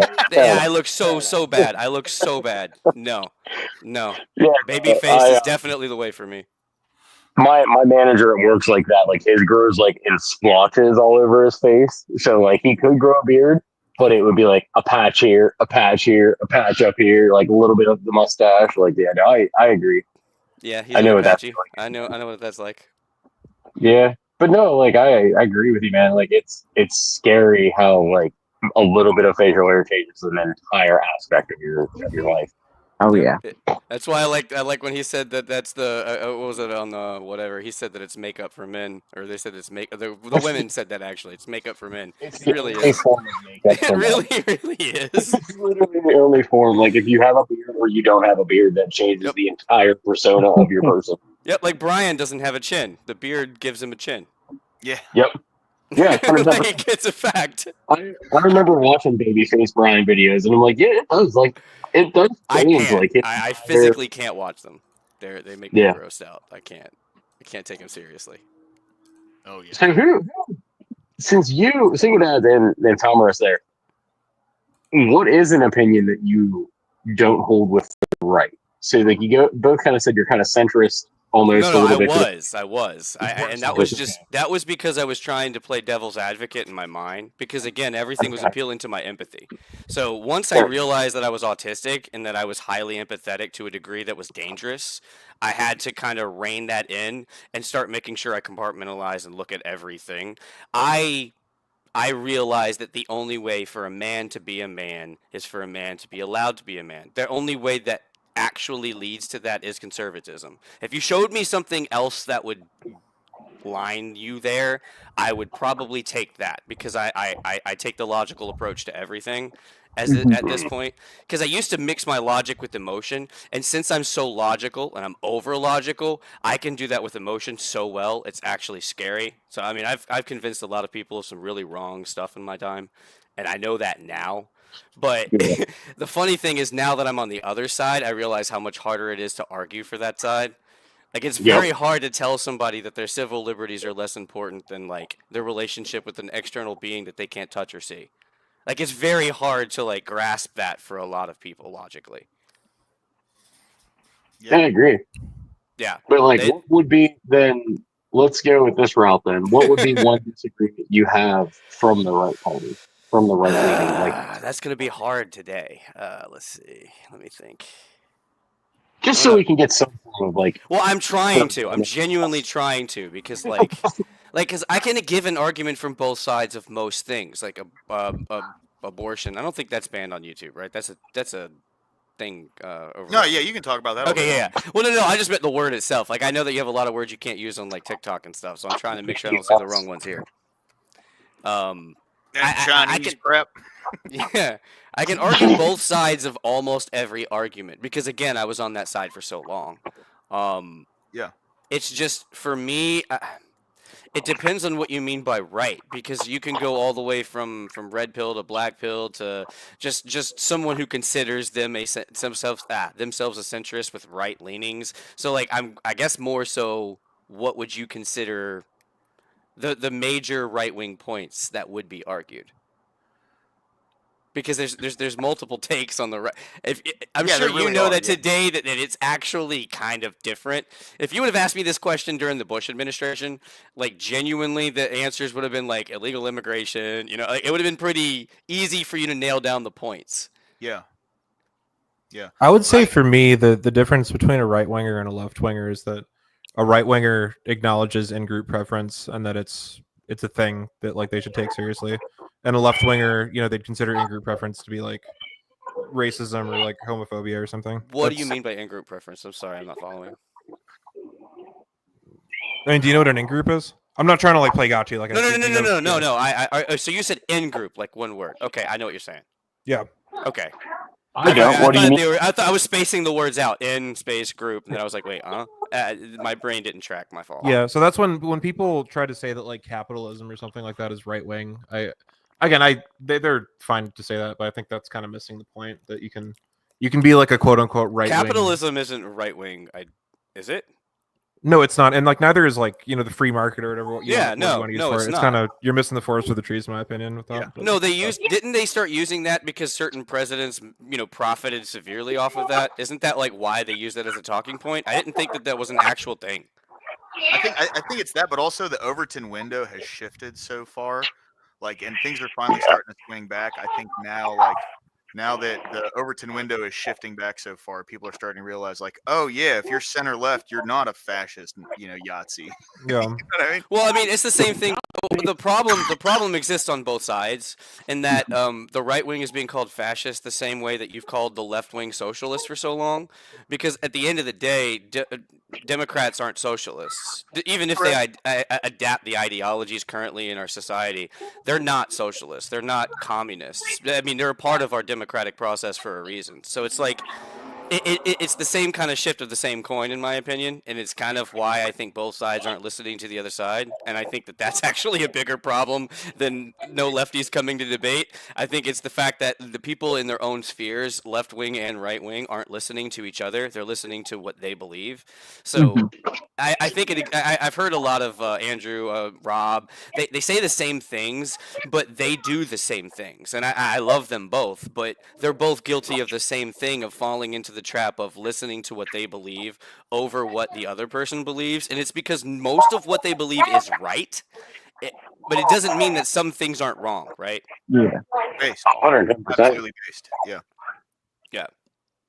So, for the topic then here, let's pull a topic in then. Sorry, lower class. I'm just trying to get some form of disagreement going here from us. We all you're fucking good. based. It's horrible. What are your stances then? Let's start with Thomas. What are your stances on abortion then? Abortion is I see it as equivalent to killing a person who's already been born. So yeah, I mean there's pretty much that any argument for or against killing, say like homeless people, right? Because they're like they I guess take up resources and they're kind of an eyesore. If you would consider it morally acceptable to just like gun down homeless people, then I think you should also be pro-abortion. For me, generally speaking, and again, I'm taking this from like an in-group, out-group thing. My in-group is Americans. I don't support Americans being allowed to kill their children, so no, I don't support abortion. Okay. Based. Yeah. What about you, Single Dad? Let's get you to, since you're the recovered feminist on the panel. Well, I am 100% against all abortion, but that's because of experience, not belief. Okay. Yeah. I actually got both sides of the coin because I was pro-choice for so long. And this is going to be an appeal to emotion. I don't really care. At the end of the day, the only reason why I hold this belief is because I had nightmares of my unborn child for about 2 years and couldn't get them out of my head. And that's a fact. Yeah. Okay. And it was very rough. See, I'm an empath, like a severe empath. It's due to my autism. So I get sympathy pregnancy. I get all kinds of weird stuff that most men will never experience in their life. It's very frustrating. So when that happened, I realized whatever that was bad and or evil. And that was before I held any Christian beliefs, because I personally have a fundamental belief that if you have to appeal to Christianity, it's no different than appealing to my preferences. So if you're going to debate something, you can't hold something with a moral standard that if you don't have physical evidence to prove to the other side, you can't defend it. You're counting on it to defend itself for your audience. But in actuality, you haven't won a debate. You've lost the debate because you can't really prove them wrong if they believe they're right, and everyone that holds that same belief believes they're right too. And that would include judges, quote unquote. The only reason it works in this space is because the audience is going to be predominantly one side or the other. Yeah, based. See, and that's what I've been doing on the channel the past couple days, and I'm going to continue that on Monday.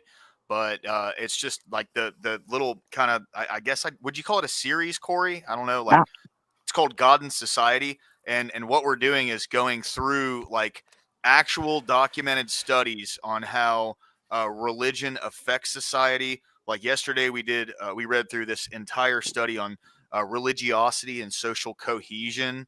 A lot of different aspects from that. So that way, instead of coming at it from the perspective of, well, my way is right and your way is wrong, it's, well, what in the long term is more beneficial and what has more utility in society, right? Like Yeah.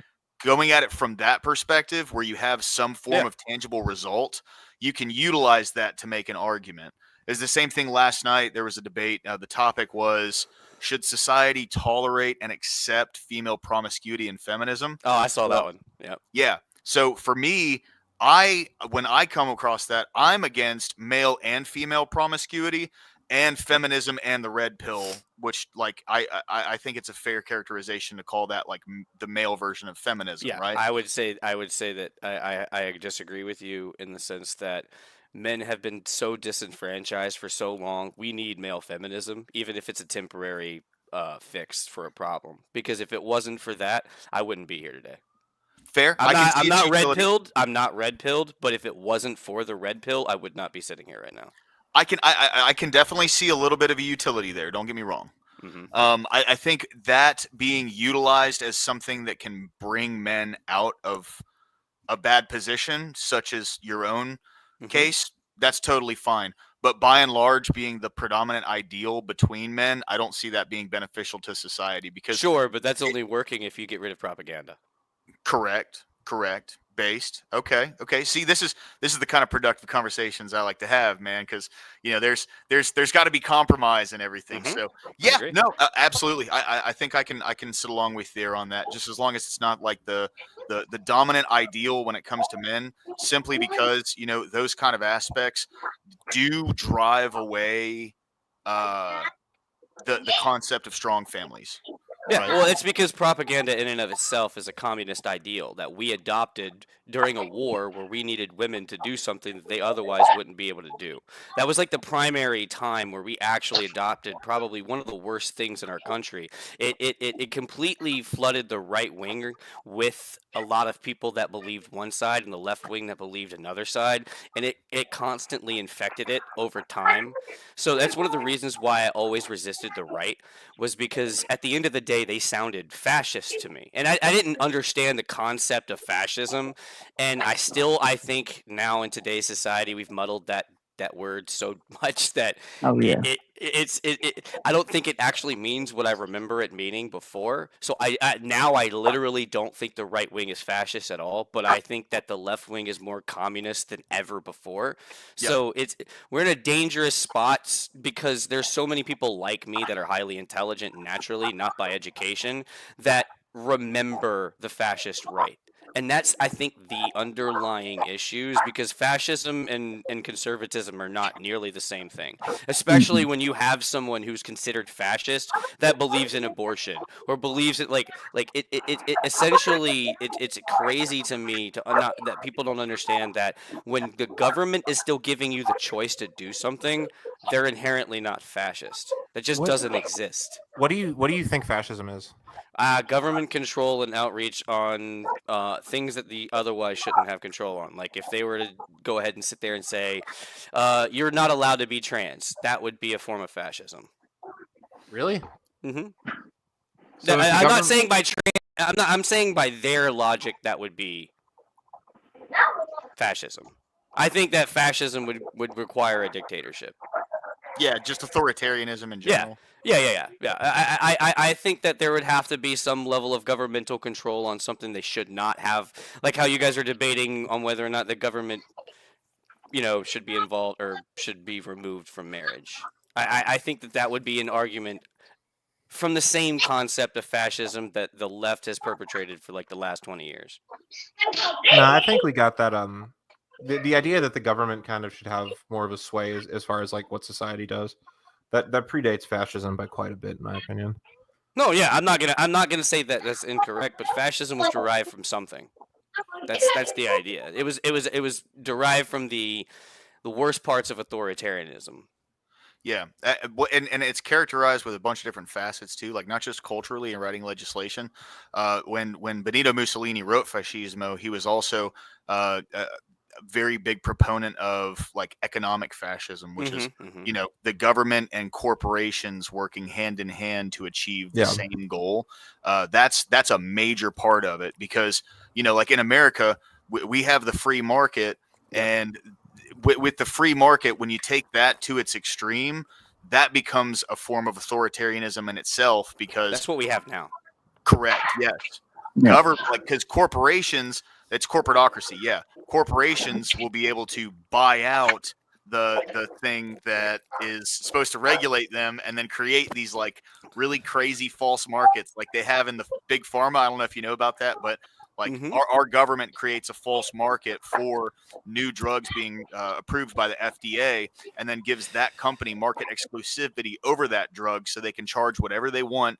And they delay the approval process for all generics for a specific amount of time. So the pharmaceutical company that first releases the drug can make maximum amount of profits. And then after they get done with that certain allotted amount of time, then they start approving the generics.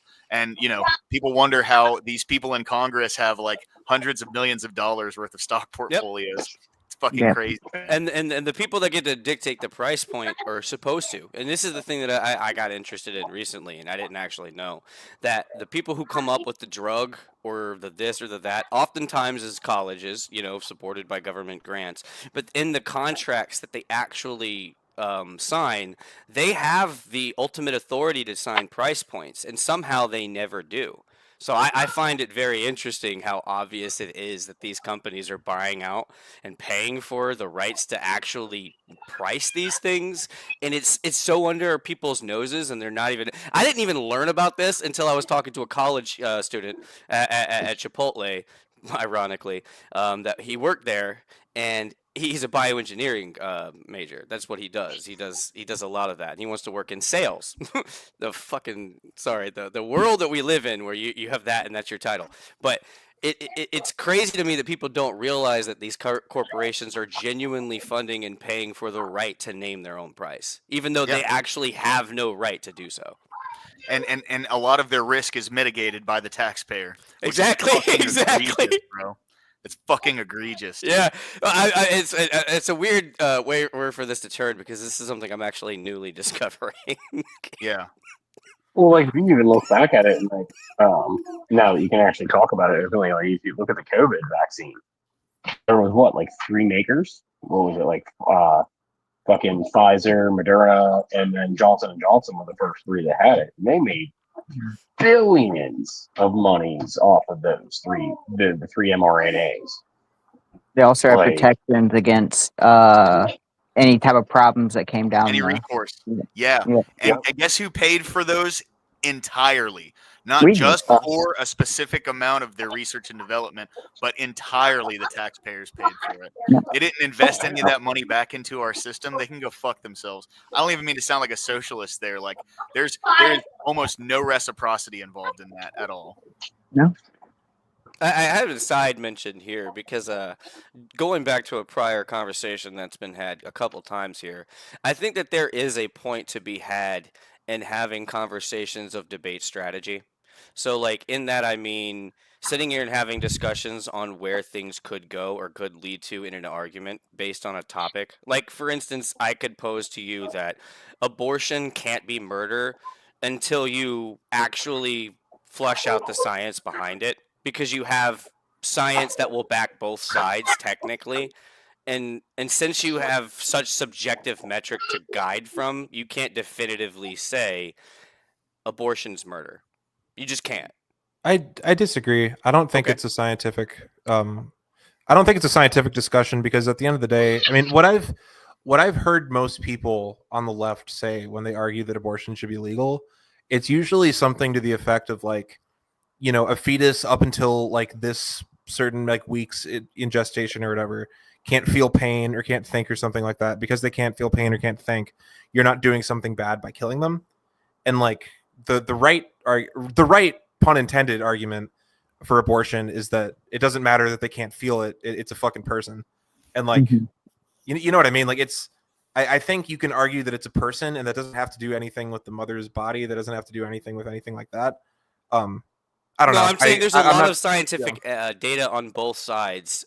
What I'm trying to say is the problem is there's actual scientific data to back up that life does not begin at conception.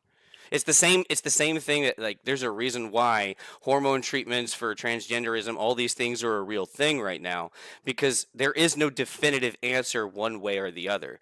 There was a definitive answer for a long time on when life begins, but it gets muddled when you have the ability to defend the other side, when you actually have when you have people that claim in the scientific community that one thing is true, it's very hard for you to debunk that until you debunk them. So in a debate, you can't definitively say life begins at conception, because fundamentally, that isn't true in today's society. It is true to me, it is true to you, but it is not true to everyone, otherwise the other side wouldn't exist. So the problem in my mind is it doesn't matter. Yeah, it doesn't matter if you're right. It doesn't matter if your argument is logically sound. If you're not convincing somebody of something, you lose the argument. It doesn't matter. You have to convince somebody, one person even. It doesn't matter if it's 1 out of 1,000 or 1,000,000. The entire purpose is to change someone's mind. It's not to win. Because if you think that it is about winning, yeah, you're doing modern debate when it's classical. The problem is you're not doing it in a debate structure. You don't have any actual form. You're not set to certain minutes. You're not set to certain constraints of things that you can say or do, and certain arguments that you can even pose without backing up with actual data. So the reality is, in my mind, what I was saying is it's important to be able to discuss these things, because the metric and what's gauged online is completely different than when it is professionally in debate. Yeah, that makes sense. I don't even like for what we're doing right now, or even if like you were a leftist and we were just like going back and forth, I don't really like the word debate for that, because of exactly what you just said, because it kind of implies that would be a something that's not, discussion. you know what I mean? There is a different word for that. What we're having right now, this is a discussion. This is an actual debate. Nobody here is debating until one person takes a contentious argument against another. You have to actually have opposing viewpoints. Even if you don't hold that viewpoint, you have to argue the opposite of each other. So an argument, I would say, is a debate. It fundamentally. It's just usually arguments are not constructive. Debates are. I would go a step further, bro. I would say that debates in general are kind of just bad. You know what I mean? Like, I think you're gonna get more information out pretty much in any circumstance if you're assuming that you can have a conversation in good faith if two people just do that. You know what I mean? Well, the debate itself exists to stop the argument. So the part that I would disagree with that is the only part that you failed to mention is that arguments are not constructive. It's the argument that's the problem, not the debate. The debate is actually the solution to the problem, which is the argument. Yeah, I see what you're saying. That makes sense. Yeah. Yeah, you got to fix the problem, not the solution to the problem, as Andrew would say. See, that's where I like I always call this like whenever like we have the panels and like the left people come up, it's left versus, but like similar to like Sarah Tomato's panel, I always call that like a civil discourse. Yeah, civil discourse, conversation, same thing. 1 second, real quick, guys. Josh Blinzer, Unique Prepping. Thank you, guys. I really appreciate y'all stopping in, for real. Thank you for the love, guys. Also, I don't know if Abe's still around. I never noticed. He said he was 41. I bow to you because I never would have guessed that. I would have never guessed Abe was 41. I thought he maybe at most 35. Yeah, I thought he was my age. Yeah, I thought he was literally my age. I was just like, oh, cool. Well, based on how I'm 34. I turned 33 in July, so May 30th, 1991. Oh damn, I'm the youngest one here. I'm 28. July 22nd, 1992. Mr. What is it, Thomas? I like the way you speak. You're an intelligent speaker, especially for 28. Oh, I appreciate it. Yeah. I mean, if you really go back to what we're talking about is, it comes from Socrates. Regardless if you want to believe it or not, like the idea that two people can like have a conversation, and then after that conversation they can reach some sort of like objective truth. Yeah. Read The Republic by Plato. That'll tell you everything you need to know. That like if at any point you're discussing fucking like politics or society or something, and you get like emotional or you get combative, you're automatically lost. Yeah. And I like agree. the ancients will tell you that. And like I think people are just kind of stupid nowadays, honestly, that they kind of just like want to see people fight. Yep. But like if you really come back to it, like if you're having a conversation, the first person who either gets emotional or gets violent or gets like whatever, the first person who does that loses. Like Even full if you're stop. right. Yeah, even if you're right, exactly, because that means there's something else going on besides just logic. Yeah. That's I the thing. agree. That's the thing about like you could say that the left right now, for instance, is bad because they're getting violent. But the reality is what I just said is true. Even if you're right, even if you're correct, you're wrong. So right now they're losing, even if what they believe in is right. I don't think it is, but even if what they believe in is right, what they're doing is wrong. Yeah. Exactly. Well, and you see Yeah. this a lot of the time with like people like with the word like racism, right? But like theoretically, if I were to go into like any lefty space that I can think of, if I went in and said, "Yeah, I'm racist and I want America to be white," debate me. They'll just like it's like I said, like I have a nuclear bomb or something like that. They'll just like freak out. Like they won't How engage. dare you? Yeah, exactly. Like, they won't engage the problem. It's just like you say a word, and that word means that you're wrong, and then that's it. You know what I mean? Yep. Yeah. Yeah, no, I completely agree. Like, when I was on Lower Classes channel like a week ago, and Duck came up, he brought more feelings than argument than he did to the conversation. Yeah. And like the sad part is, I even agreed with him on most of the points that he was making, but he lost it whenever he immediately spurred out and left every emotion go to the front, and then he started calling names and stuff, and then he reached it. Like, I was not mad. I was not like ill will towards him whatsoever. It was like, dude, That's just that's just a person that wants to watch the world burn. Yeah. I wish he would come up and conversate. Like, that's my biggest thing. Like, whenever he does that kind of shit, I wish he would actually hold his position and toe the line that he wants to toe.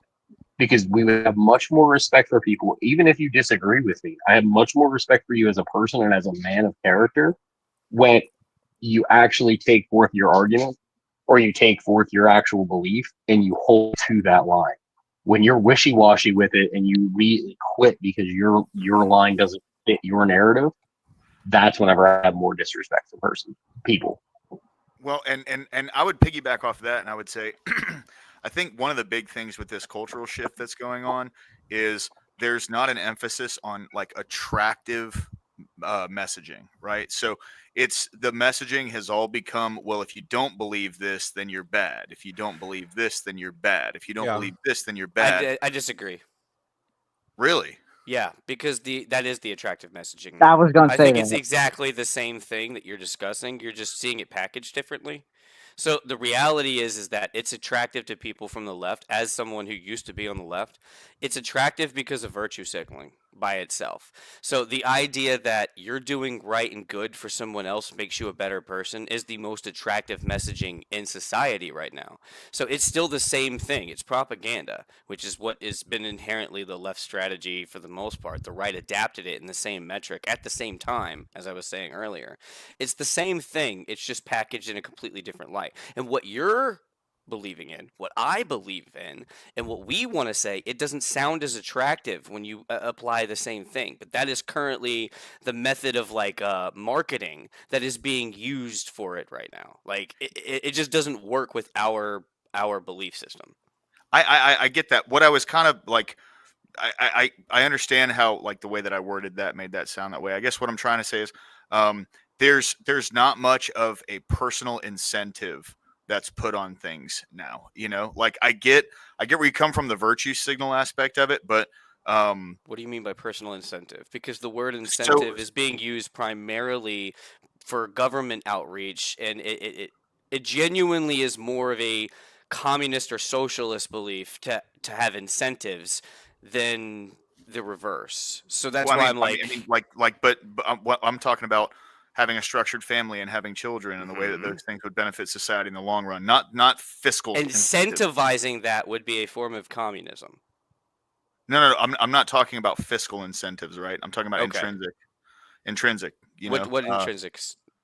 Like starting a family, like the benefits that come from that, right? Like you have to, when it comes to people, it's much more attractive to someone where they see they can get some form of benefit out of it, then if when you're faced with this, you go this way or you are wrong.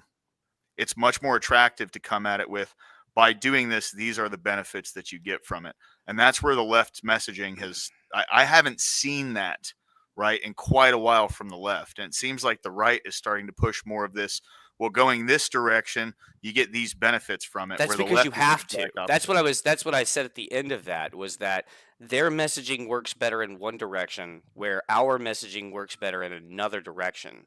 So you're still seeing it from them. It's just packaged differently. That's what I was saying. Yeah. Okay. Right. I guess, like, to me, and the way that, coming from my perspective, the way I would see attractiveness is more of like, here's the benefit, like personal. I guess incentive could be taken the wrong way when I said it like that. But It's like, because your belief. That's what I'm saying. Inherently, what you think is right and wrong here, like what you're actually saying, it's based on your belief. Because based on their belief, as someone who, hey, used to hold it, literally, it is the most attractive thing to virtue signal. Like, there's nothing more attractive. So their messaging is still done the same way. It's just packaged differently, because right now the most important thing on that side is seeming and looking like a good person.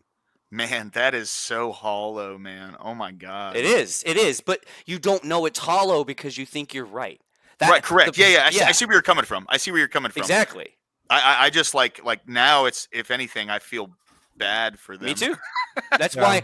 why it's like there's certain people like first pedophile offender, some of these people that I genuinely will attack like their character, simply because I already know that they've lost every debate that I'll ever watch them in, because Right. fundamentally everything they say and they say they believe in, they don't believe in, and they've demonstrated that time and time again. There's certain people that I just discredit immediately.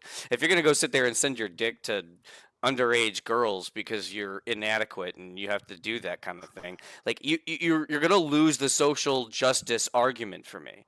Like that's what Nobody you're does arguing already. Like, you're arguing that you're better than me. If I was your age, I would have probably done the same thing. So you can't say you're better than me if you're willing to do something equal to what I would have done when I was stupid, right? Yeah. Yeah.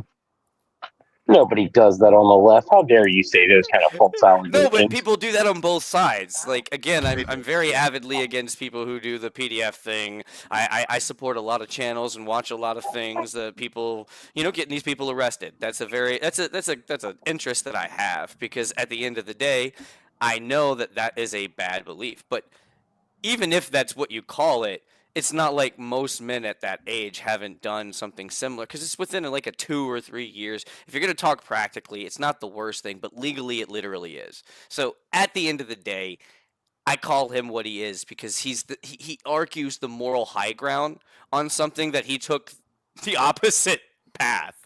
So it's like you can't argue something and say you believe in it, but you don't practice it. That's actual hypocrisy. I disagree. I think you can Of make course a you do. completely valid point and not follow it personally. Yeah, no, okay, you're fair. But I think he's a bitch. So Yeah, fair enough.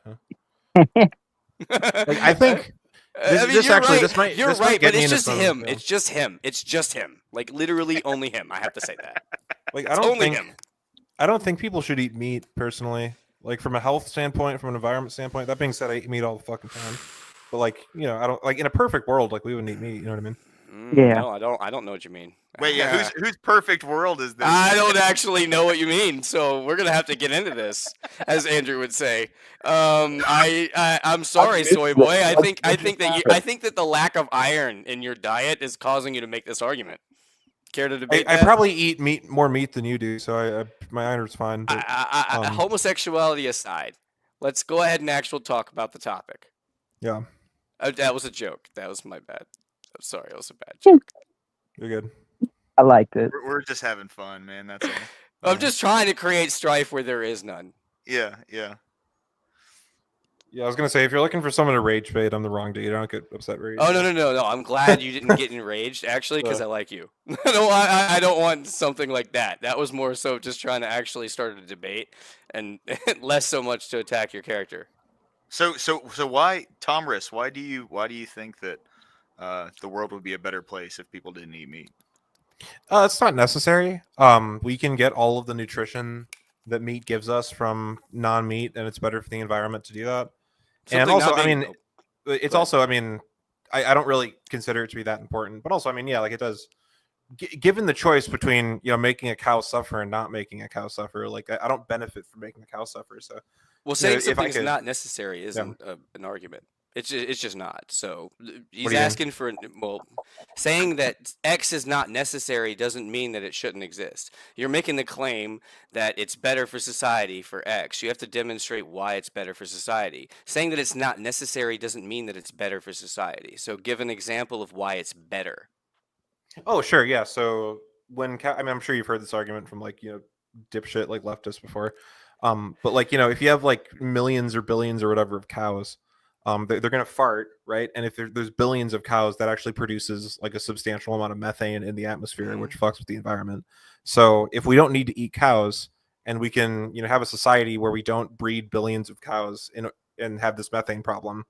If people's health isn't impacted, then it is not necessary to breed the cows, and therefore we're not dealing with the methane problem. Okay, so by that case, in standard, then the same logic can apply in the reverse. That means that the population crisis that we currently are suffering from is actually a good thing, not a bad thing. I'm not Somebody following. Because we're going to create more methane by being alive and farting. Oh, people, you mean? Yeah. Oh, yeah, but I value people more than I value cows. Okay, but that's an emotional appeal. Well, yeah. Okay, so that's an argument. You can't. You have Well, to no, it use is something. because- You have to use something that actually credibly defends that point. So I mean, you can say I'm wrong. I could say you're wrong. But definitively speaking, you can't sit here and say X is true because I feel that it's untrue. The reality is you're gonna have to apply the same in reverse. So if you can't apply the same to yourself or to the people that you care about, the group you care about, it doesn't actually apply. It's a fallacy, and I'm not very good with those, but I know it is. Everyone just left. Oh. Oh, No. I brought everyone backstage so you guys could hash this out. Oh, Like, I Oh, was no, so you're good. Oh, no, I confused. thought you- I was so confused. Yeah, no. I mean, no. I could give you arguments for why. No. supporting That's even- what he was asking for. I'm just crediting the ones that you're posing because again, that's just what I love to do. So So what are you saying? I'm confused. well, they're non-arguments. I just kind of exemplified it pretty eloquently. So would I you think. agree that the point of having any sort of political or social prescription is to benefit the people who are under the jurisdiction of that prescription? I love that goalpost shift. I'll go ahead and allow it. I think that it's important that the message be posed on both sides. I think that the entire purpose of the debate itself is actually to give an example for people for them to follow, whether it's from the correct or the incorrect perspective. I don't think the actual inherent purpose of the debate is to be correct or to win the debate.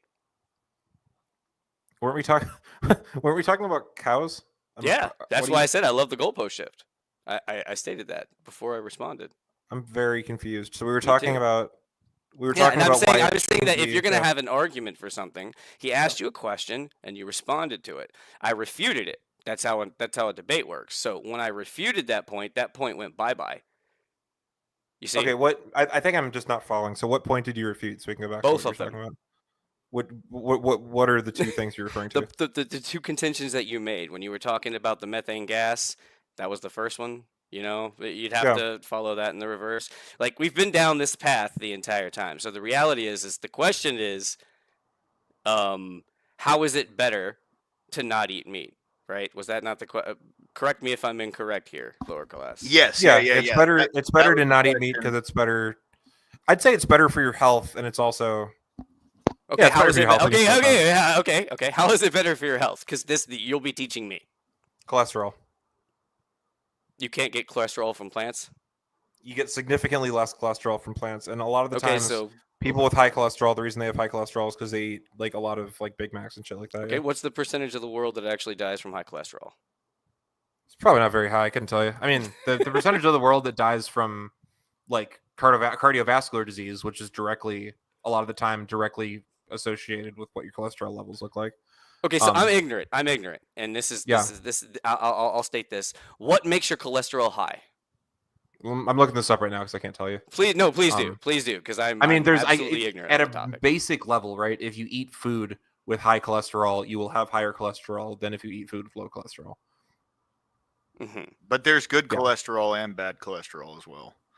Sure. And you can See, get I don't those know from- that. from all See, sorts of see, different see. places. Yeah. This is where I kind of bow out, because when it comes to health benefits, I'm very ignorant of the human body. Yeah. Yeah. Now and- I can agree if people eat too much of something, like you said, people get high cholesterol from eating too many Big Macs.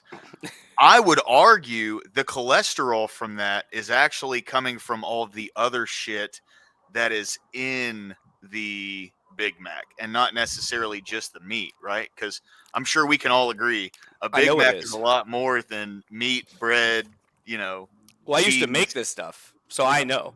Yeah. So Oh, you used to work at McDonald's, bro? Yeah, I used to be a general manager for like 8 years. Yeah, Sorry, that sucks. Oh. I mean, I made a So lot of then- money. Fair I enough. bet, Okay. I was gonna say, I bet you do make a lot of money as general manager.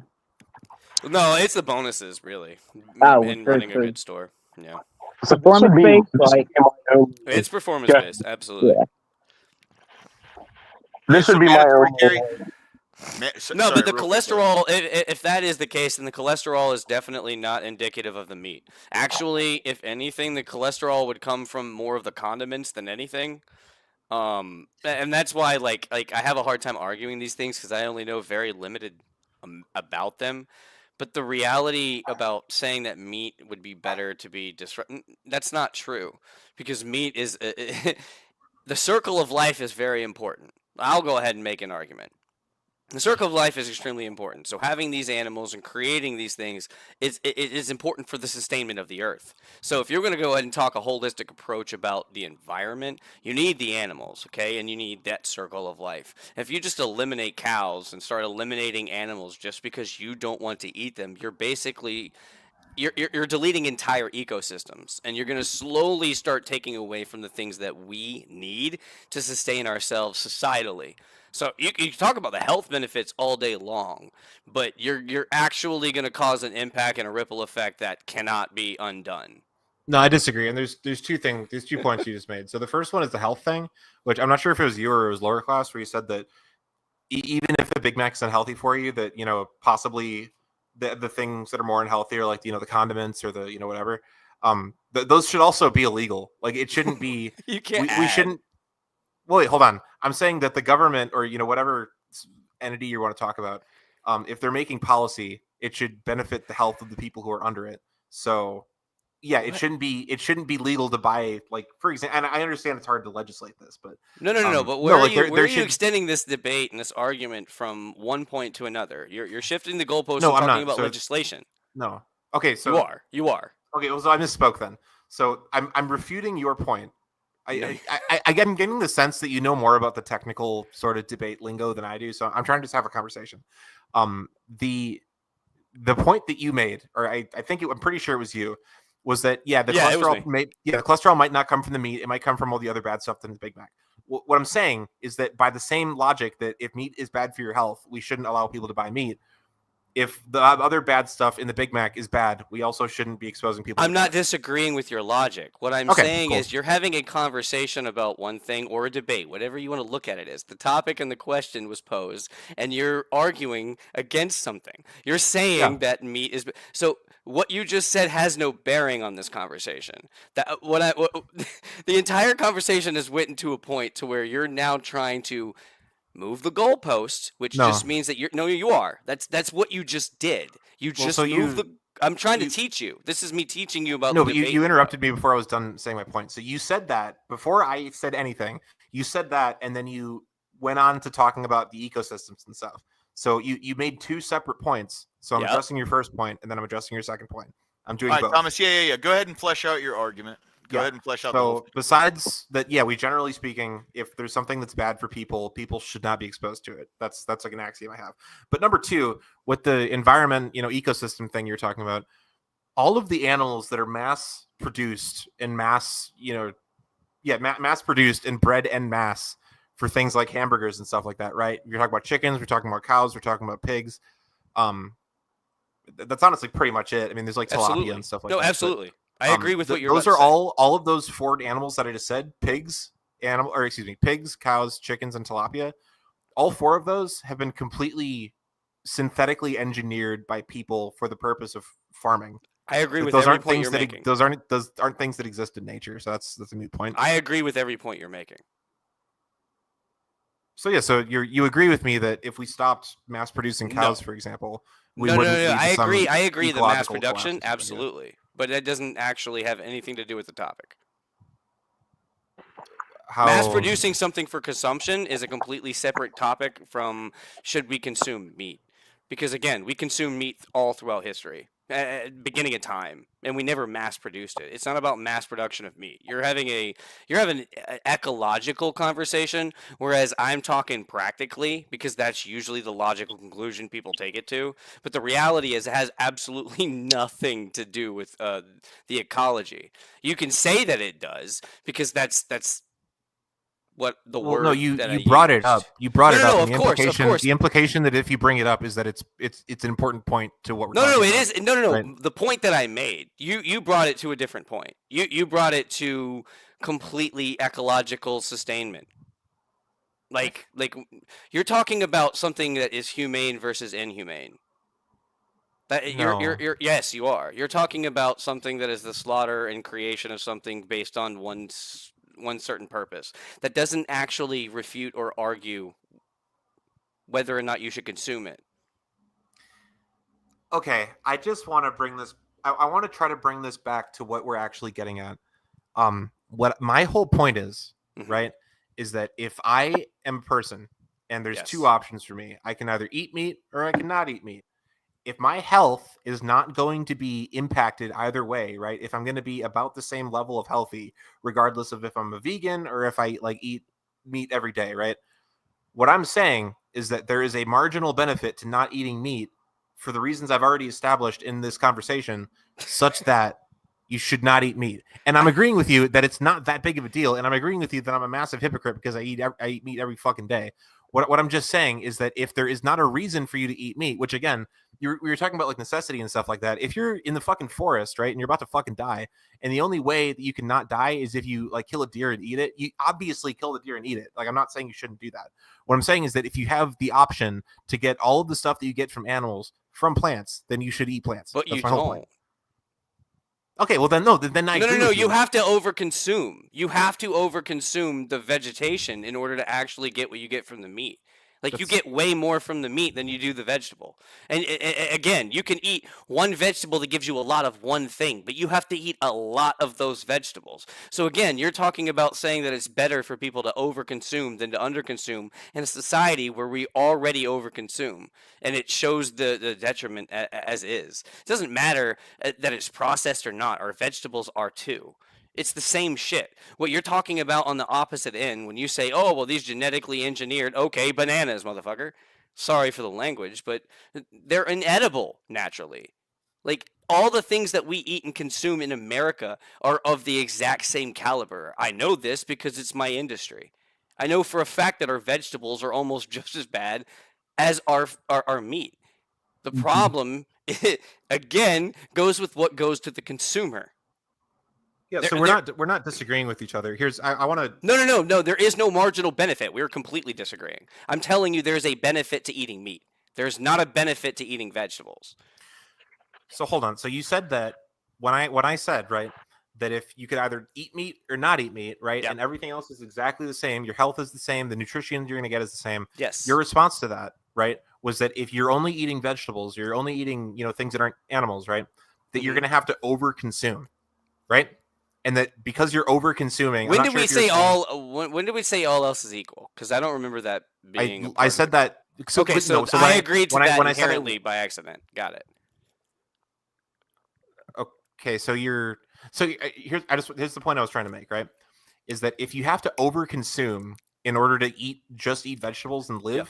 and overconsuming either has a bad impact for your health, or it has a bad impact for the environment, or it has a bad impact for whatever, right? If it is a bad thing to quote unquote overconsume, as you suggested you have to do if you're not eating meat, then I agree with you that you should eat meat.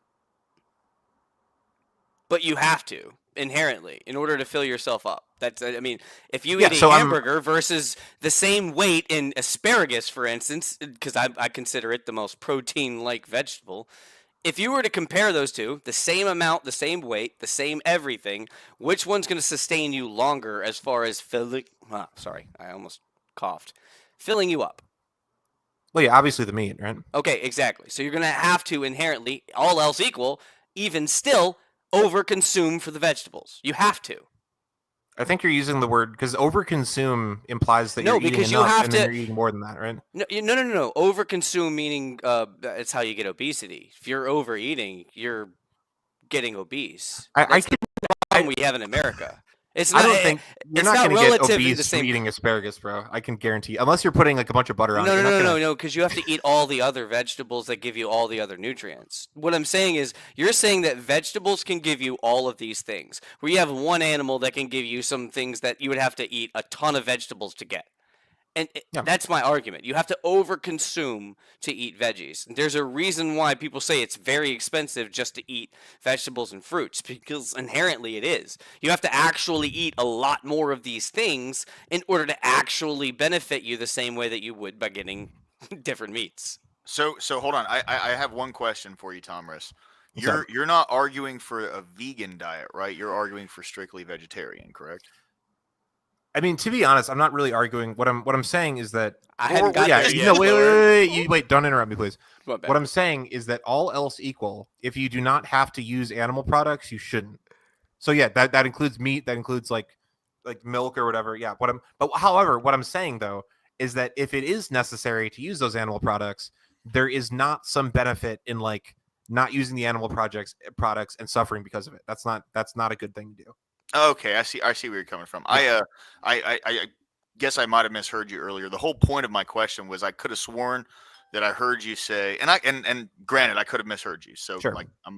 but I thought I heard you say not eating meat, and it was just the meat aspect of it, but not eating meat was better for society. You heard it correctly. That was my question. You My heard it question was- correctly. Yeah.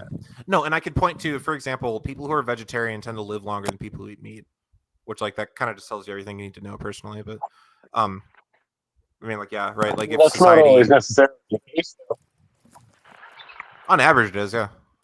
If you really look at it, though, there's actually benefits.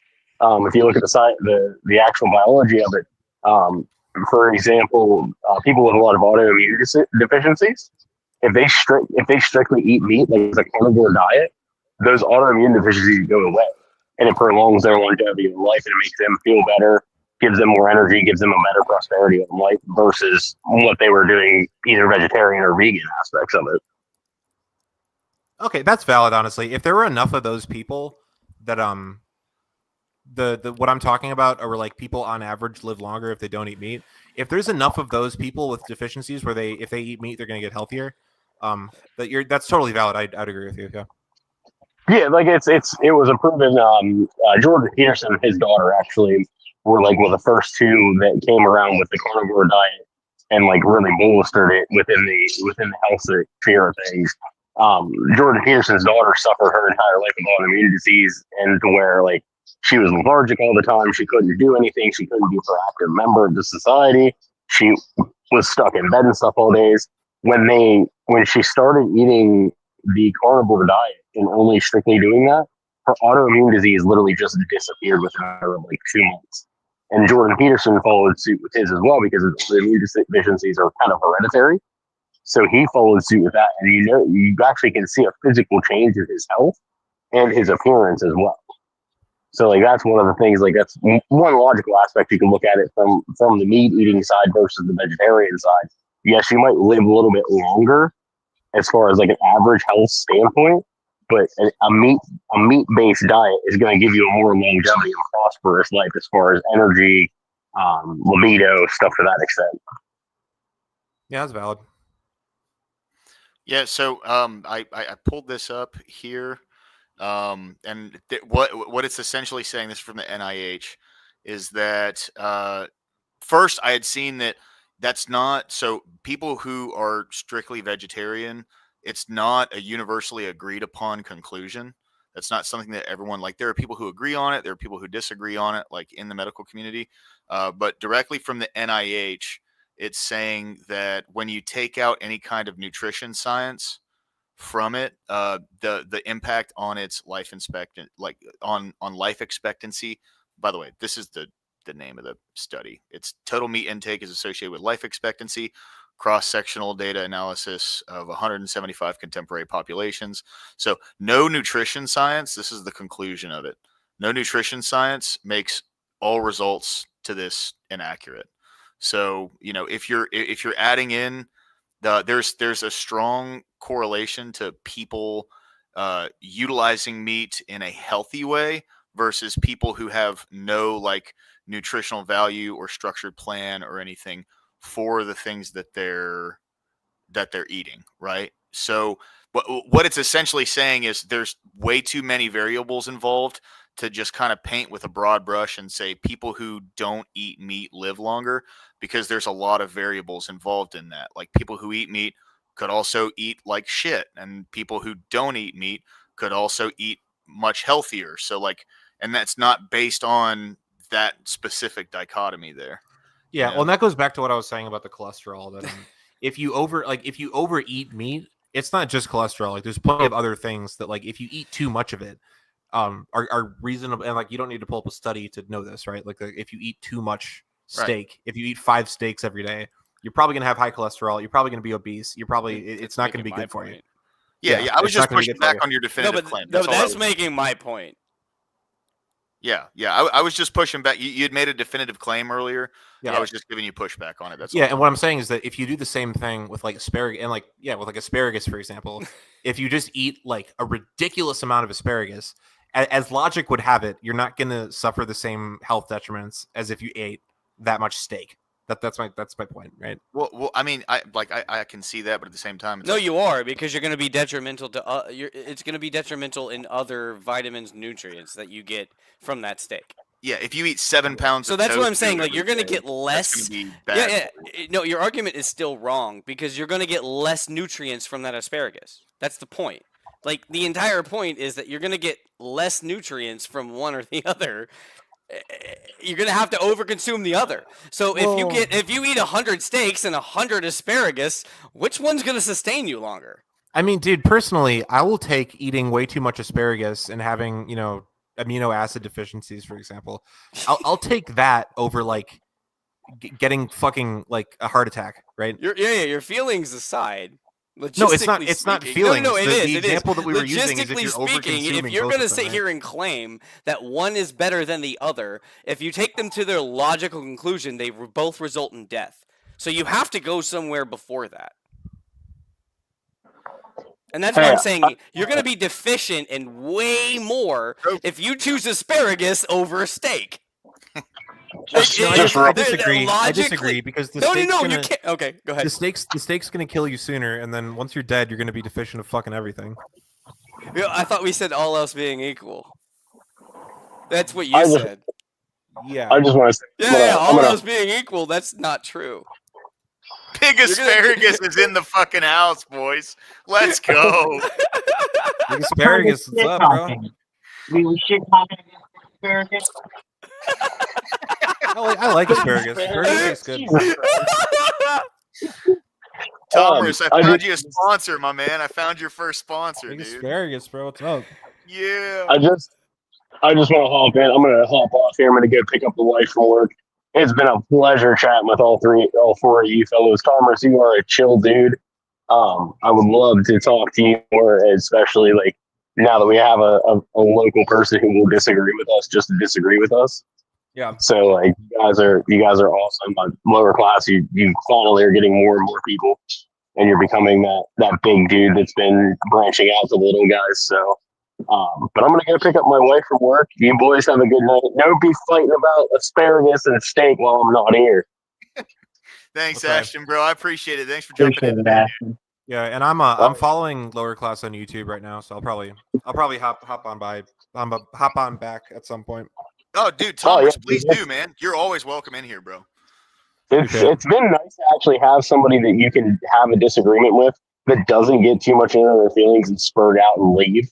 So like that's what I was saying earlier. Like you're an actual person that wants to have the discussion and actually holds to your point and actually debates it. I know, Single Dad's Club will say that's not actually debating, but I agree. it's the good faithness of your argument that allows me to say that you're a good dude. So Appreciate you, bro. Thank you. yeah, but You're- yeah, lower you're- class. I agree. I'll definitely see. I'm off work tomorrow, but I'll be at the park all day with the kids. So if I don't see you tomorrow, I'll definitely hop on or at least shoot you a message. Sounds good, brother. All right, catch you guys later. Be safe. God bless. Bye, Ashton. Sorry, I'm All right, autistic. Powdered I didn't- Dusty. Go ahead. He came in with asparagus is juicy grass. Prove me wrong.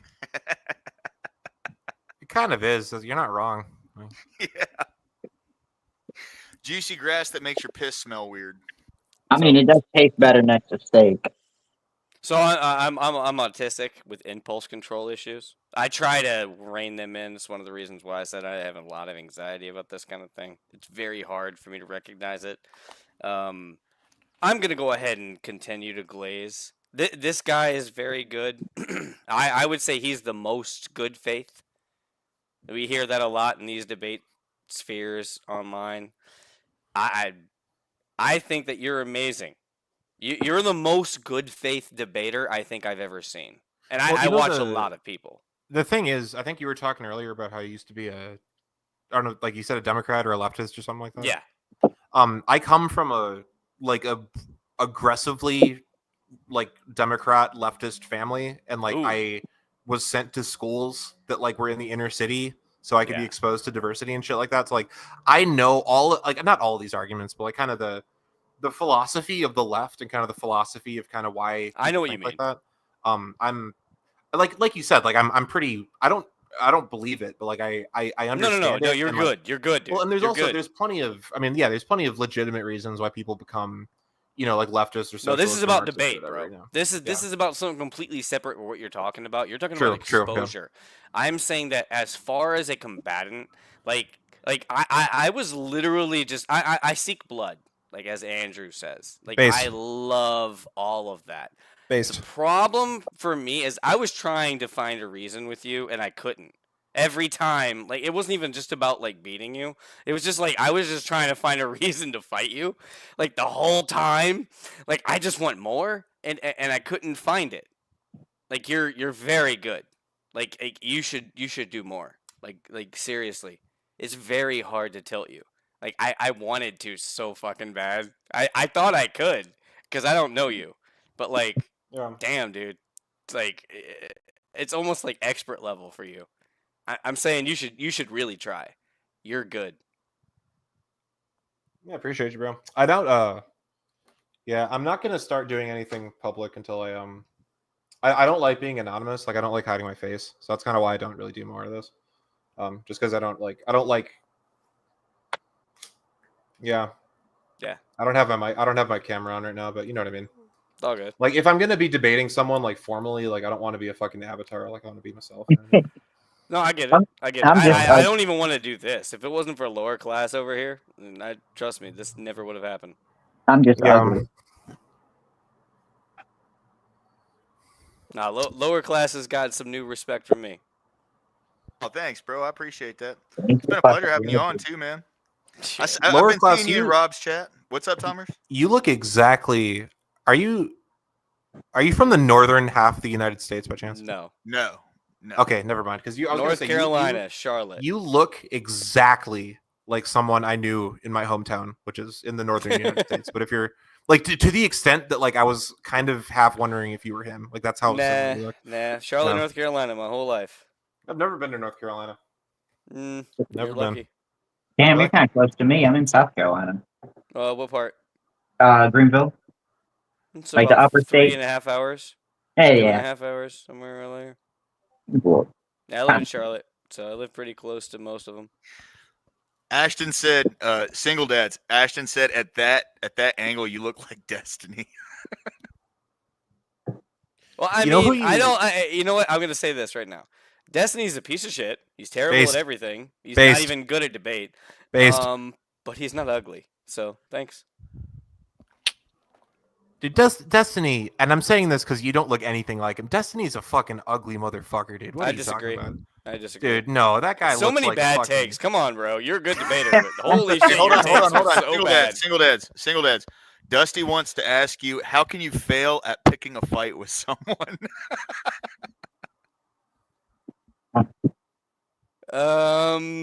They don't fight back. Fair, yeah. No, Like, that's Well, no, that's not. Like That's not if they don't failing. know if they don't It- fight back, how do you succeed in picking a fight? Come on, Right. dude. beat Learn them how up, to that's what argue. You do. You beat Yeah. them up. That's Yeah. how you do No. it. That's how you assault someone. That's not how you pick a fight. Yeah. That means they have to alright, fight so- back. So I will say, I've seen Dusty around the sphere. He is like impeccable at getting people fucking riled up and rage Really? quitting. No, he's a Oh, rage he's- baiter. he's Yeah, he's great a at it, rage dude. baiter. Yeah, of course. Yeah, see, here he goes. You keep attacking their bitch ass. Yeah. No, that's assault. That's not a fight. Come on, learn language. Yeah. Hey, I think you met the master rage baiter. Who's that? Me. Have you? Okay. Yeah, no. I argue the other point for the reason. I like to make someone mad. It's fun. I try to do it to him over and over and over. It didn't matter what I did or how I said. I mean, dude, his composure, man. Stoicism, brother. Yeah, no, it's impressive. My man's Marcus Aurelius over here. Single dads, you kind of look like, you know who Ross Ulbrich is? He does sound like Ross Ulbricht. Yeah, that's a good one. I didn't even think about that. I don't even know. He's the guy, the Silk Road guy who Trump pardoned.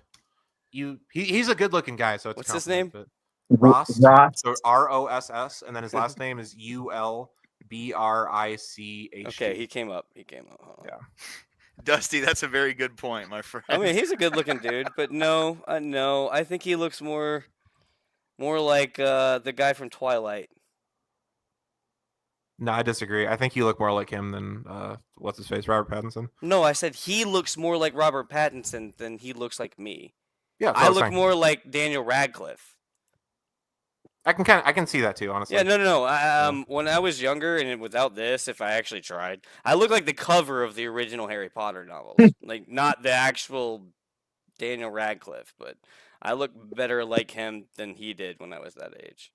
That's what I've been called my whole life. Like, you're seeing a different version of me on this. If you're above assaulting the defenseless who ain't about that life, I 100% unironically agree. Based. No, it's true. That's a true statement, but it's not like a fight. You're saying fight. Like, again, we're talking about arguments. Like, Oh, here he goes. He's at it. He's trying to get All someone right, hey, riled up now. Dusty, do you want to come and argue with me? I mean, I'll Trying fight to you get or someone argue. riled up. I'll fight you or argue. That's my favorite thing. Both of them. No, I like Dusty, man. He's good folks. Yeah, no, he seems awesome. Yeah. Now this Telmers guy, I like him.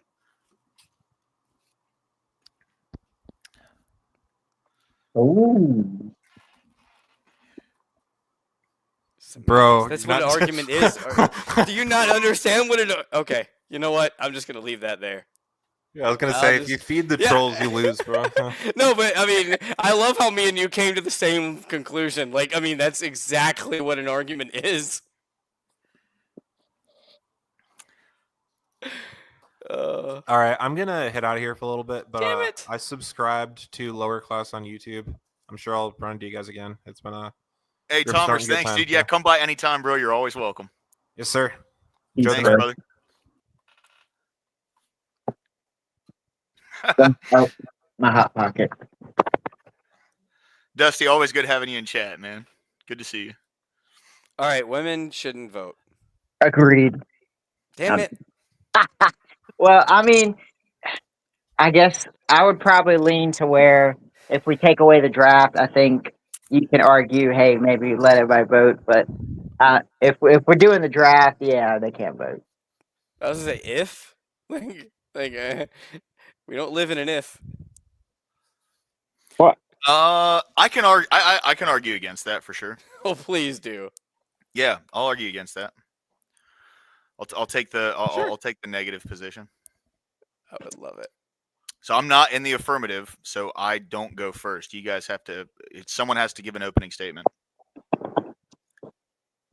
Asparagus, I've done too much. You go Okay, ahead. okay. Look, we'll start with women shouldn't have the right to vote because I don't think a woman's ever done a good thing, and if we want to save society, we should stop all the negative that they're influencing on our society. And I would say the negative they're influencing on our society would be ruining marriage, ruining equality, ruining diversity, ruining institutions, and almost ruining the presidency. That's your opening, Corey. Corey. Wait, did you hear me, or did I blank out? Yeah, well, I mean, you might have. I was just asking if was that were you finished with your opening? Yeah, that'd be my opening. Okay, cool.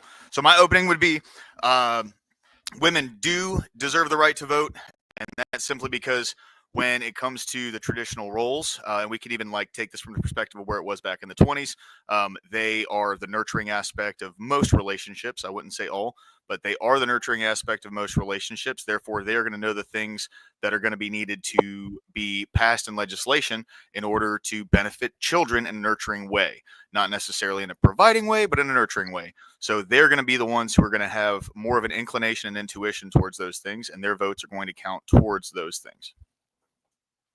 Okay. So I guess since the argument I'm pushing against women voting, would I need to be the one to present evidence to why they shouldn't vote, right?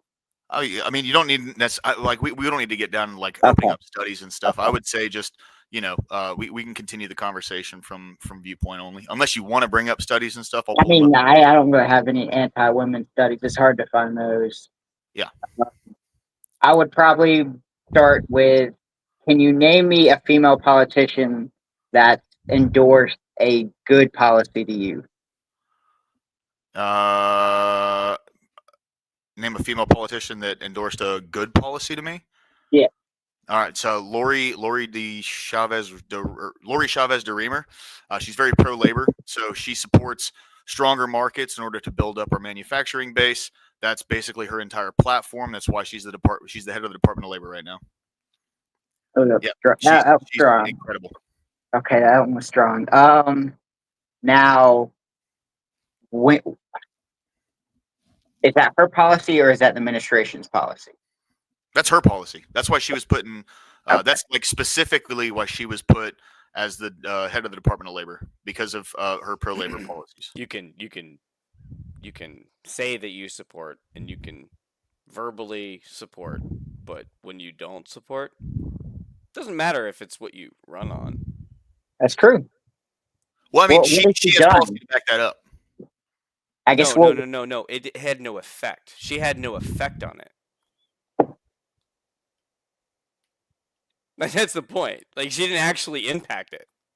She didn't impact labor? No. Well, I mean, that regardless, like the question was, what female politicians support policy that I support? Okay, true. Okay, yeah, I guess that was the way I framed it. Now, because I'm not a good debater. Let's see. I will challenge you on what policy has she enforced that you would say fits to that criteria. I can't really pull anything up about that right now, but I will say we're talking about women voters and not female politicians. Well, okay, fair enough. Well, and then I would argue, well, if you don't have the ability to run something effectively, should you then have the right to vote? Do we take away the voting rights of people? Well, maybe we don't. Do we take away voting rights for people with Down syndrome? We allow them to vote? No, we don't not allow people with Down syndrome to vote. If they're a United States citizen, yeah, they can vote. That's all fine. Okay. Well, if we allow them to vote, I guess we gotta allow women to vote. God damn. Because I'd put them probably. I'll disagree with that. I think they're better equipped to vote than women. Like, I'm gonna be honest. I don't think I can make a reasonable argument on why women should vote. I would probably more just tackle. I think a lot of female ideology is very destructive and emotional based, and I think if you hand that to if you give that power in certain aspects, it could lead to very damaging policies or actions. Well, and then I would say that that works in the opposite direction, where when men have more aggressive and violent tendencies, those things applied towards voting can be incredibly disastrous. You know? That's fair. I would probably argue that women are, well, I don't know.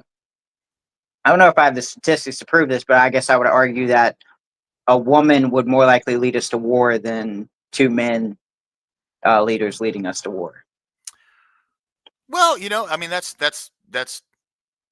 there's something to be said for that to some degree, but I would say, like, right after 9/11, when it comes to that rally around the flag concept after a natural disaster, there's kind of a general push in the direction of people going to war. Now there is an argument to be had where women don't actually go to war, so younger women who would be of enlistment age wouldn't be put into war, and there's something to be said for that along those lines when it comes to war. But I would say, like, generally, any kind of policies that would, possibly subsidize things like diapers and food for babies and some form of like child raising, daycare kind of programs that work with the government. If you wanted to do something along those lines, possibly. But I would say if it's a mother that's staying at home and taking care of the kids, she's probably going to know how to vote much more effectively along the lines of keeping a child healthy. Okay. So keeping a child healthy is more important than all of the other things. Well, keeping a child healthy is what's going to have our next generation grow up. No, because again, everything that's put into the children's body, unless it comes from the mother, is chemicals at this point. Like, we can go into that argument, but the reality is that's not the number one priority. Well, that's fair, right? But I'm making an argument for why women should be able to vote. That's No, but that's not the number one priority for voting, like, at all. Like, it's not even on that bar. If you can use chemicals to sustain a child, then it's pretty much just like we got these mothers that won't use their tits. So we're talking about specifically nutrition here, but we're also not taking into all the other variables that go into child. No, right? but child nutrition would be such a lower subsect of a point. We need meat on the bone here. Like, we're arguing. We're not talking about semantics. If you want to get into semantics of an argument, you're not going to go ahead and get into semantics of an entire debate. So the reality is, debate the actual point. I am moderating at this point. I'm not even debating against you. Yeah, get him, Sarah. So child's health. So would you say child's health? It narrows down solely to what a kid eats. I would say that's not. No. As a father of two kids, that's at least 90% of it. Challenge it. So like the amount of time you spend with the kid. No, it's less. That's mental health is a fraction of a percentage of what life is. So yeah, you need life to sustain a child. You don't need emotional or mental acuity. You don't need any of this time spent with them to make them live, to thrive. Sure, but if you want them to live and sustain, no, you need nutrients. Yeah, but I'm talking about health, like health. Health is not mental health. Those are separate. When you say health, you're coming from specifically nutritional health. When I say health, I'm talking about all encompassing. No. Mental health and nutritional health are different. Nutritional health is science. Yes, mental health is science. Mental health, no, it's pseudoscience. It's not a proven science. Psychology is not proven. None of these sciences are proven. You're actually arguing from a false pretense of fact. I don't know what I know it's a fallacy. I don't know them like that. I don't pay for Andrews' course. Like, come on. Like, but it's not a fallacy. No, it is, because you're trying to argue. Okay, go ahead. So explain this to me. If I feed my kid every day, but I beat it savagely 3 times a day, it's still a healthy child. Yes. Well, I would argue no. no. Yes. There's no factually speaking. Yes. Well, like again, health is not. No. Health is not. Talking about? Okay. Again, you live in a lower class. I agree with you personally, but I'm debating with you here. So the reality is that you're incorrect, and factually speaking, you're incorrect. And there's the delineation, because there's an argument on the other side. The argument on the other side is very clear. You can't secure an all-encompass health in one thing. So when you say health, you're actually talking about your health. Mental health is not a subcategory of health. No, when There- I say health, I'm talking about all of it. No, you're Social wrong. health, What I'm saying is, mental health, factually spiritual speaking, you're health, incorrect. You're nutritional saying health. health. Health is your physical living health, not your psychological. Those are two That's the separate definition that categories. you're using though, so we're using No, no, two no, no, no, separate no, no, no, definitions. no, no, no, no, no. Health was always categorized as life. There's a delineation here because you're talking about a leftist talking point. It's funny that you're defending yourself talking leftist. It doesn't make sense because mental health is separate from health. There's a reason why they say mental health. They don't say All right. health of the brain. All They right, say so mental health. The definition of health is the state of being free from illness or injury. Yes, and they're not talking about mentally. Yes, but so that goes against the fact that if I feed my kid every day and I am beating it savagely 3 times a day, it is not a healthy child. It is. It is. No, Well, it's but hang on. you're literally Can I going make against a the point? definition of the word now. Go ahead. Okay. Well, if you're bringing harm to a child, and I'm not like mental harm, but like physical harm, would that not be, I guess, hindering the life of the child? Are you arguing on my side? Yeah, I don't know Yeah, either. yeah, I yeah. was very Oh, okay, confused. my bad. I'm very confused. I guess I'm arguing to a single dad. If Okay. like if you're producing harm to the child, not mental harm but physical harm, would that Yeah. not be, I guess, hindering the life of the child? Yeah, if you're doing physical harm, absolutely. Okay. So in the So that's not a aspect of healthy kid. No. But that's a causing win. physical. What's the actual question? Like the It's actual the argument of the physical. debate. So my argument. I No, come the from argument of the standpoint debate. What is the Yeah. argument of the debate? Yeah, the argument of the debate is women should shouldn't women vote. Okay, so where does the delineation actually apply? So my argument for this debate was Okay. specifically that women who are natural nurturers would be much more apt to be able to vote in ways that would help further the health of the child. At the percentage of what of the voter base? 50, I think. I don't necessarily No, know. it's not. That's the percentage of women, not Oh, okay, the women okay, my with bad. children. No, that's what I'm saying. Like, this is an important fact. Oh, Like, it has we're- to oh, be. That's a good point. That's a good point. That's a good point. I don't know what percentage of women bear No, children. I know right it's now. low. I know it's low, especially today. That's it. I mean, yeah, that's a good fair point. I haven't been arguing. I've been letting Asparagus argue the whole It's a time. very I good jumped point. in for It's a very fun. good point. All right, 20%. So 20%. Okay, so of- 20% of the of women voter base voters that you're would be arguing your able to do entire and hindering your entire point on. That's well, yeah. No, you're fair. Hey, that's right. But still, I would like to hear an argument in the inverse. Okay. Go ahead, So- Asparagus. No, I'm going. muting. I'm going. I'm gonna Okay. mute. So when you're arguing, should women have the right to vote? And in your process, do you think voting is a right or something, I guess, that you take or you have? Voting, are we talking about the USA here? Yeah, we can define it strictly to the USA. Yeah, so we're just going to the USA. So voting is a natural part of our democratic process that exists within the Constitution. So I don't necessarily look at the term rights as the same way that other people do, but I Mhm. will say that that's one thing that we are allotted by the Constitution to, like, that's how our process in the Constitution works for us to function as a country. So like, that's voting, yeah. Okay, so if it's not a God-given right, that means the government establishes our right to vote and can take our right to vote. Yeah. Okay, so if I get enough people together and we decide, hey, women shouldn't vote, and in this process, am I allowed to overturn their vote? Run that by me one more time. Sorry. Okay, so if I get enough people to vote nationally that I want to restrict the rights of women to vote, do you think that's acceptable in our government or our So you're structure? saying if we go through the whole process of the Constitution to repeal women's voting, right? Yes. Well, I mean that's part of the natural order. So of course. Okay, so it wouldn't be a If constitutional the whole violation. process has been gone through, there has to be a vast majority of people. I think it's like 3/4 of states have to vote for it.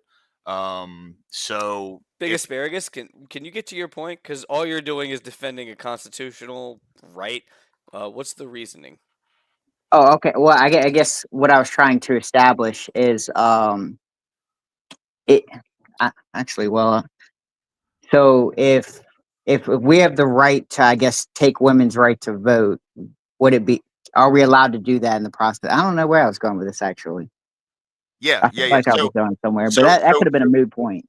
if there was an overwhelming majority, and it went through the entire process, I forget the exact process right now. I'm not like a constitutional scholar. No, or you guys anything, are but- both agreeing on the same thing. Yeah. I'm trying to moderate here at the same time because it's like there's I- no I'm reason try- why you shouldn't. No. Asparagus. The question is, you're trying to prove at this point he's winning. So That's fair. That's fair. no. I need you to argue, and I'm trying not to argue for you. I argued against his point because you lost, and that's just the fun of it. But the reality is he kind of won that one. I just want to Yeah. know personally, and everyone wants to know, which is all of us, which is just a couple. Why should they not have the Well, right to vote? I guess I would. I'm defending a position that I don't really agree with, so I'm trying my best Oh, to do you want me to formulate. defend it?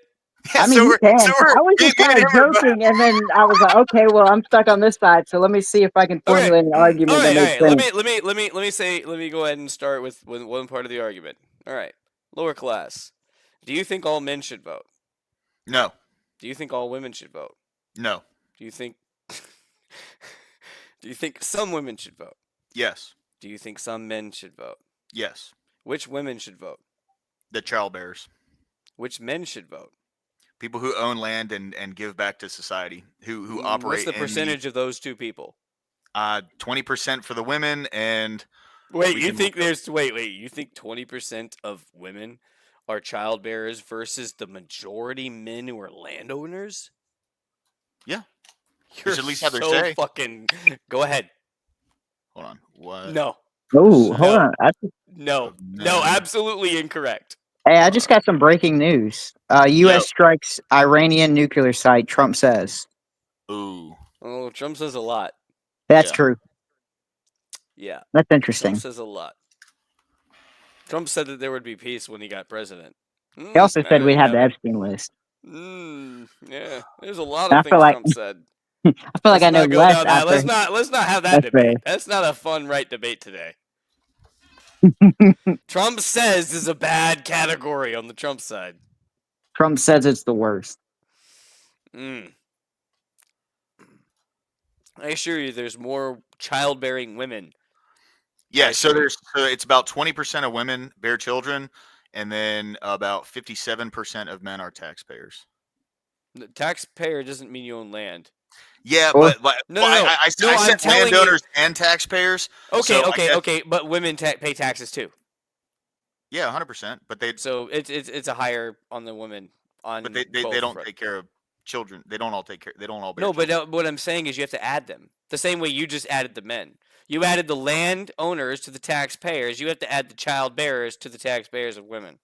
Go ahead and all do right, that. all now. right. Hold on. No, hold no, on, I already know it's higher. Like, I mean, there's I'll a reason engage, why I'll I'm engage, smiling. I'll engage. That's fine. That's fine. There are much more tax-paying women who bear children. In both, when you add, sorry, not like as a subcategory. Yeah. Sorry. All right, so it's 59 and 51. Yeah. 59 men. Percentage of taxpayers. So I'll engage with that. I'll engage with that. Yeah, 59 and then 51, but 51 to 20%, like, I'm sorry, you're going to have to actually do the math there. You're going to have to understand that 20% does actually factor into both categories. All So right. you're going to have to take away some of the 59 to accommodate the 51 based on the 20. You know what I'm saying? Yeah. Here, give me just a sec. So you have to do that math. So it's women that beat men there. Like it's truthful. Yeah, no. Women hold the majority voter base. Women hold all of these major things, and it's still as bad as it is. Okay, so it's a high proportion of childbearing women do pay tax. Yeah. Pay taxes. It doesn't Yeah. give me an actual. It doesn't matter. You Percentage? just factually use the number because you're a rational human being. Like, I mean, that's fine. You can go ahead and use stats and data. The funny thing is your brain would tell you one thing, but the statistics tell you that we're very close. And then you Yeah. also have those actual people who stay at home. Like you have these actual numbers that you know. So the reality is that women are exponentially bad voters. Yeah. Yeah. Don't they lean more Democrat or lean No, more That's Democrat? in irrelevant. voting? That's irrelevant when it's coming to the state of affairs. If you want to Mhm. argue left and right and that's a different entire category. I'm not Okay. arguing based on what they vote because that's a completely separate conversation. We can argue that Okay. point if you want. The reality is the state of affairs is voted primarily by women. So I would say if you take out 80%, the Okay. 80% that don't have children, I would argue that they wouldn't vote as bad as the ones who have children. And why would that be?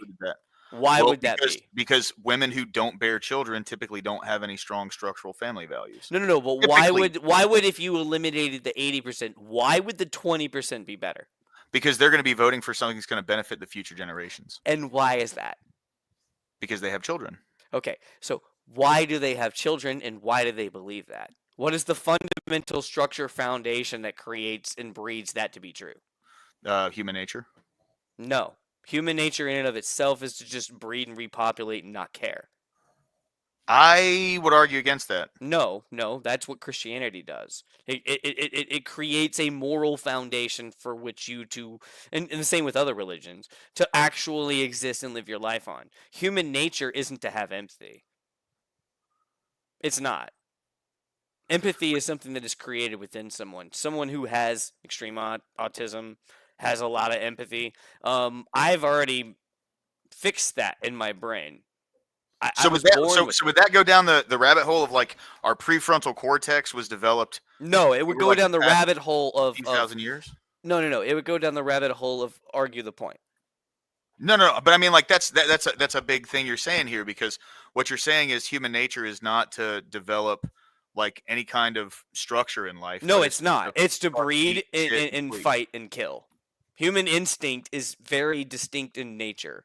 And when you add the woman element, that adds love and empathy and the other things. But when you separate those two and you just have human instinct and you just have one and the other, no. Man's instinct is to kill, hunt, and not actually create and build. That only exists because of God. If you want to go down the epistemic So would you say claim- it's not to defend then? Sure. That's not Yeah, in human no, nature? to defend. I'll agree. To defend. So that's a form of structure, isn't it? No, because you have to Yes. build to. No, you have to build to defend. No, No, because human nature to defending defend is part is of not. human nature. Exactly. So the problem that you're doing is you're trying to say that one thing exists so the other has to. No, because you can build and not defend, but you have to build. That's the fundamental principle, and that's not what we're designed to do. We're not designed to build. We're designed to attack and defend. You're right. But there's nothing to defend if you don't build something. So it's like a square rectangle argument. One can be one, but doesn't necessarily have to be the other. They're not mutually exclusive. Okay. I'll grant you that. All right. So anyway, continue. Well, I mean, I was just defending that one point. That's fine. Okay, I'll grant you that. I'm saying that women shouldn't vote. I already said it. That because they are statistically and numerically voting for the things that we have that are bad. All the things that are bad have been because of women. You haven't contended with the argument. I don't believe that at all. Because back No, in but the no, thir- you just backed it up with the only data that you pulled up just now. You back it no, up. no, They're no, the no, primary no. voters. No. I mean, if we're gonna say men don't ever vote wrong, then I would say I didn't say look that. at 1913. That's not the claim. Again, case. you're shifting the lower class.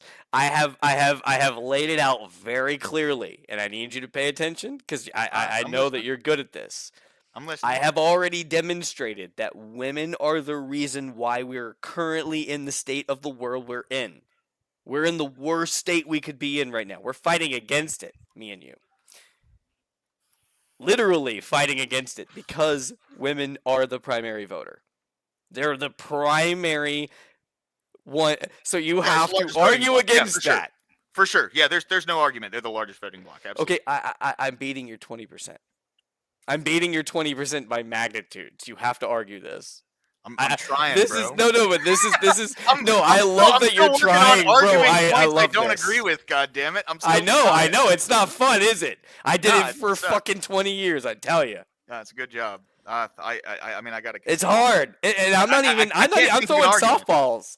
I can't think of an argument. I need someone else to fucking feed me something. Dude, where's in the other chat. dude that was in here talking just now? He can argue against me.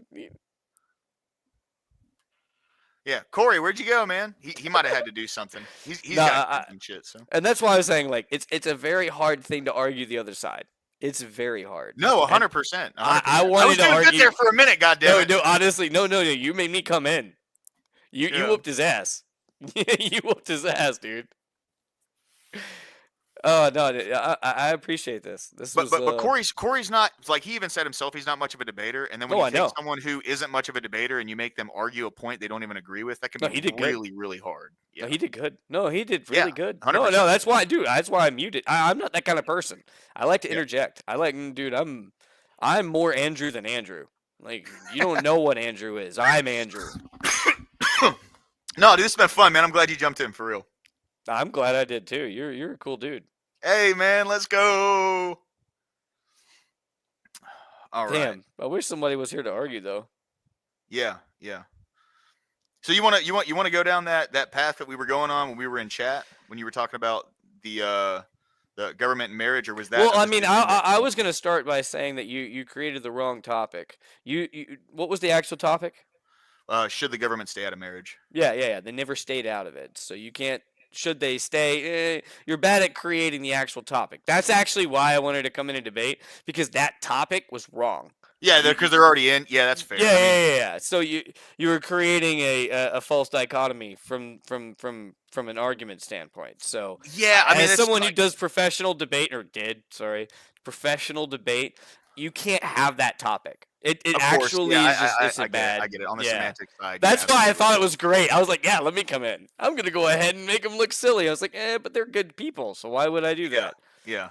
Yeah. No, yeah, for sure. It should have put like, should the government get out of marriage or Yeah, no. Should we not have a hand in marriage anymore? No. Is government having a hand in marriage? No, that's weird. Is government having authority over marriage a good or a bad thing, or something? You have to actually like you have to create what is real.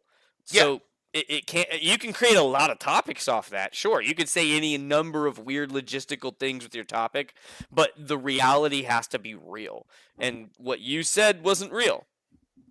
Fair. Yeah. Yeah. No, I That was get it. my point. And that's what's like, oh, I could argue this all day. Yeah. No, that's fair. That's Argument fair. of credulity extends in both directions. It's both in what your argument is and what your argument is posed on. And yeah. I really would have hoped someone would have jumped in and been like, "No, government needs to be in marriage." Because I've had a debate. I could argue that all day.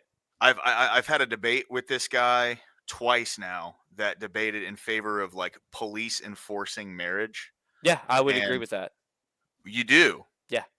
Okay. If okay. you're gonna have marriage by the state, absolutely. See, and that's- Absolutely and incredibly. That's where I argued though, because would you But you want? can't argue that because that is. So The- so you're trying to argue an ought. Well, police don't enforce marriage. It's like police aren't going to come if someone wants out of a marriage. No, but you're and trying to separate the religiosity from the state. So what I'm saying is I will go into that all day long and say, oh, well, this and that and the third, and then you're going to have to appeal to Christianity. That's the only appeal you have. It's the same in the reverse. So that's why I was saying it's important to discuss debate structure and debate argumentation. Because, like, you can sit here and be like, oh, well, Andrew Wilson has all the idea. No, I love Andrew Wilson because he made me realize there was another side to the coin. But I know for a fact I'm a better debater than Andrew. Like, I'm not going to argue that. I don't care. Because I've done it. I've done it professionally. I had a scholarship that I fucked my way out of. I legitimately ruined my own shot out of doing something good. I am not the most informed or educated at all. Like, that's the problem. The reality is who's the most educated is going to win these online debates. Because at the end of the day, if you say something with authority, they're going to believe it, or they're going to have to look it up and then believe it. Right. So at the end of the day, debate goes out the window. I'm a great debater. I don't consider myself the most knowledgeable person. Yeah. But I'm the best debater I've ever seen because I've watched a lot. I can argue you and win in my own head, but it doesn't mean that I've taught or told anyone else that something is true. And that's kind of the problem that I've seen with this, is that it depends on what you want out of it. Do you want financial compensation, or do you actually want to win an argument? And the only way that you can win an argument is to convince someone else that something is true. Yeah, no, that's fair. That's fair.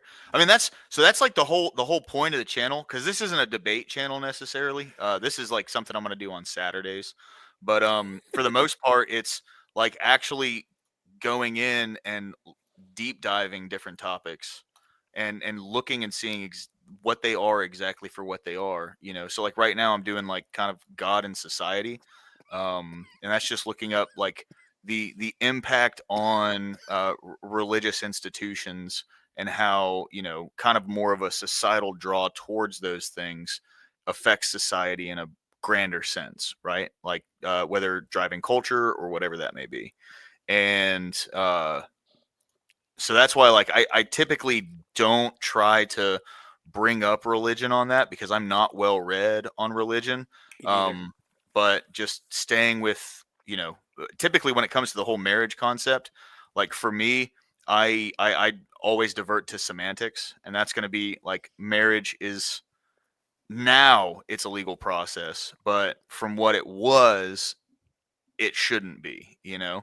And the government having its hand in it, since the government has gotten its hand in it, it's like divorce rates have gone up, there's been higher rates of domestic abuse, all these different things. So again, are we having a debate or a discussion? Well, I didn't know we were debating anymore. I was just talking. Okay, cool. No. That's why I was asking, because again, I can argue that all day. I mean, a conversation is just going to go in agreement. Like I'm just going to agree with you. Like, Yeah, there's nothing for me to contend with because I hold the same beliefs.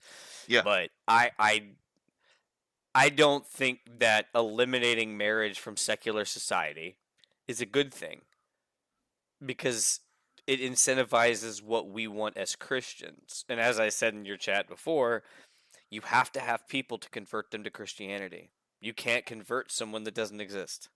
Right. No, 100%, 100%.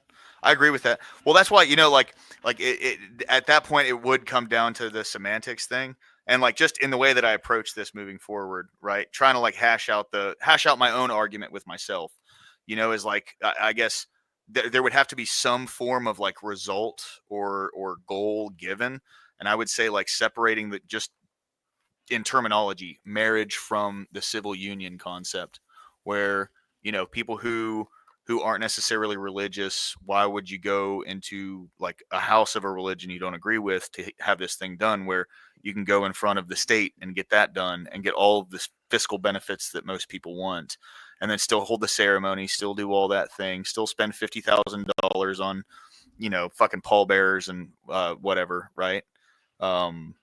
So that's what I'm trying to hash out, is like the end goal, and taking that to its logical conclusion of there being marriage, which has nothing to do with state, and then the civil union, which is more of like an elective process that if you do get married in the church, you can take that, but also. Yeah, but what would that matter to a woman? What's appealing and alluring to? Again, this goes back to what I was saying before that I never felt like you contended with.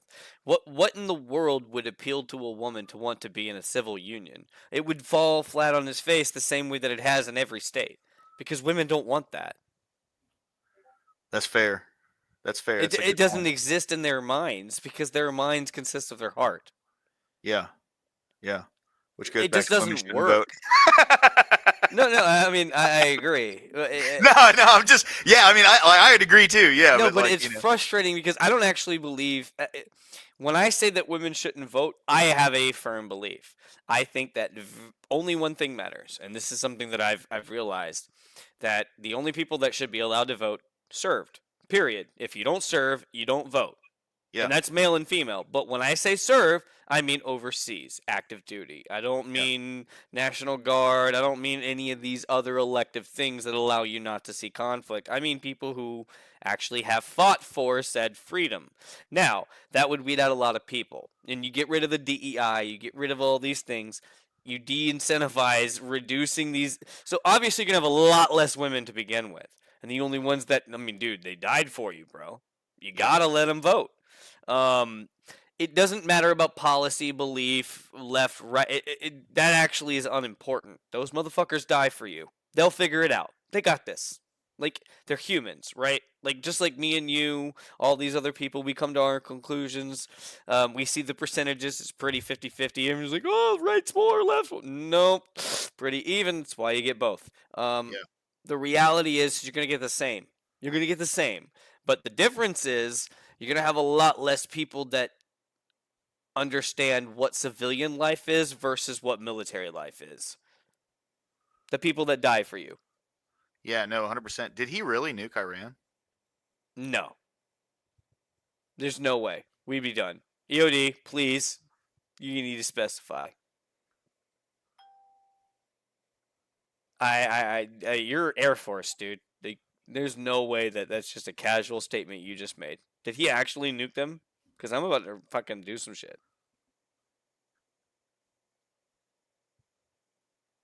Because am I the only one concerned about that statement? No, dude, I'm fucking. I'm kinda freaking out terrified right now. I'm Yeah. freaking out. Yeah, that's fucked.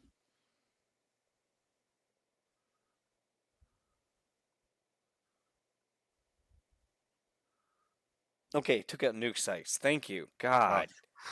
What the fuck, bro? Why would you say that? Yeah, that. Why would you literally say that, EOD? Yeah. Oh my god, bro. That's like- Explosive Ordnance Division, you piece of shit. I was shitting. Yeah. Dude, you're an asshole, EOD. Oh my god, you're an asshole. I didn't thought you meant like we just sent nukes somewhere. God, man. Why is my heart beating?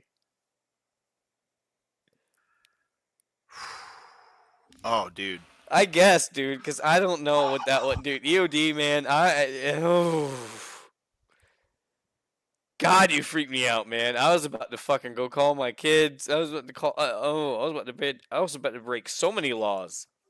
Oh, EOD, come on in, brother. Sorry, I didn't see you in there. I was All right. First of all, I was not explosive ordnance disposal. I'm sure I've explained this to you before. I was a medic in the Air Force. Oh yeah, I was a medic in the Air Force. I was actually in the laboratory. But beyond that, I'm not fucking kidding, and I'm not wrong. Read what I wrote. I said we sent B2s to attack. What was the name of that place? It starts with an F. Yeah, but you said he nuked them. We have our people have stated in the past that site is not reachable without a tactical nuclear weapon. Now, there is some speculation that it might have been two ground pounders, one on top of the other, GPS guided. I hope that's what it was, because those are technically conventional. But bro, you can't hide if it was a nuke. If what you're attacking is a nuclear site, yes, the fallout will look the same, whether we use nuclear weapons or we didn't. Oh, that's additive, bitch. You're wrong. No, you're wrong. You send nuclear fucking material to nuclear material, you're gonna get more than you would if it was just nuclear material. We don't know exactly how much is fucking there. Oh, we don't know. Come on, EOD, learn to debate. What are you talking about? Hold on. I was just kidding. I'm a lot more like kind of interested in actually hearing what's going on. Me too. Like I said, I'm pretty sure we dropped a tactical fucking nuke. Like I said, we stated before that facility is only reachable with a tactical nuke. So I don't know. He's gonna address the nation at 10 o'clock, and we'll figure out some more details at that time, I would assume. But why wouldn't you just say we nuked someone? We bombed them, is what he said. He did not specify what sort of bomb we used. Well, hold on. Do they usually? Iran hasn't even so far, and this is the most immediate update. Iran has not acknowledged they've even been struck by U.S.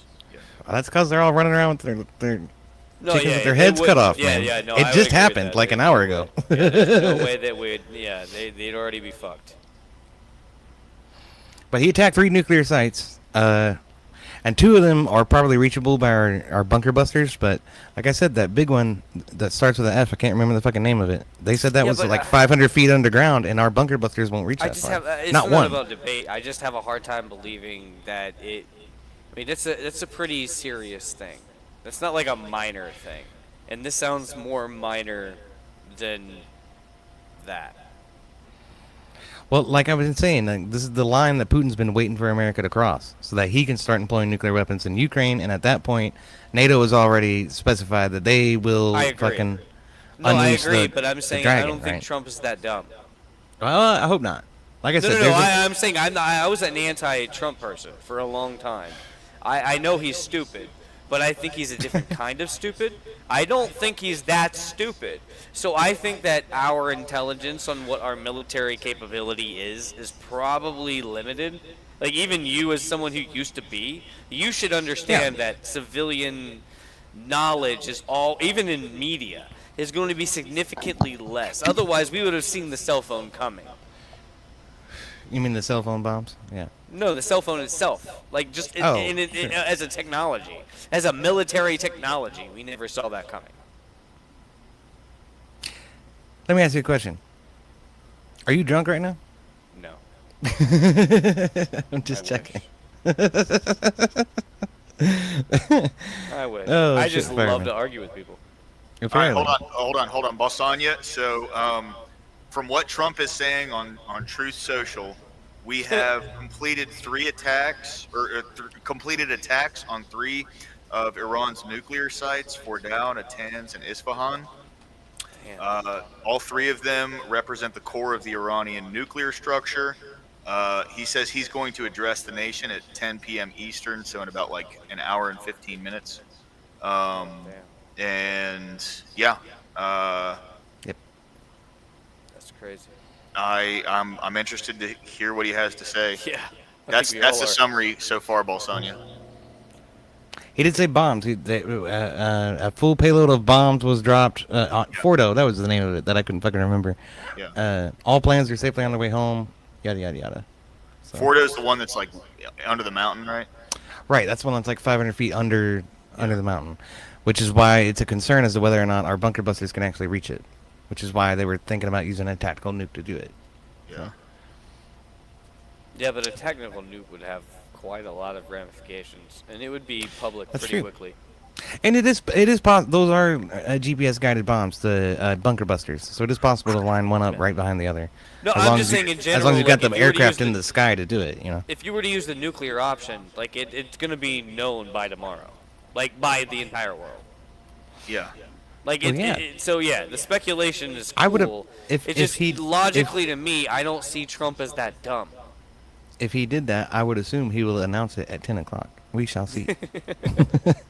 No, I agree. I just this is just me speculating. I'm saying I just don't see him as that simple-minded. Like, I mean, sure he falls short, but like I don't see him as dumb. I fucking hope not, man. Me too. He's this is bombastic, all dude. hope. This is all a prayer. Yeah. I don't think it would be out of ignorance or stupidity. He would know perfectly well what he was doing and what. No, game I he just was don't fucking think playing. he would be the dumb to But do it. It would be out of bombasticism, right? And trying to be the biggest dick in the fucking room. And No, I don't but know. you don't need to be the biggest dick against one of the smallest dicks. That's what I'm trying to say. Iran's a small dick. Well, Russia is not, but that's who No, we but again, that's what who I'm you're s- playing with. That's what you Yes, don't. and that's what I'm saying. I don't think he's. yeah. Again, I'm saying the same thing to what you said. I'm saying I don't think he's that small-minded. I don't think he's dumber than Putin. I think he's smarter than Putin. I genuinely do. There's been some reports that Putin's already used tactical nukes in fucking Ukraine. I don't know how accurate that shit is, though. I don't either. I can't argue with that. I just don't think that Trump is dumber than Putin. I don't. I think Putin's dumber than Trump. It says something. But they're both incredibly intelligent. Like, I'm not gonna disagree with that. I'm not gonna agree with that either. Fucking Truth Social is dead right now. It's getting Yeah. fucking. yeah, it's dying like Service Blue Sky, interrupted. bro. Everyone's going back to Twitter. That's No, what I'm no, saying. no. What's I mean, this guy it's doing? getting flooded with traffic right now. It keeps not wanting to load Oh. because everybody's going there to try to figure out what Trump is saying. Oh. Wow. I don't know anybody else on that website that gets any like. Are It's we- most. are we about to I have to mostly confirm follow that it for one's- talking heads and politicians, particularly Yeah. Trump. Trump will post Yeah, like- there before he posts to Twitter. So Kind of like Parler was before they took that shit. yeah. Yeah. What was Parler? Parler It was was like Twitter. Yeah, it's right wing. I've never been on any of this. I don't use social media. I have no social media, not even a You Facebook. don't say. Good for you. Parler, yeah, it was a conservative Twitter, but they hosted their application on AWS, and fucking Jeff Bezos basically shut them down because they didn't like what they were doing. No. Man, oh, Yeah. EOD, I'm just fortunate. that comment, dude. I'm telling you, bro, I was shitting for a second. I was about to click clack this thing down here. Bro, dude. you freaked us both out, dude.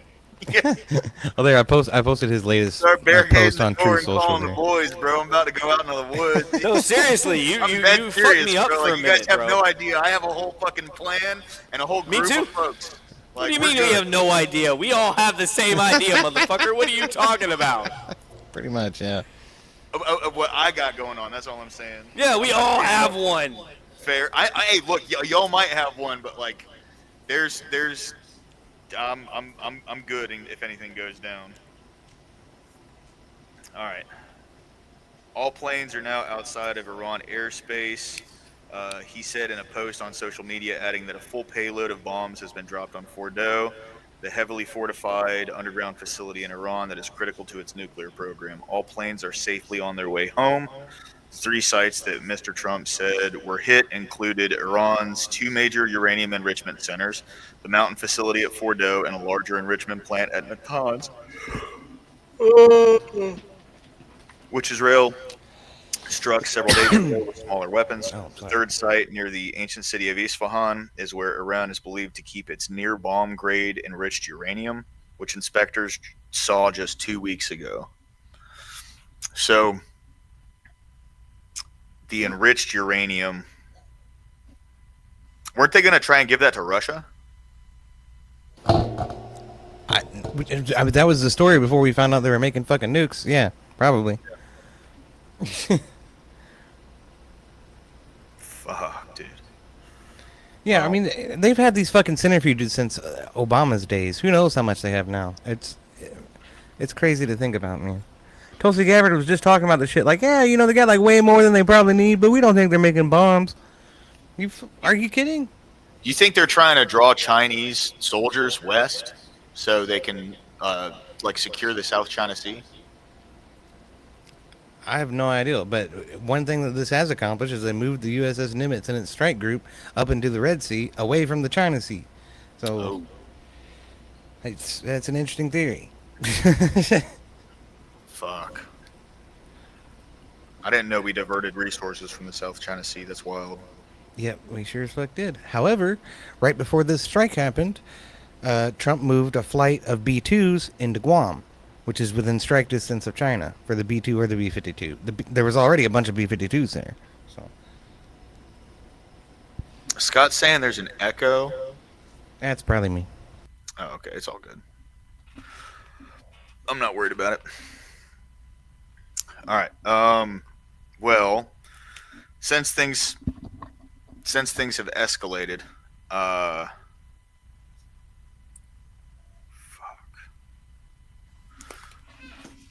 might change the prompt here and get some current events going. It was a fun little debate night, dude. Yeah, it's been good. Sure. I honestly, I spent more time debating Single Dads Club than anybody else spent debating each other. I know. I've been listening. I've been lurking for a few minutes, and that's why I wanted to come in here. I'm like, I was Are just you trying drunk? to have some fun, man. No, 100%. Yeah. No, I'm glad you came in. Yeah, I was just trying to make things a little more interesting. You did. that's all good, man. Thank you, bro. Like, it was not like I wanted to do it so bad. Like, I mean, again, I watch people do this all the time. I've never done this. This is the literal first time this has ever happened. Really? Yeah. Like, I've never done this, not one time. Well, I appreciate it, dude, because this was my first actual debate night. Really? What do you guys think of this? I think you need to have more arguments in other people's chats if you want people to come in. No, that's fair, 100%. What do you guys think about this theme, though? Is that all right, or should I? Oh, I like it. Well, yeah. I mean, that's all right. Yeah, I mean, I my opinion is okay. You know. How Yeah. did you come up with that? Is that AI or what? That's AI, yeah, for sure. Very clearly. Yeah, I am not talented when it comes to visual art. I'm not talented in anything.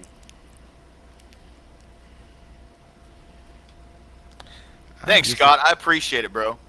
Thank you, man. Thank you. See, Oh, he's I got- guess the one thing I'd mark against it is it's all very muted. It's all the same kind of color. If you get some more color variation to attract more attention to it, like you look at like Speakeasy, the way he does his shit, and Sarah Tomato, it's all very bright and in your fucking face, you know. I agree. Even Yeah. Crucible's like that. So yeah, I could, and I could just take this image and do that through Photoshop. And Yeah, color it. yeah, make it like neon red or some shit, you know. But I mean, really, the thing that helps it stand out is if there are contrasting colors within the same composition. You know what I mean? Like you have neon blue and neon red and shit like that. Yeah. No, that totally makes sense. I wanna create the next debate topic that the Air Force is full of the most soy boy pussies in the entire military. Well, let me introduce you to my friends at the Space Force. Have you seen the basic training videos from fucking Space Force? Have you seen what right Iran? now? I'm gonna tell you this right now. I would rather fight one of them motherfuckers than a Marine. Well, yeah, Have you seen what just happened in Iran, my friend? right. That's the Air Force. Bombs on target, buddy. I am talking about physical.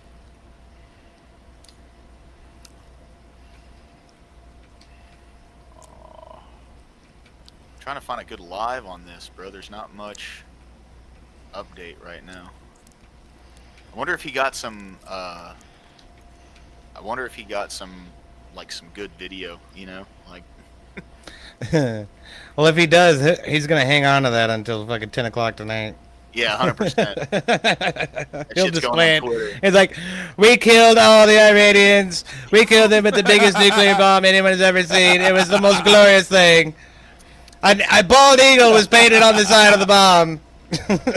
Look at the That's angle so on this good. camera. Such an amazing angle. Some say no one's ever done it this good before. No one can do angles like me. Yeah. Oh shit. Jake's debating First Amender. I definitely want to jump in and listen. No fucking way. Yeah. All right, guys, I'm gonna go ahead and cut it off here. Right? EOD, All right, man. Single Dads, thank you for joining in. Scott, thanks for coming back. How's everything going? I know you said that storm rolled through earlier. Everything good with that, my man? I hope so. Yeah, well, thanks for having us, Lower Class, man. It's good to see you. Absolutely. Thank you, man. You guys have a great night. Thank you for Single making me Dads, look stupid, EOD, EOD. come back whenever. You know you guys are always welcome, bro. Get y'all's crash crew on standby. I'm telling you, it's the end of the world. Oh, I am, bro. Trust me. All right, later. Night, guys. Later.